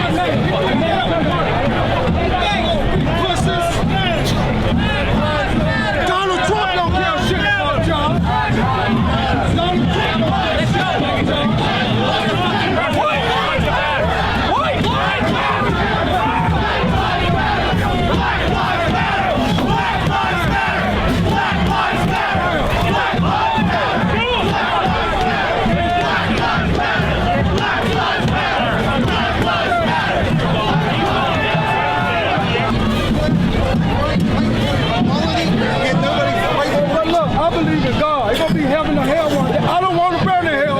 But you hear what I'm saying, though? Hey, look, here you go. I got a message for these people out here, okay? We have the extreme left. We have the extreme right. Everybody hiding behind the cloak of equality, but nobody's fighting for each other. Grant, one of the minier protests of what's going on, sorry. But what we saw a little bit earlier was a lot of macing. I hear that baked Alaska. And I think Richard Spencer also got maced. Okay, here we go. Riot guys are starting to move in now. Okay, 1 second, let me show you what I'm walking towards here. Riot police right behind us, they're starting to take steps. As you can see, right up there, cops and army, snipers. Oh yeah, they got their spotting scopes. They're fully loaded over there. These guys are walking right on us. I'll remind you that the alt-right, Jason Kessler, they did receive a federal order that they're allowed to march here. They're allowed to come in and have a peaceful protest here. The next day, look at what happens. We've got riot police, full gear, pretty decked out. I'm not entirely sure why they're stepping in more, to be honest. Again, there you got some military up there. I mean, things are relatively peaceful right now at this point, just because of the fact that there is some sort of division of the two groups. I'm wide awake. I'm wide awake.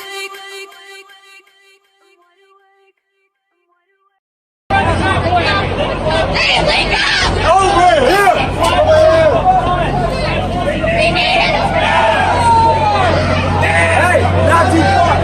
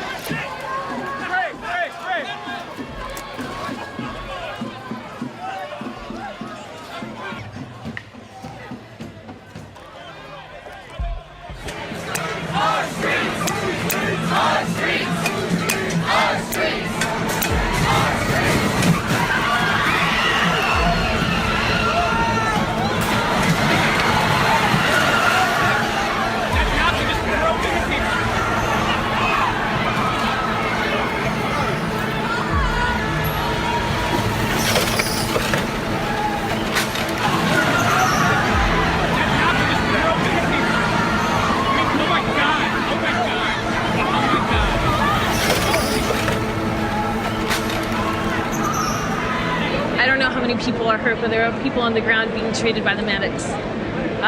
Were people running up the street screaming and crying. There's many people on the side injured too. How's it going, everybody? I think we need to talk about what happened in Charlottesville and the aftermath. Yesterday I made a video where I was talking about how people will choose the name of a group and just, that's their enemy. That's who's responsible for everything. Before I made this video, or I should say as I was making this video, it was early in the day, and what was actually happening in Charlottesville didn't take place until after that video had already come out. Now we know that a man named James Fields rammed a car into a group of people, and he was, since that, he was charged with second-degree murder. When this video came out, you can see him driving down a long road, colliding into the back, ramming into a group of people and slamming into the back of another vehicle, which caused the two in front to move forward, hitting more people, and then he reversed, injuring even more people. And I said this looks intentional, like an act of domestic terrorism, that here was a guy ramming a group of political protesters. Now, so far, he's only been charged with second-degree murder. And I'm surprised to see many people trying to say, wait, you know, we don't know what his motivations are, so we shouldn't call it terrorism. But we know that this guy, James Field, is a white nationalist. We know that he attended the event on the side of the white nationalists, and that he got in his car and he rammed a group of the counter-protesters. To me, that's political. I actually have people commenting and tweeting at me saying, well, he wasn't trying to make political change, he was just angry. When you look at Charlottesville, especially that Friday night with the tiki torches, One people, one nation, and immigration! I think the country was shocked because those folks looked like people in your neighborhood. They didn't have the robes, they didn't have the tattoos all over their body. They looked like somebody that you might know. The shocking images, the killing in the street. Car just plowed through hundreds of people. Burn that! Burn that! The violence in Virginia last weekend was just the most recent and most tragic confrontation between a new breed of white supremacists and a militant resistance.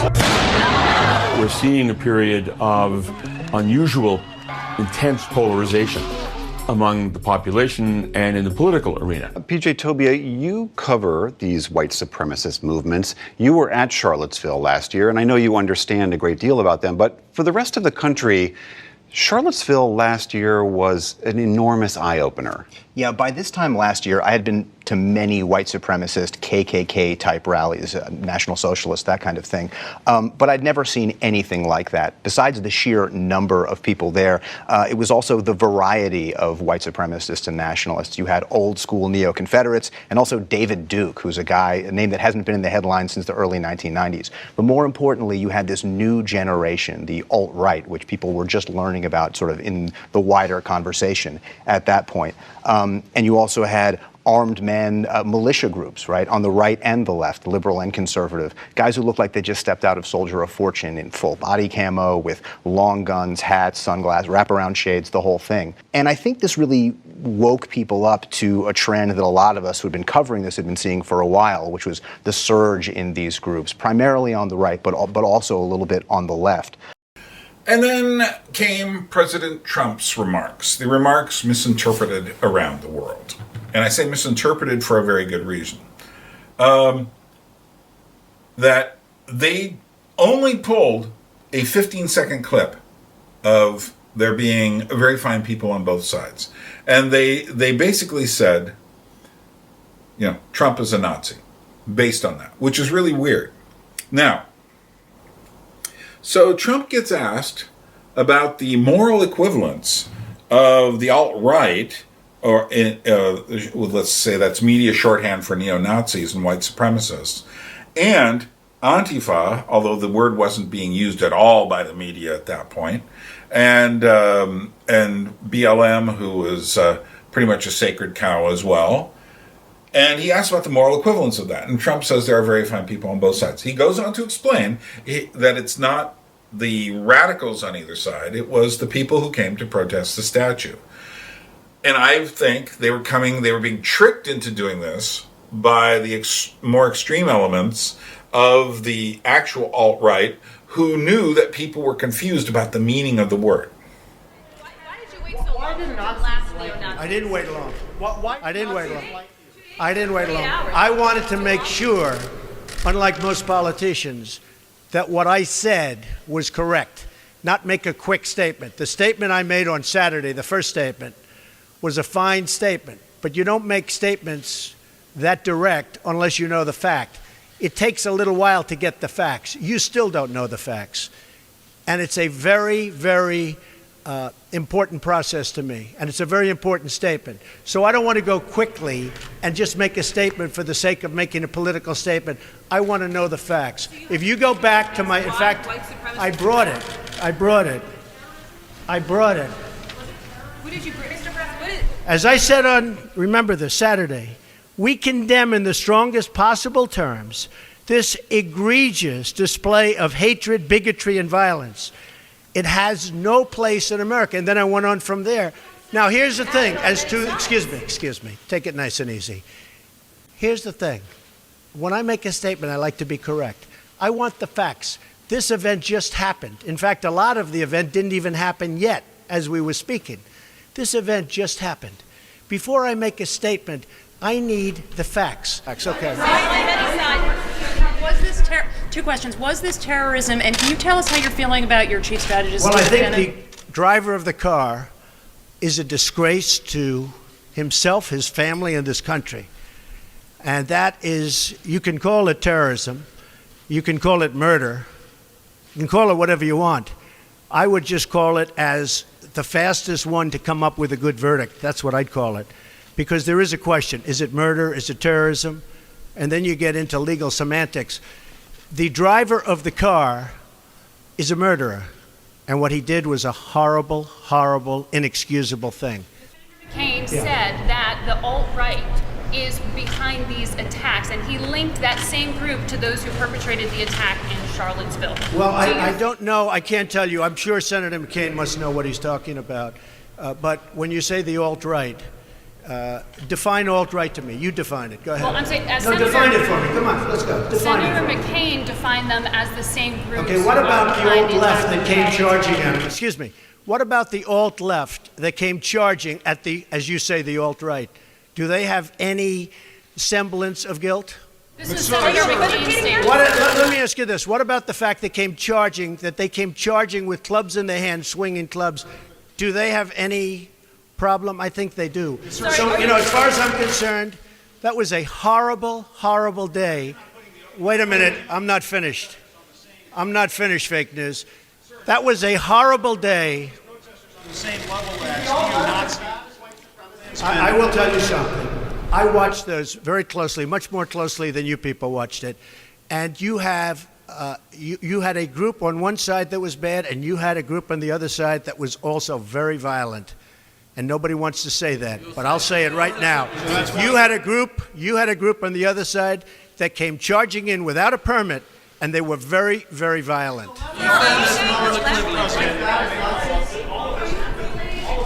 Go ahead. Do you think that what you call the alt-left is the same as neo-Nazis? Those people, all of those people, excuse me, I've condemned neo-Nazis. I've condemned many different groups, but not all of those people were neo-Nazis, believe me. Not all of those people were white supremacists by any stretch. Those people were also there because they wanted to protest the taking down of a statue, Robert E. Lee.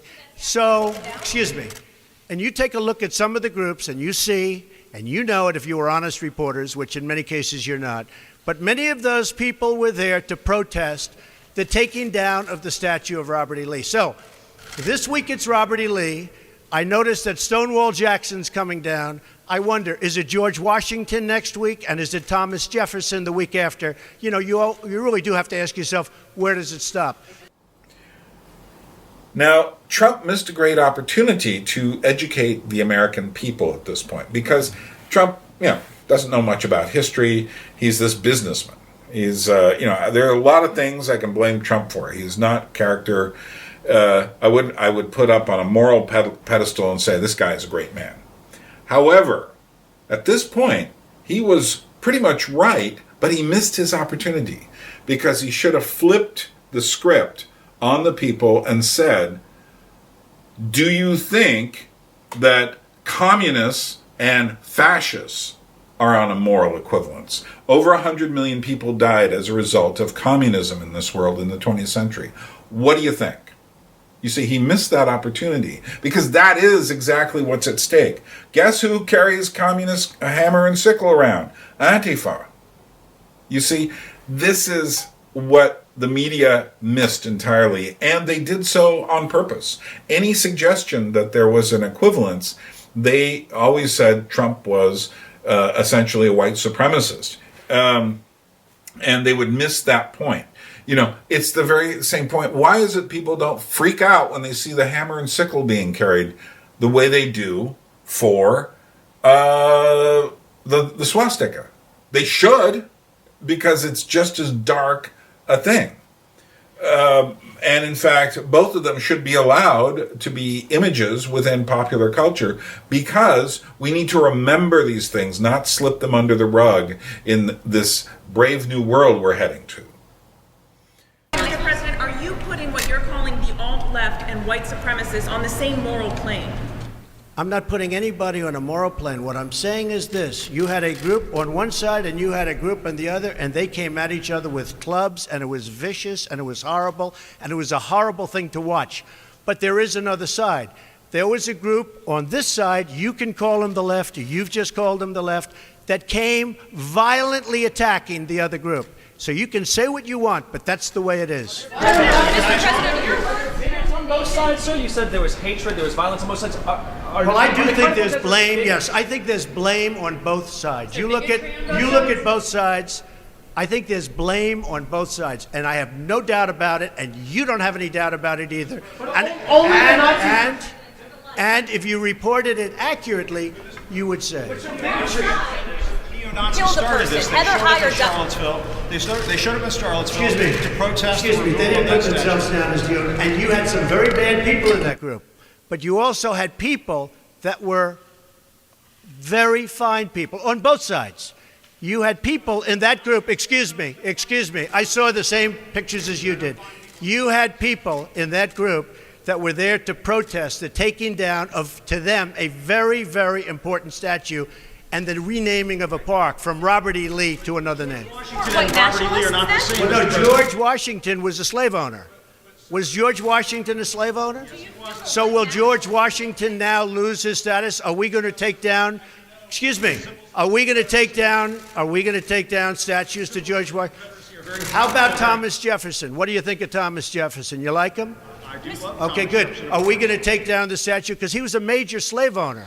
Now we're going to take down his statue. So you know what? It's fine. You're changing history, you're changing culture, and you had people, and I'm not talking about the neo-Nazis and the white nationalists, because they should be condemned totally. But you had many people in that group other than neo-Nazis and white nationalists, okay? And the press has treated them absolutely unfairly. Now, in the other group also, you had some fine people, but you also had troublemakers, and you see them come with the black outfits and with the helmets and with the baseball bats. You had a lot of bad people in the other group too.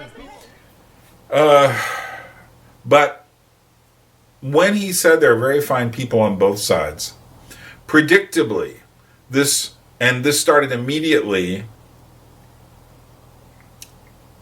and was it fair, that this was the only thing clipped out of that context, that and a few other simple phrases, and they missed the point that actually Trump was right. He was right to wait and try to figure out what in the hell was going on, because this wasn't as simple as the media was portraying it. And in fact, this is the moment where the alt-right people and the alt-right definitively split up. That is to say, after a while, it's like, oh, no, we want nothing to do with these people. There was some mingling prior to that. But that didn't, and here's one of the things. The fact that these people didn't like the new social justice doctrines didn't mean that because these people didn't like them, that the new social justice doctrines were great. You know, that is to say, but that is the way the media interpreted it, and in fact has been interpreting it ever since. In a sense, these people were interpreting what was going on the way Shelby Steele earlier talks about poetic truth. They needed Trump to be a racist as part of their campaign against him. They just needed him to be one. The fact that he really kind of wasn't, he was like a standard American, of an older school, New Yorker, used kind of like more intense language in confronting people, didn't mind bawdy jokes and humors, was sometimes absolutely crass, boorish, wouldn't trust him with my teenage daughter if I had one. But that doesn't mean the guy was what he said, they said he was. And they went out of their way to make sure he was always seen as quote unquote dog whistling to the Nazis. He was always, they always had him as Putin's slave, which is really weird because none of that was ever proved. And yet you never saw an apology from the media over having wasted so much time on these issues. It's just bizarre. But that is the world we entered. That's what I mean about the Cubs' victory in the World Series being the last event in which was not treated as a political event. Everything since then has been. Because Trump won the election a week later, suddenly it was like knife edge. You're either with us or against us. And anyone who comes at me with that sort of Manichaean black and white language, I just want to say, sorry, you've reached the wrong person here. Trump isn't a great guy. He wasn't a great president. But He may have been, as one black guy on YouTube said, the president we needed. Because the people on the other side, they were exactly the patronizing white liberals who brought us such things. And Shelby Steele, in his documentary, What Killed Michael Brown, makes this very clear. These are the people who brought you the projects. These are the people who allowed the inner cities to spiral into chaos in the name of programs. These, so yeah, they are the white supremacists. But they also have this white guilt, liberal guilt thing they carry around with them. And, it's just, and so what they've tried to do is make everyone feel that way. So much of what we're now seeing about critical race theory is really white liberal guilt race theory. And I'm not saying this because I'm particularly against liberalism as classically understood, as traditionally understood. I'm saying this in the almost, well, I don't want to go on and on about this, but you get what I'm saying. We got a big show for you tonight. Welcome to The Late Show. I'm your host, Stephen Colbert. Now, big day here in the Big Apple. Donald Trump has come back to New York, and New Yorkers, we're really happy to see him.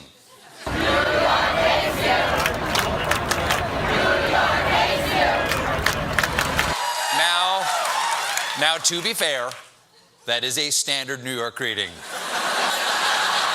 He held a press conference today in, I believe, the 7th Circle of Hell. Here's what he said when asked why he waited 2 days to condemn neo-Nazis and white supremacists in Charlottesville. When I make a statement, I like to be correct. Before I make a statement, I like to know the facts. Before I make a statement, I need the facts. Okay, I wait for the facts, okay? It kept coming back to Charlottesville, and once again, Donald Trump wasn't fully sure whether the Nazis should get all the blame. You had a group on one side and you had a group on the other, but there is another side. I think there's blame on both sides, and I have no doubt about it, and you don't have any doubt about it either.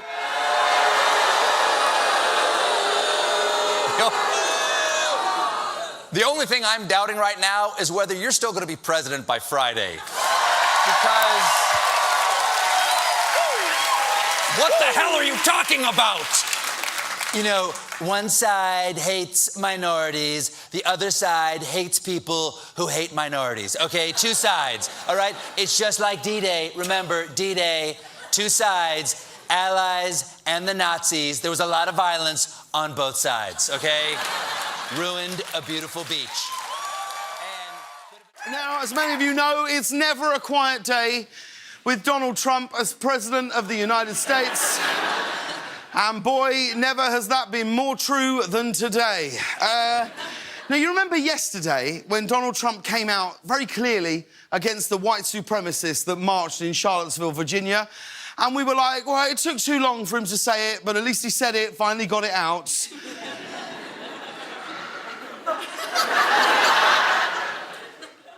Today, you'll be pleased to know he totally reversed his statements.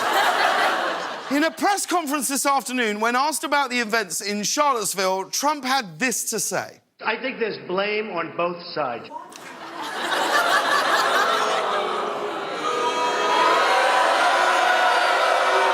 Blame on both sides. No, listen, I agree with him. There was blame on the white supremacist side and on the Nazi side. Why do you believe that the president said the right thing during Charlottesville? Well, I'll tell you, the main reason is because I can read, and I have read the transcript. So rather than believing in a fairy tale narrative, if we deal in the actual evidence, and in this case, that is a transcript of what was said, it's impossible to determine anything except for his intention, which was to totally condemn racism. And I have to say, Chris, the way you edited that segment that you showed just before this was appallingly misleading because you cut the quote off at a critical juncture. If you continue the quote you were showing, and I want to quote directly here because I want to be extremely precise, he said, you had people in that group who were there to protest the taking down of, to them, a very, very important statue and the renaming of a park from Robert E. Lee to another name. He then continued in the next answer, I am not talking about the neo-Nazis and white nationalists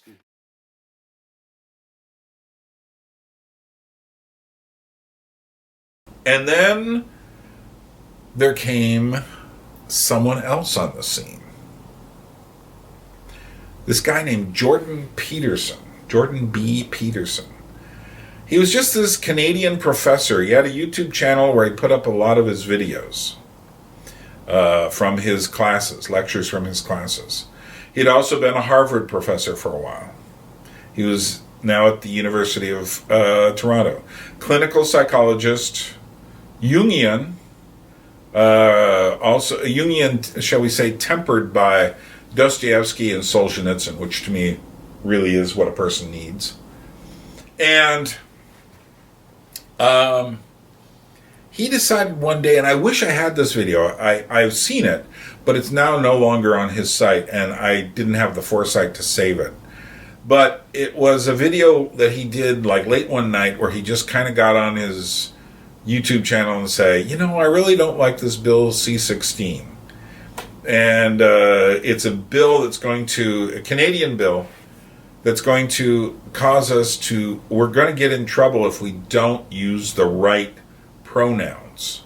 And and so that was immediately translated as him being against trans people, when what he was actually saying was he was against forced speech. But this collision immediately, it started in Canada and then spread to the United States. This uproar over this professor became something very different after a while. But let's look at some of the documents. What I'm going to talk about is freedom of speech, and I want to tell you a few things about freedom of speech, okay? Because I've been thinking about this very carefully. I've been thinking about this very carefully over the last 2 weeks. And it's partly because of the videos that I've made. I thought you don't like cops, though. But also because...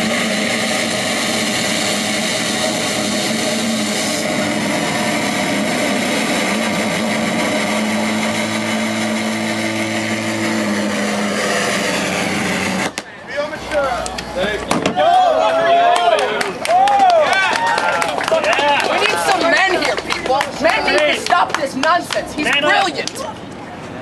Free speech is the mechanism by which we keep our society functioning. It's a consequence of free speech and the ability to speak. People can put their finger on problems, articulate what those problems are, solve them, and come to a consensus. And we risk losing that. Now, you can say there should be reasonable restrictions on free speech, and that's the case. You shouldn't be allowed to yell fire in a crowded theater. And reasonable people can discuss and debate what those restrictions should be. But we can't debate the fact that putting restrictions on free speech is something dangerous beyond comprehension. And that's what we're faced with. Peterson, do you have any comments on the Nazi presence at your protest? The presence of Nazis and white supremacists assaulting people at your protest. Do you have any comment on that? Yeah, I don't like Nazis. Then why are you? Why were they here? Well, how can I answer Are there views in alignment with yours? At some point, you have to realize. That's a foolish question. Look, if you want to know what my views are, I've watched all of your videos. Yes. Including yes, I have. Yeah. Then why would you ask such a question? Because this is my interpretation of your videos. Apparently, all of the people who arranged the protest against you watched all of your videos. It's like, do you want to disavow? I have 150 videos on YouTube. No, your lectures, which sparked the debate. Okay. Do you want to disavow the support? Could you let me talk to her for a moment? Don't call me that, please. So, I have 150 lectures on YouTube. There's 500 hours of my views. Do you really think that you're worth all of that time? So look, I will answer your question, okay? I've studied Nazism for a very long time. It's been 4 decades, and I understand it very well. And I can tell you that there's some awful people lurking in the corners, and they're ready to come out. And if the radical left keeps pushing the way that sounds very much like a they're threat. Going to come. That sounds very much like a threat. That sounds very much like a threat. Would you like to disavow the physical violence? Trans people were physically assaulted at this rally in your name. Would you like to disavow that violence? Yes. So you wish that didn't happen, and you want to, and I'm going to post this online that you would like people to not to be more accommodating of trans people and people of color at your events in future. I would like there to be no violence. I'm a person of color, and I felt very accommodating here. I felt like my voice. Thank you very much. I'm also former Muslim, and I feel like this guy is I'm a so person fast. of color. Keep your head. There's absolutely no reason to get upset about any of this, right? It doesn't matter. It's best to let the unreasonable opposition speak, because they manifest themselves as unreasonable, and then everyone can see it. And so that's part of the reason that you want free speech, right? Transphobic piece of shit! Transphobic piece of shit! Transphobic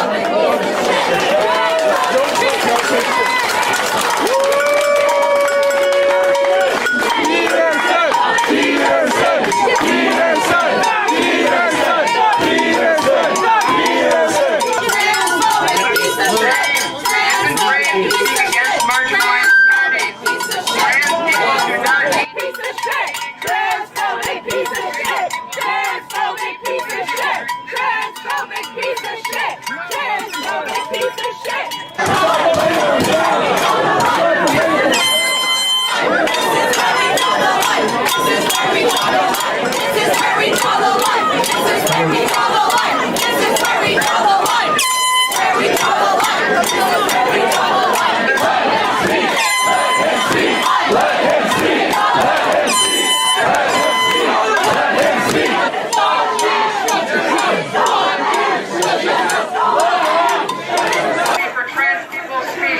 So one of the things that I would ask all of you in this room is to think hard before you... Fight for trans liberation. Do not listen to Jordan Peterson and his transphobic bigotry. Activists act for the groups that they purport to represent, because they don't.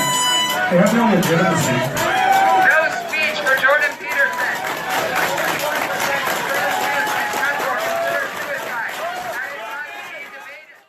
So the technical claim in the Ontario legislation now, and this has already happened in New York, by the way. This is not only a Canadian thing. It's happening in Australia. It's happening in New Zealand. It's happening everywhere. Here's the claim. There's biological sex. There's gender identity. There's gender expression. And there's sexual proclivity. And they vary independently. That's the technical claim. It's built into the Canadian law. That's not true. Not a bit of that is true. The correlation between biological sex and gender identity exceeds 0.99. It's virtually perfect. It's the very definition of non-independent. So you think almost everyone who's biologically male identifies as biologically male. Almost everyone who identifies as biologically male dresses and acts male. That's the gender identity element. And almost everybody who is biologically male, who identifies as male, who dresses as male, is in fact heterosexual. Those things are incredibly tightly linked, but the technical claim in the legislation is that they vary independently. Wrong.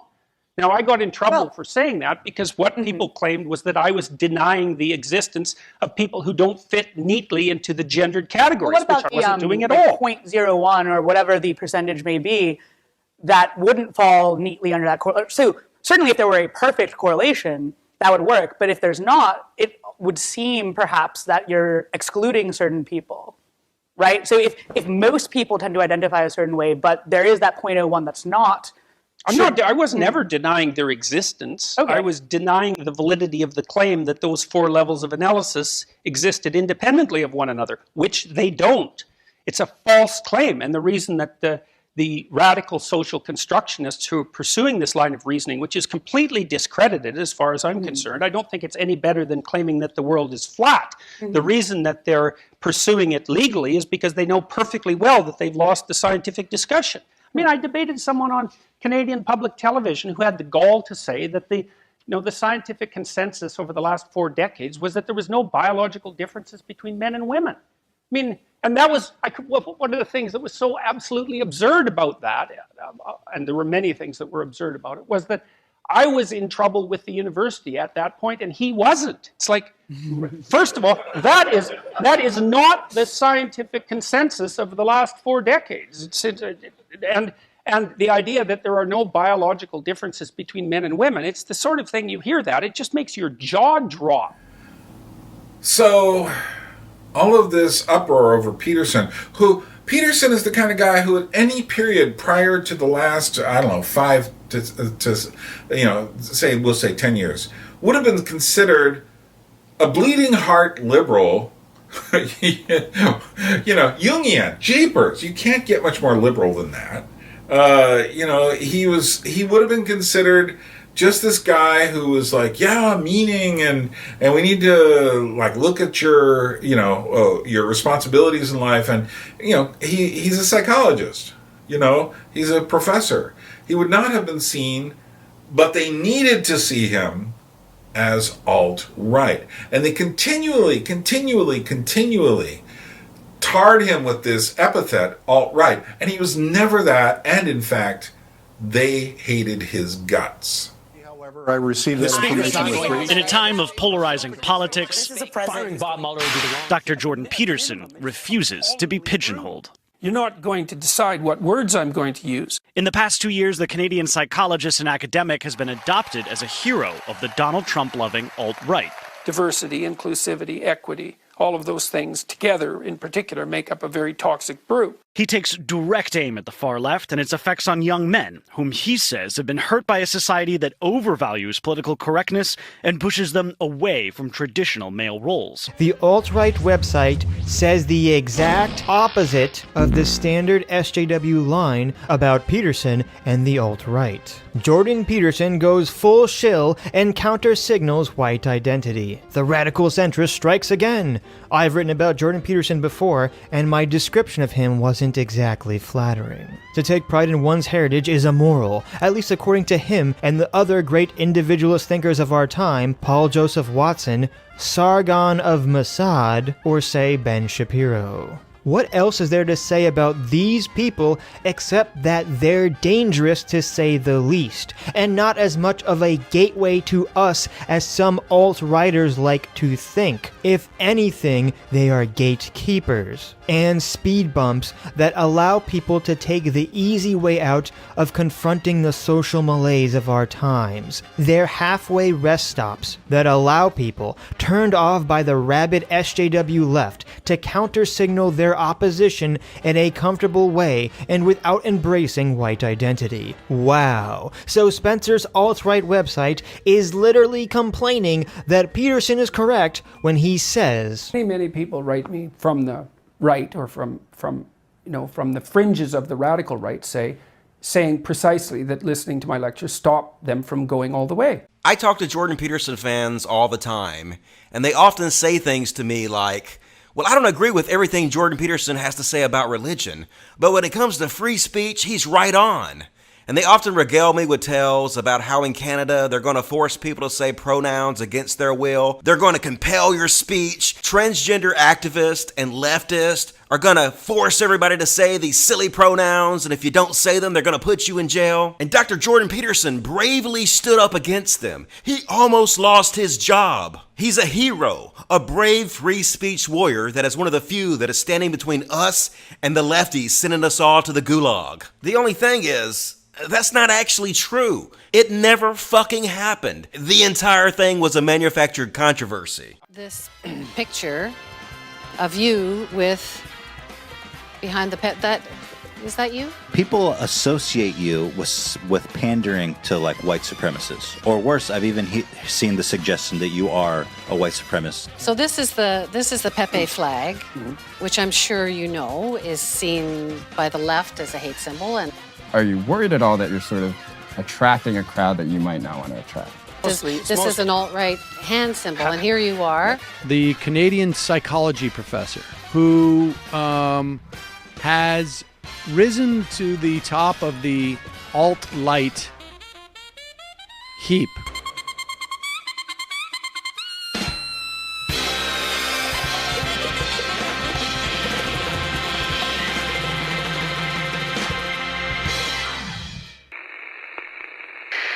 And that's where Jordan Peterson comes in, because he was a professor at Toronto who probably would have stayed a professor at Toronto and been a person of no note until Bill C-16 came along in Canada, right? Most people probably know this. Jordan Peterson rose to fame by contesting and refusing to adhere to Bill C-16 in Canada, both academically, because he thought it was threatening his tenure, as well as he thought it was just an infringement on his freedom of speech. For those who don't know, Bill C-16 has basically added transgender and gender expressionism into Canadian hate crime laws. So it makes it illegal to commit hate crimes to people who fall under those categories, as well as the previous categories that were already under the hate crime laws. Right. But he misinterpreted it to believe that he would now be forced to use multiple gender pronouns in class, and that he could be charged with a crime if he doesn't refer to people as Z or Zer or Zem or any of the other, I think, no, you say like he 70s. was mistaken. Like I don't know. Like I've always wondered, like was he honestly mistaken? Like I feel like he was 100% mistaken. But you think, like, I don't think it was mistaken so much. It was a calculated move on his part to raise his garner profile. attention. Yeah, that is very true, actually. Like, he was wrong. Now you'll notice that most of the publications focus on this idea that the alt-right loves Peterson,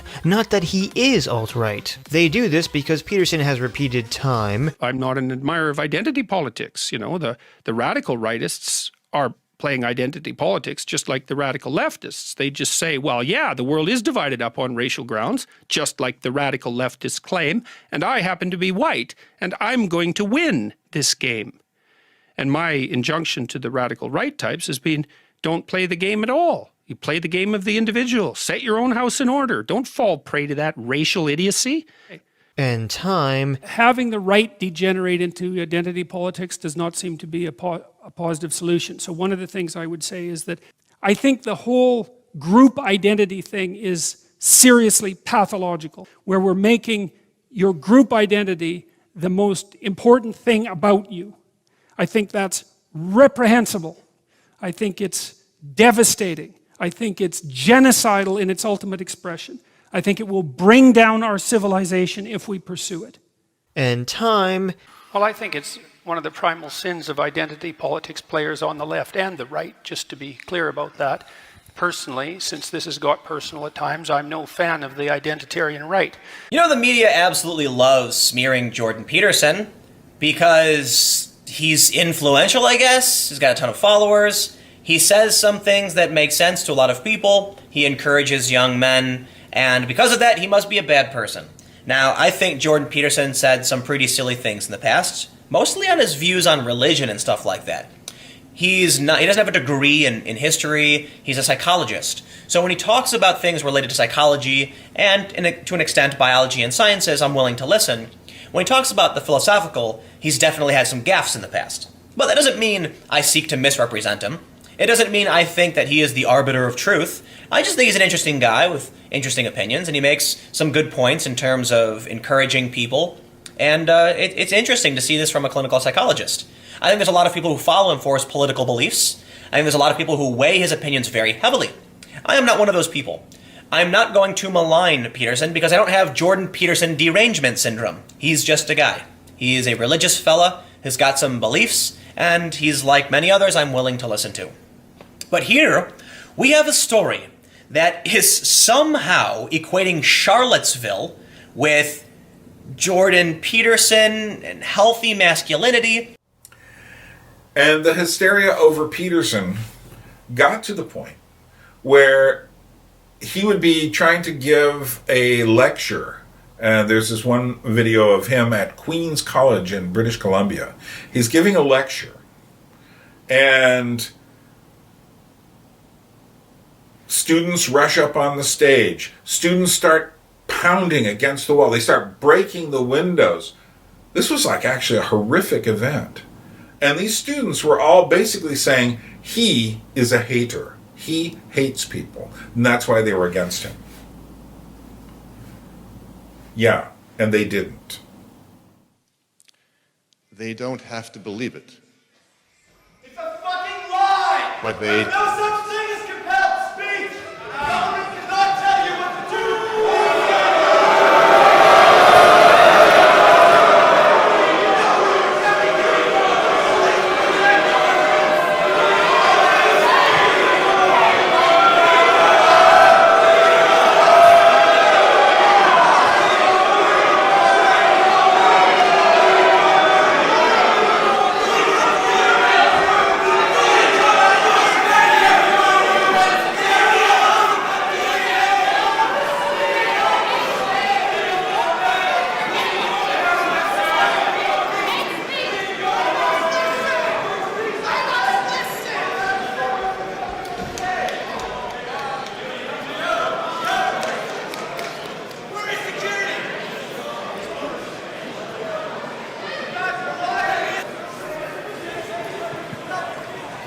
No?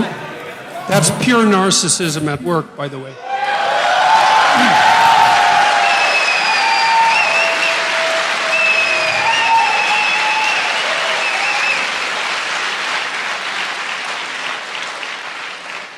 Okay, so when I first made my videos about Bill C-16, one of the things that I suggested was that the act of making the video itself could well have been illegal. And of course, people immediately accused me of fear-mongering, and perhaps with reason. It's not always easy to understand the full intent of a new piece of legislation and surrounding policies, but I can tell you one thing. When the lawyers at the University of Toronto read through the new legislation and the surrounding policies, they also decided that what I was doing might have been transgressing the law, and that's why they wrote me 2 letters telling me to stop. I would also say,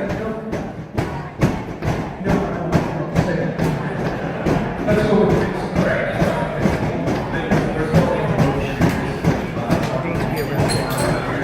As embarrassing as what's happening up there, so easy to I think we're just going to show how important we're doing. You're just telling me to make this false.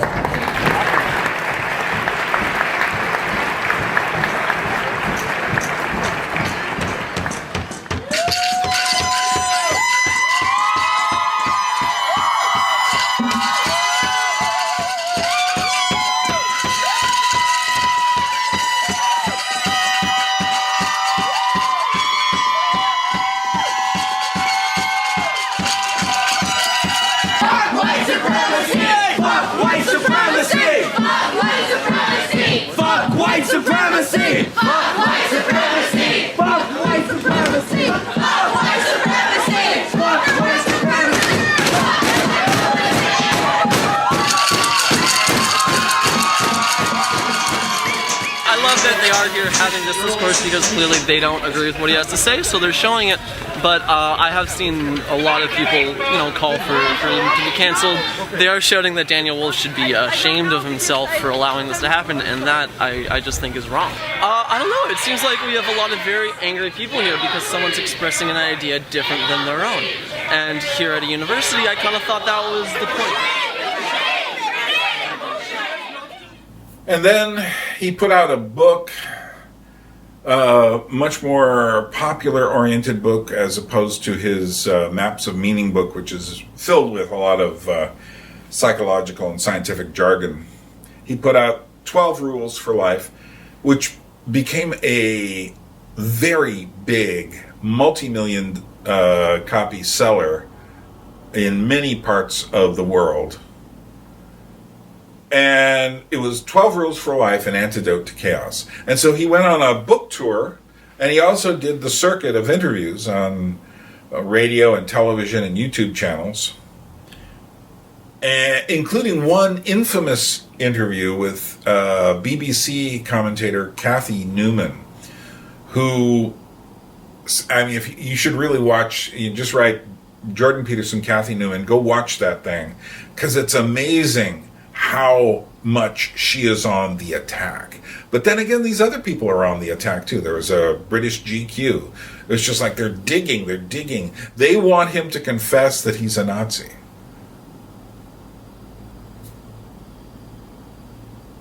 They need him to confess that he's a Nazi.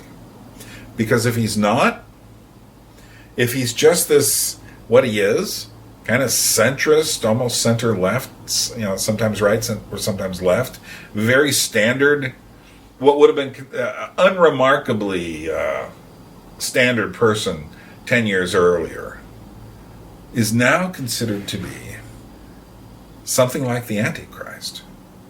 And it is Jordan Peterson who suddenly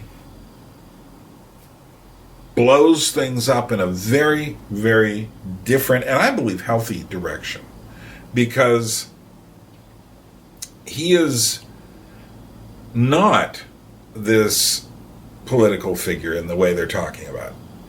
That's why his book is just about practical advice for life. But he's also talking about God, which puts a big dent into the atheist world, and the people from the the atheist movement, which unfortunately I didn't talk that much about because I can only talk about so many things, and it does play into this story. But nevertheless, many of those people who were part of the skeptic movement and stuff started, well, what happened was, as someone pointed out, they drifted into fighting the SJWs instead of being atheists. And then from there, they started realizing that essentially the SJWs were a religion, and Peterson essentially addresses this and then talks about essentially, although his status within Christianity is always ambiguous, but nevertheless, he has enough respect for traditional Christian religion and other kinds of religion to basically say, hey, the world isn't just what the modernists and postmodernists say. It's not just what the atheists say, that there is more, and there has to be meaning, and we need to take responsibility for our lives. Simplest things in the world should be unremarkable, and yet in this period of time, these things became incendiary. But when you talk, say, about domestic violence, and there's a sort of thesis behind it, and I'm putting it in a bit of a nutshell here, so feel free to rephrase it, that men are, in the end, if men are pushed too far by too aggressive a feminism, there will be a backlash, and that there is, there's a sort of undercurrent of violence, be it verbal. Oh, that's a warning, not a warning, not a commentary on the utility of that. It's a warning that kind of suggests that there may be sort of fault in those who push progressivism too far. They will get a backlash. Some people, of course, see that as a bit of a permissive environment for bad behaviour. Well, people tend to confuse describing the likelihood of something with supporting the fact that it exists, and I'm describing the likelihood of something, not supporting the fact that it exists. If you push too far on the left, you're going to get a backlash on the right. That's how things work. If you want to talk about tribalism, that's fine. I'm not a fan of tribalism, which is why I don't like the identity politics types. And I don't care if they're on the right or the left. I think the right-wing use of identity as the primary marker for human categorization is as reprehensible and dangerous as it is on the left. My problem with the left at the moment, the fundamental problem with the radical left, is that they're hyper-dominant in academia. And that's not good. And that's not my opinion. You can go look at Jonathan Haidt's data and see for yourself. And he's as moderate a person as you could hope to find, and probably less prone to anger than me.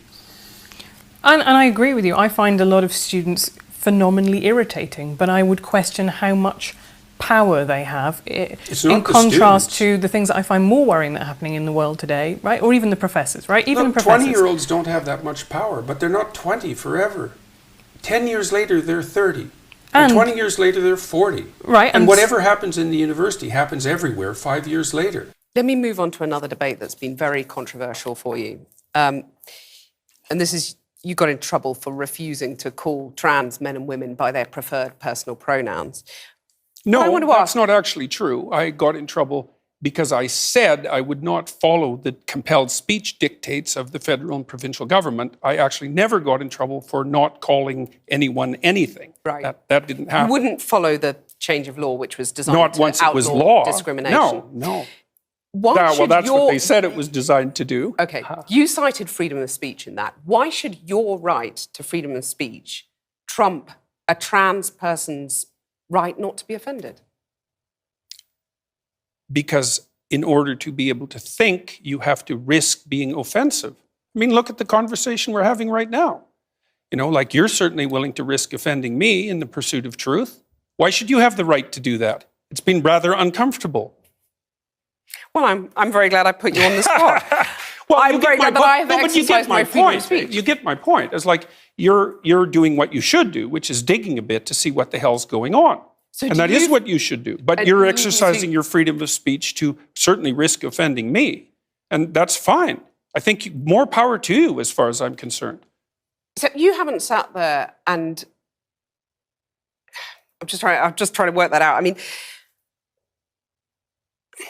Ha, gotcha. You have got me. You have got me. I'm trying to work that through in my head. Yeah. It took a while. It did, yeah. Took a while. As you might have guessed, and I love what you just said, that in order to be able to think, you have to risk being offensive. And that went viral. That made you very famous. Why do you think that sparked such a reaction?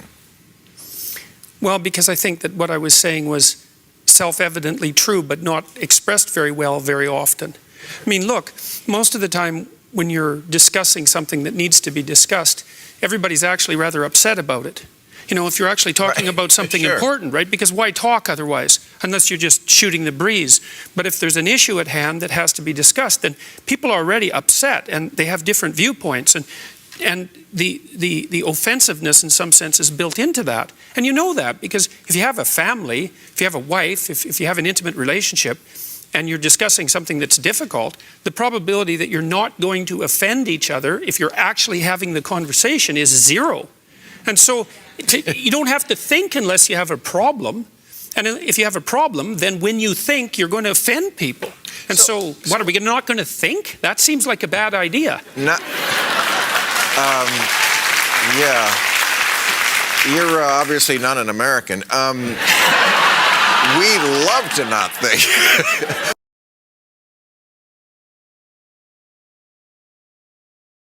The dangers of the utopian vision have been laid bare, even if the reasons those dangers exist have not yet been fully and acceptably articulated. If there was any excuse to be a Marxist in 1917, and both Dostoevsky and Nietzsche prophesied well before then that there would be hell to pay for that doctrine, there is absolutely and finally no excuse now. And we know that mostly because of Alexander Solzhenitsyn and the Gulag Archipelago. Thank heaven for that great author's outrage, courage, and unquenchable thirst for justice and truth. It was Solzhenitsyn who warned us that the catastrophes of the Soviet state were inextricably and causally linked to the deceitful blandishments of the Marxist utopian vision. It was Solzhenitsyn who carefully documented the price paid in suffering for the dreadful communist experiment, and who distilled from that suffering the wisdom we must all heed so that such catastrophe does not visit us again.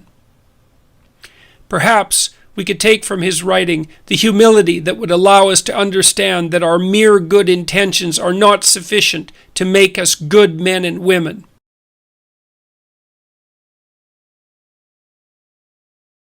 And after Peterson, people looked around and saw actually there are more people who are also were traditionally liberal intellectuals who have been pushed away from the left by this cohort of radicals that are steering the train towards we don't know what yet. And one of those people being like Brett Weinstein, who we've already met at Evergreen State College, or formerly of Evergreen State College. Sam Harris, who was notable as one of the atheists, and there's a great series of debates about the existence of God between Sam Harris and Jordan Peterson. These are like 2-3 hour long videos. If I'm making a long video today, it's because people like Jordan Peterson and also like the host Joe Rogan and others have made very long videos. And you know what? People listen to them. Whether as you can't really listen to this video as a podcast because it's so much visual material. Nevertheless, what Jordan Peterson proved, and this is one of his great strengths, was there are people with an appetite for much more than just sound bites.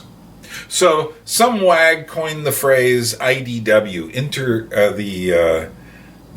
the intellectual dark web. Now, this was kind of a facetious title, and in fact, some people made a poster of this with, different characters like Camille Paglia and Joe Rogan as the Hulk and Camille Paglia as Black Widow, as part of the Marvel Comics universe. But apart from that, and it hasn't, I wouldn't say, people who use the phrase IDW today do so almost as a historical reference. Nevertheless, what it did reveal during this period was actually there were quite a few people that were not making the waves on mainstream legacy media who were worth listening to, and were coming from a variety of perspectives. And these people weren't all in the same category. And in fact, my feeling was that, and this is my observation since then, is that a space was opened up for people from a variety of intellectual perspectives to have the kinds of discussions we probably should have had during the culture war of the 1990s. In a sense, the radicalness of the social justice warriors, the woke, the hydra of these different faces over here, essentially took most of the people who were fighting each other, who could suddenly wake up and actually see what was going on and say, hey, we're no longer fighting each other. We're kind of on the same side now, because you know what? There are trans people, there are gay people, there are black people, there are women, there are, people from different countries and different cultures who are all suddenly saying, who are suddenly saying, hey, we're fighting the same thing now. These things of group identities based on race, gender, sexuality, and so on are shallow identities, which are themselves the products of a vacuum, which I described in my previous book. The main question in free society is how much power do we hand government? So this is the key thing that I want everyone to keep in mind. We are fundamentally religious creatures. We're built for religion. And it's a great achievement to create a scientific establishment and an academic establishment that keeps that way of thinking out. Scientific thinking is not natural thinking. And those who are like Rousseau, heavily tribal, or the Rousseauians, I need to generalize it now, and have a very different egalitarian, but then at the same time a state-run, at a localized level understanding of what modern society should develop into. The problem is the negativity is subsidized. It's subsidized by universities who are paid for by governments, who are paid for by taxpayers and so on. And the answer is to take away those subsidies and deprive education completely of money, and it will be back with us again. I would be concerned about how Western culture is defining itself to the world, because in fact these phenomena are inflaming the irrational, indeed borderline psychotic opponents of Western culture in the form of ISIS and other jihadists, etc. Okay, nothing more better defines the decadence of the West to the jihadists, okay, than our toleration of open homosexuality and this transgender mania now, okay? So I mean, I think that any vision of the future, the futurists from the science fiction of the late 19th century into the 20th century, usually they have projected that men and women in distant space, okay, will start to conform to each other in gender, and you see that you see it in Star Wars. Gender seems to start to be erased. Men and women are working side by side, almost as units in a machine. There's something mechanical about it. There's shaving away of gender differences. Then, in order to counter that, systems were created for the internet to become the very opposite.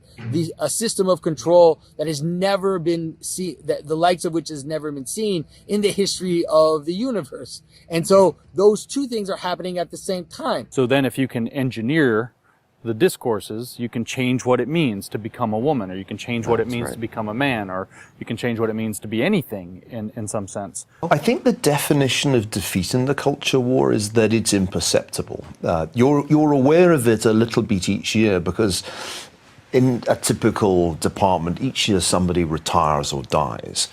But they're always replaced with somebody working on, let's say, for the sake of argument, gender history. So your colleague was lecturing on the history of the Soviet Union, Richard Pipes, who was at Harvard and just lately died, one of the great historians of the Bolshevik Revolution. You don't ever see someone like that replaced with somebody like him. They'll always be replaced by somebody working on gender history, Native American history. So when you talk about the meaning crisis, what are you talking about? What are some of the symptoms of the meaning crisis that you see? Okay, so I see a set of problems, or we call them symptoms, and the idea that the meaning crisis is a kind of existential illness is the analogy. And so what's happened since the 60s really is that American evangelicals have come to identify ever more strongly as Christians, and those who, even though they are drawing on very, very Christian traditions, have come to see themselves as opposed to Christianity. And so you get the situation now where you have campaigners who are very overtly, see themselves as being very overtly anti-Christian. But I think that that's kind of an illusion. I mean, what's happening at the moment is a civil war within Christianity.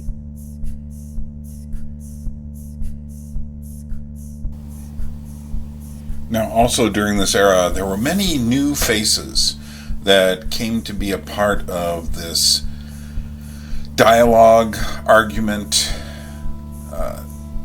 this epoch of the 20-teens. And I'm just showing you some of the faces. Some of these people are people you may know. Some of them are people who may be totally obscure to you. Some of these obscure names are people that are on YouTube who have contributed to the discussion in many different ways. And I'm purposely showing you different people from different backgrounds. People, if you put them all in the same room, there'd be a lot of disagreement, and some of them might walk out. Because I think we live in a time where we are, as Bob Dylan said, don't speak too soon because the wheel's still in spin and there's no telling who that it's naming or who that it's accusing. And so, the hero in one year is the villain in another year. It's a very strange sort of world we live in now. But I find that, I have listened to, in differing degrees, many of these people in one way or another, or have bought their books or listened to their humor. And we seem to be in a time of serious change. And I think we will talk, as we did in September 11th, we will talk about September 10th, 2001, that there was a world before September 11th. And I think that, especially after the year 2020, we're going to talk about 2019 and the world of 2019. And many of these people contributed to the dialogue of the 20-teens. And for good or ill, like I say. But I just thought I would spend a moment showing you other faces, other people that obviously I paid attention to at some point or another. Like I say, for different periods of time, but nevertheless that I thought were important to call to mind during this period. And what I'm going to do next is then show you some of the events that I left out, particularly the international events, of which it was just as chaotic worldwide as it was in the predominantly American scene I've been covering.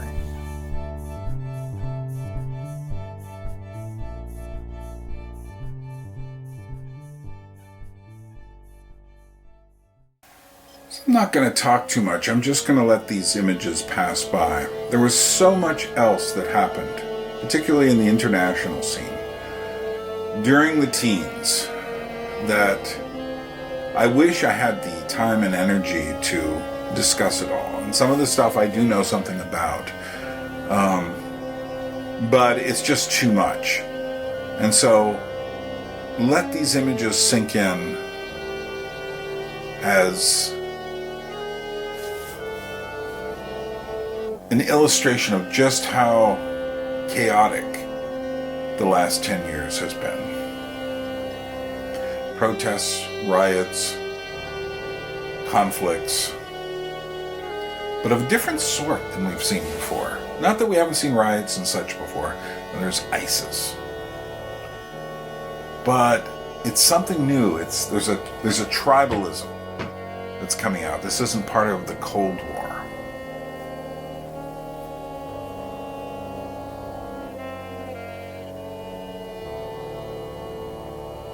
And of course there was Brexit, which is something I really wanted to talk about on this because I do know something about it, but it just goes on for too long. And check out that poster and think about what that means. And then of course there was the Gilets jaunes in Paris, the yellow vests, which started off as essentially an anti-tax rebellion. Speaking of rebellions.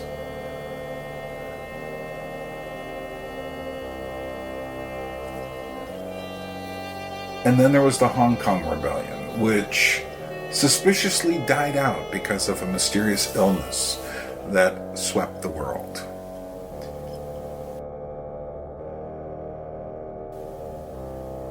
This protester adopts the mask of a very important figure who showed up in the movies near the end of 2019.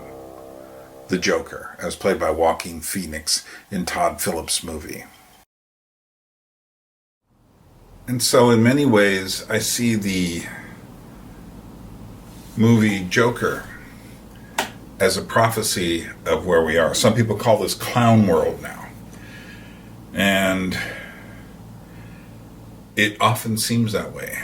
Are there leaders that anyone can trust anymore? Not really. I mean, you look around. Look at different countries. It's hard to find a country that has leaders that people respect. I think this partly has to do with the fact that the size of things gets unmanageable.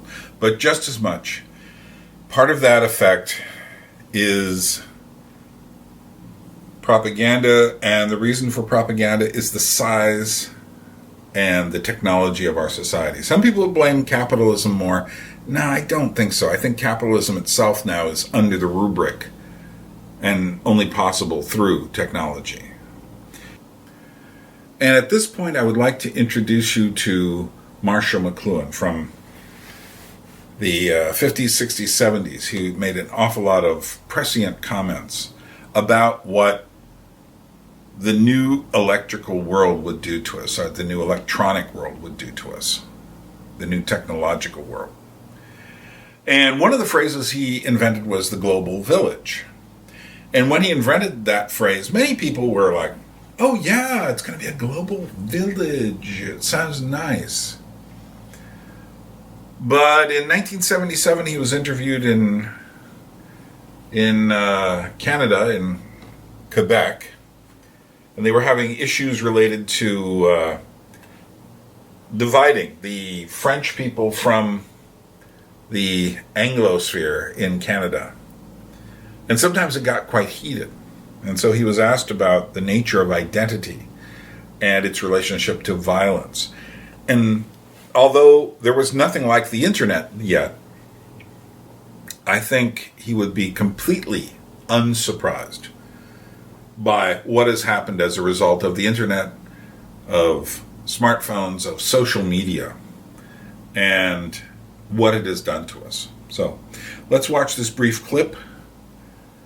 And to me, this helps to explain a lot of what we're seeing in our current mode. Marshall McLuhan, way back in the early 50s, you predicted that the world was becoming a global village. We'd have global consciousness. And I'm wondering, now, do you think it's happening?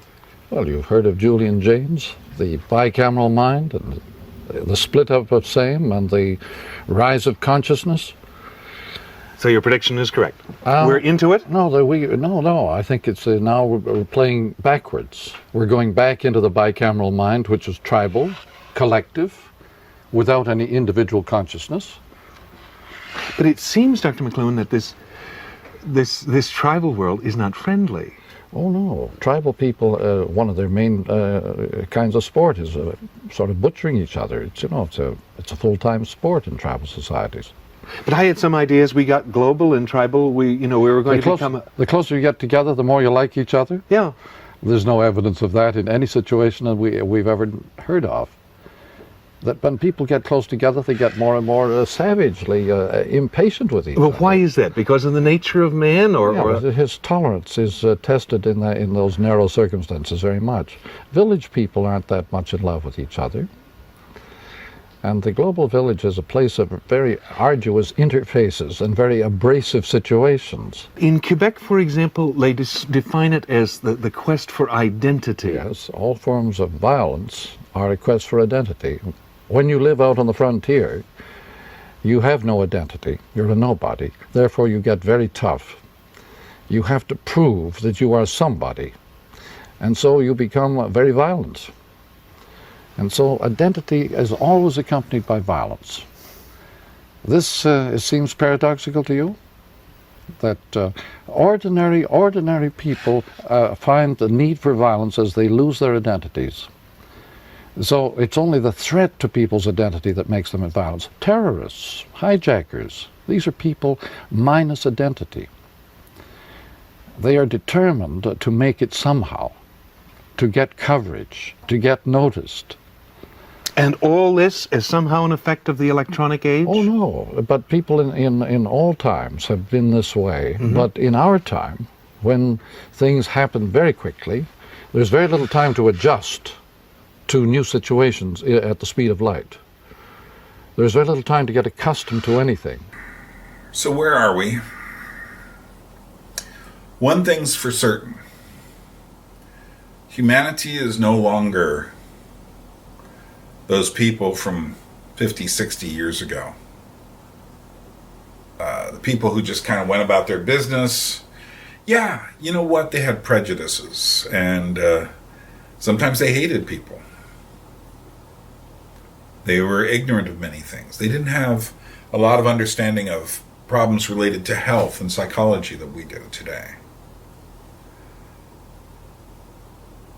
But they also had a sense of solidity that we no longer have. What are people today like? I'm going to show you a clip that I've taken from several YouTube videos. Am I saying that everybody's like this? No, of course not. My point is this. As I remember growing up, I remember almost no one like this. And now there are people like this. People can no longer have the kind of discussions they should, because it is seen as being offensive. So what they do instead is they scream. They hide from each other. I think there is a psychological breakdown which is occurring because of the lack of any solid foundation. And the reason that the extreme right and the extreme left are growing again is because there is no radical center anymore. How long have you been on the street? A long time. I am the cow of innocence. I don't know if you feel the way that I do, but I feel like we're living in an alternate universe here.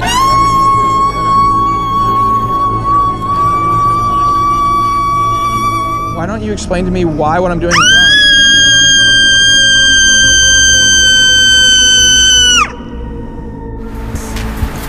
Come on then, big man. Come on then, big man. Hiya!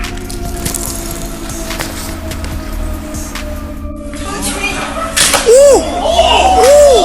Ooh! Ooh! Ooh! He's licking her! Ooh!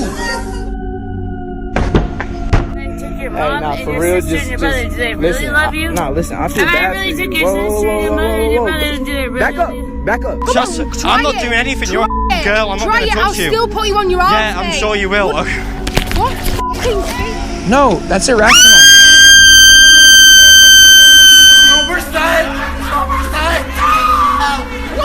You are the people in history they warned us about! Die, cis scum. Barack Obama. Let him right up Barack. Had Barack's voice twice now. Call Barack Obama. User, if you eat animal products, shut up and get out! Why are you so triggered? If you were happy and proud of your business, then you wouldn't be angry at me. Stop recording me, bitch. Now get the fuck out my drive-thru. Don't make me issue my ultimate form! I will fuck you up! Wait, they warned us about people like you!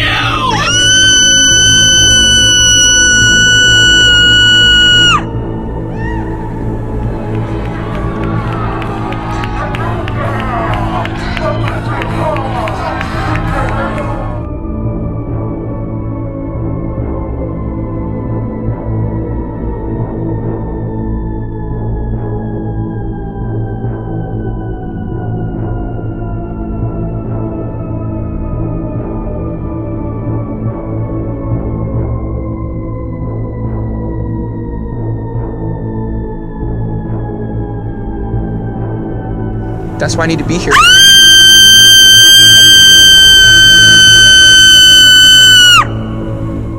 Pay attention!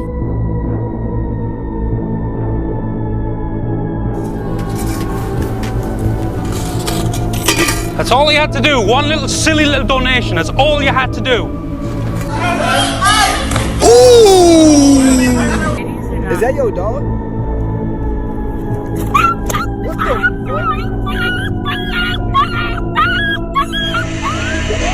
We need to call the police. This is out of control. I don't even see our American flag anymore. Biden's talking with some kind of crazy flag. We're losing our democracy!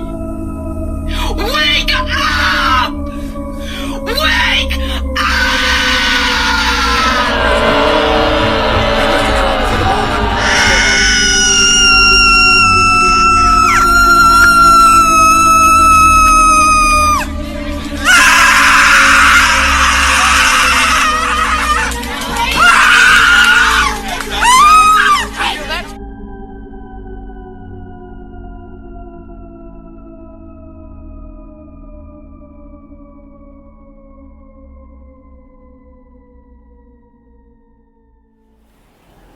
So there we are. And in December of 2019, these people who live in this strange imaginary world received news of some kind of virus coming out of some place called Wuhan in China.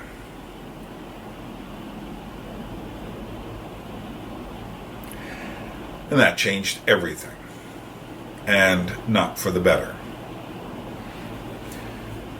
This was supposed to be, when I started this series, I was doing this in 2019. I assumed the conditions of the last 10 years would more or less continue as they were.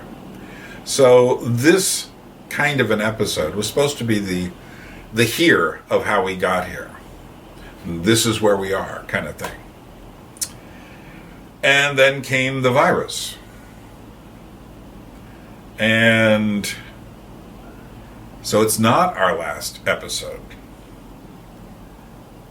We will be coming back one more time with a much shorter episode, because it's, to me, much clearer how to put it together, of the year 2020, the Annus Horribilis.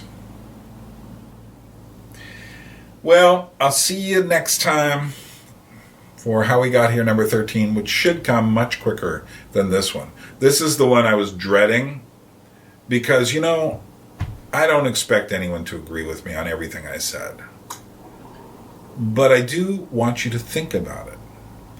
And that's the whole point of this channel, is to think about things and not simply be spoon-fed by the media, by the direction of public education, by the direction of Hollywood movies,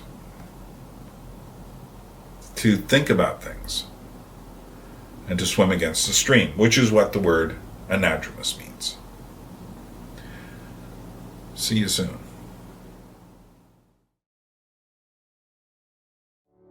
A people without history is not redeemed from time. For history is a pattern of timeless moments.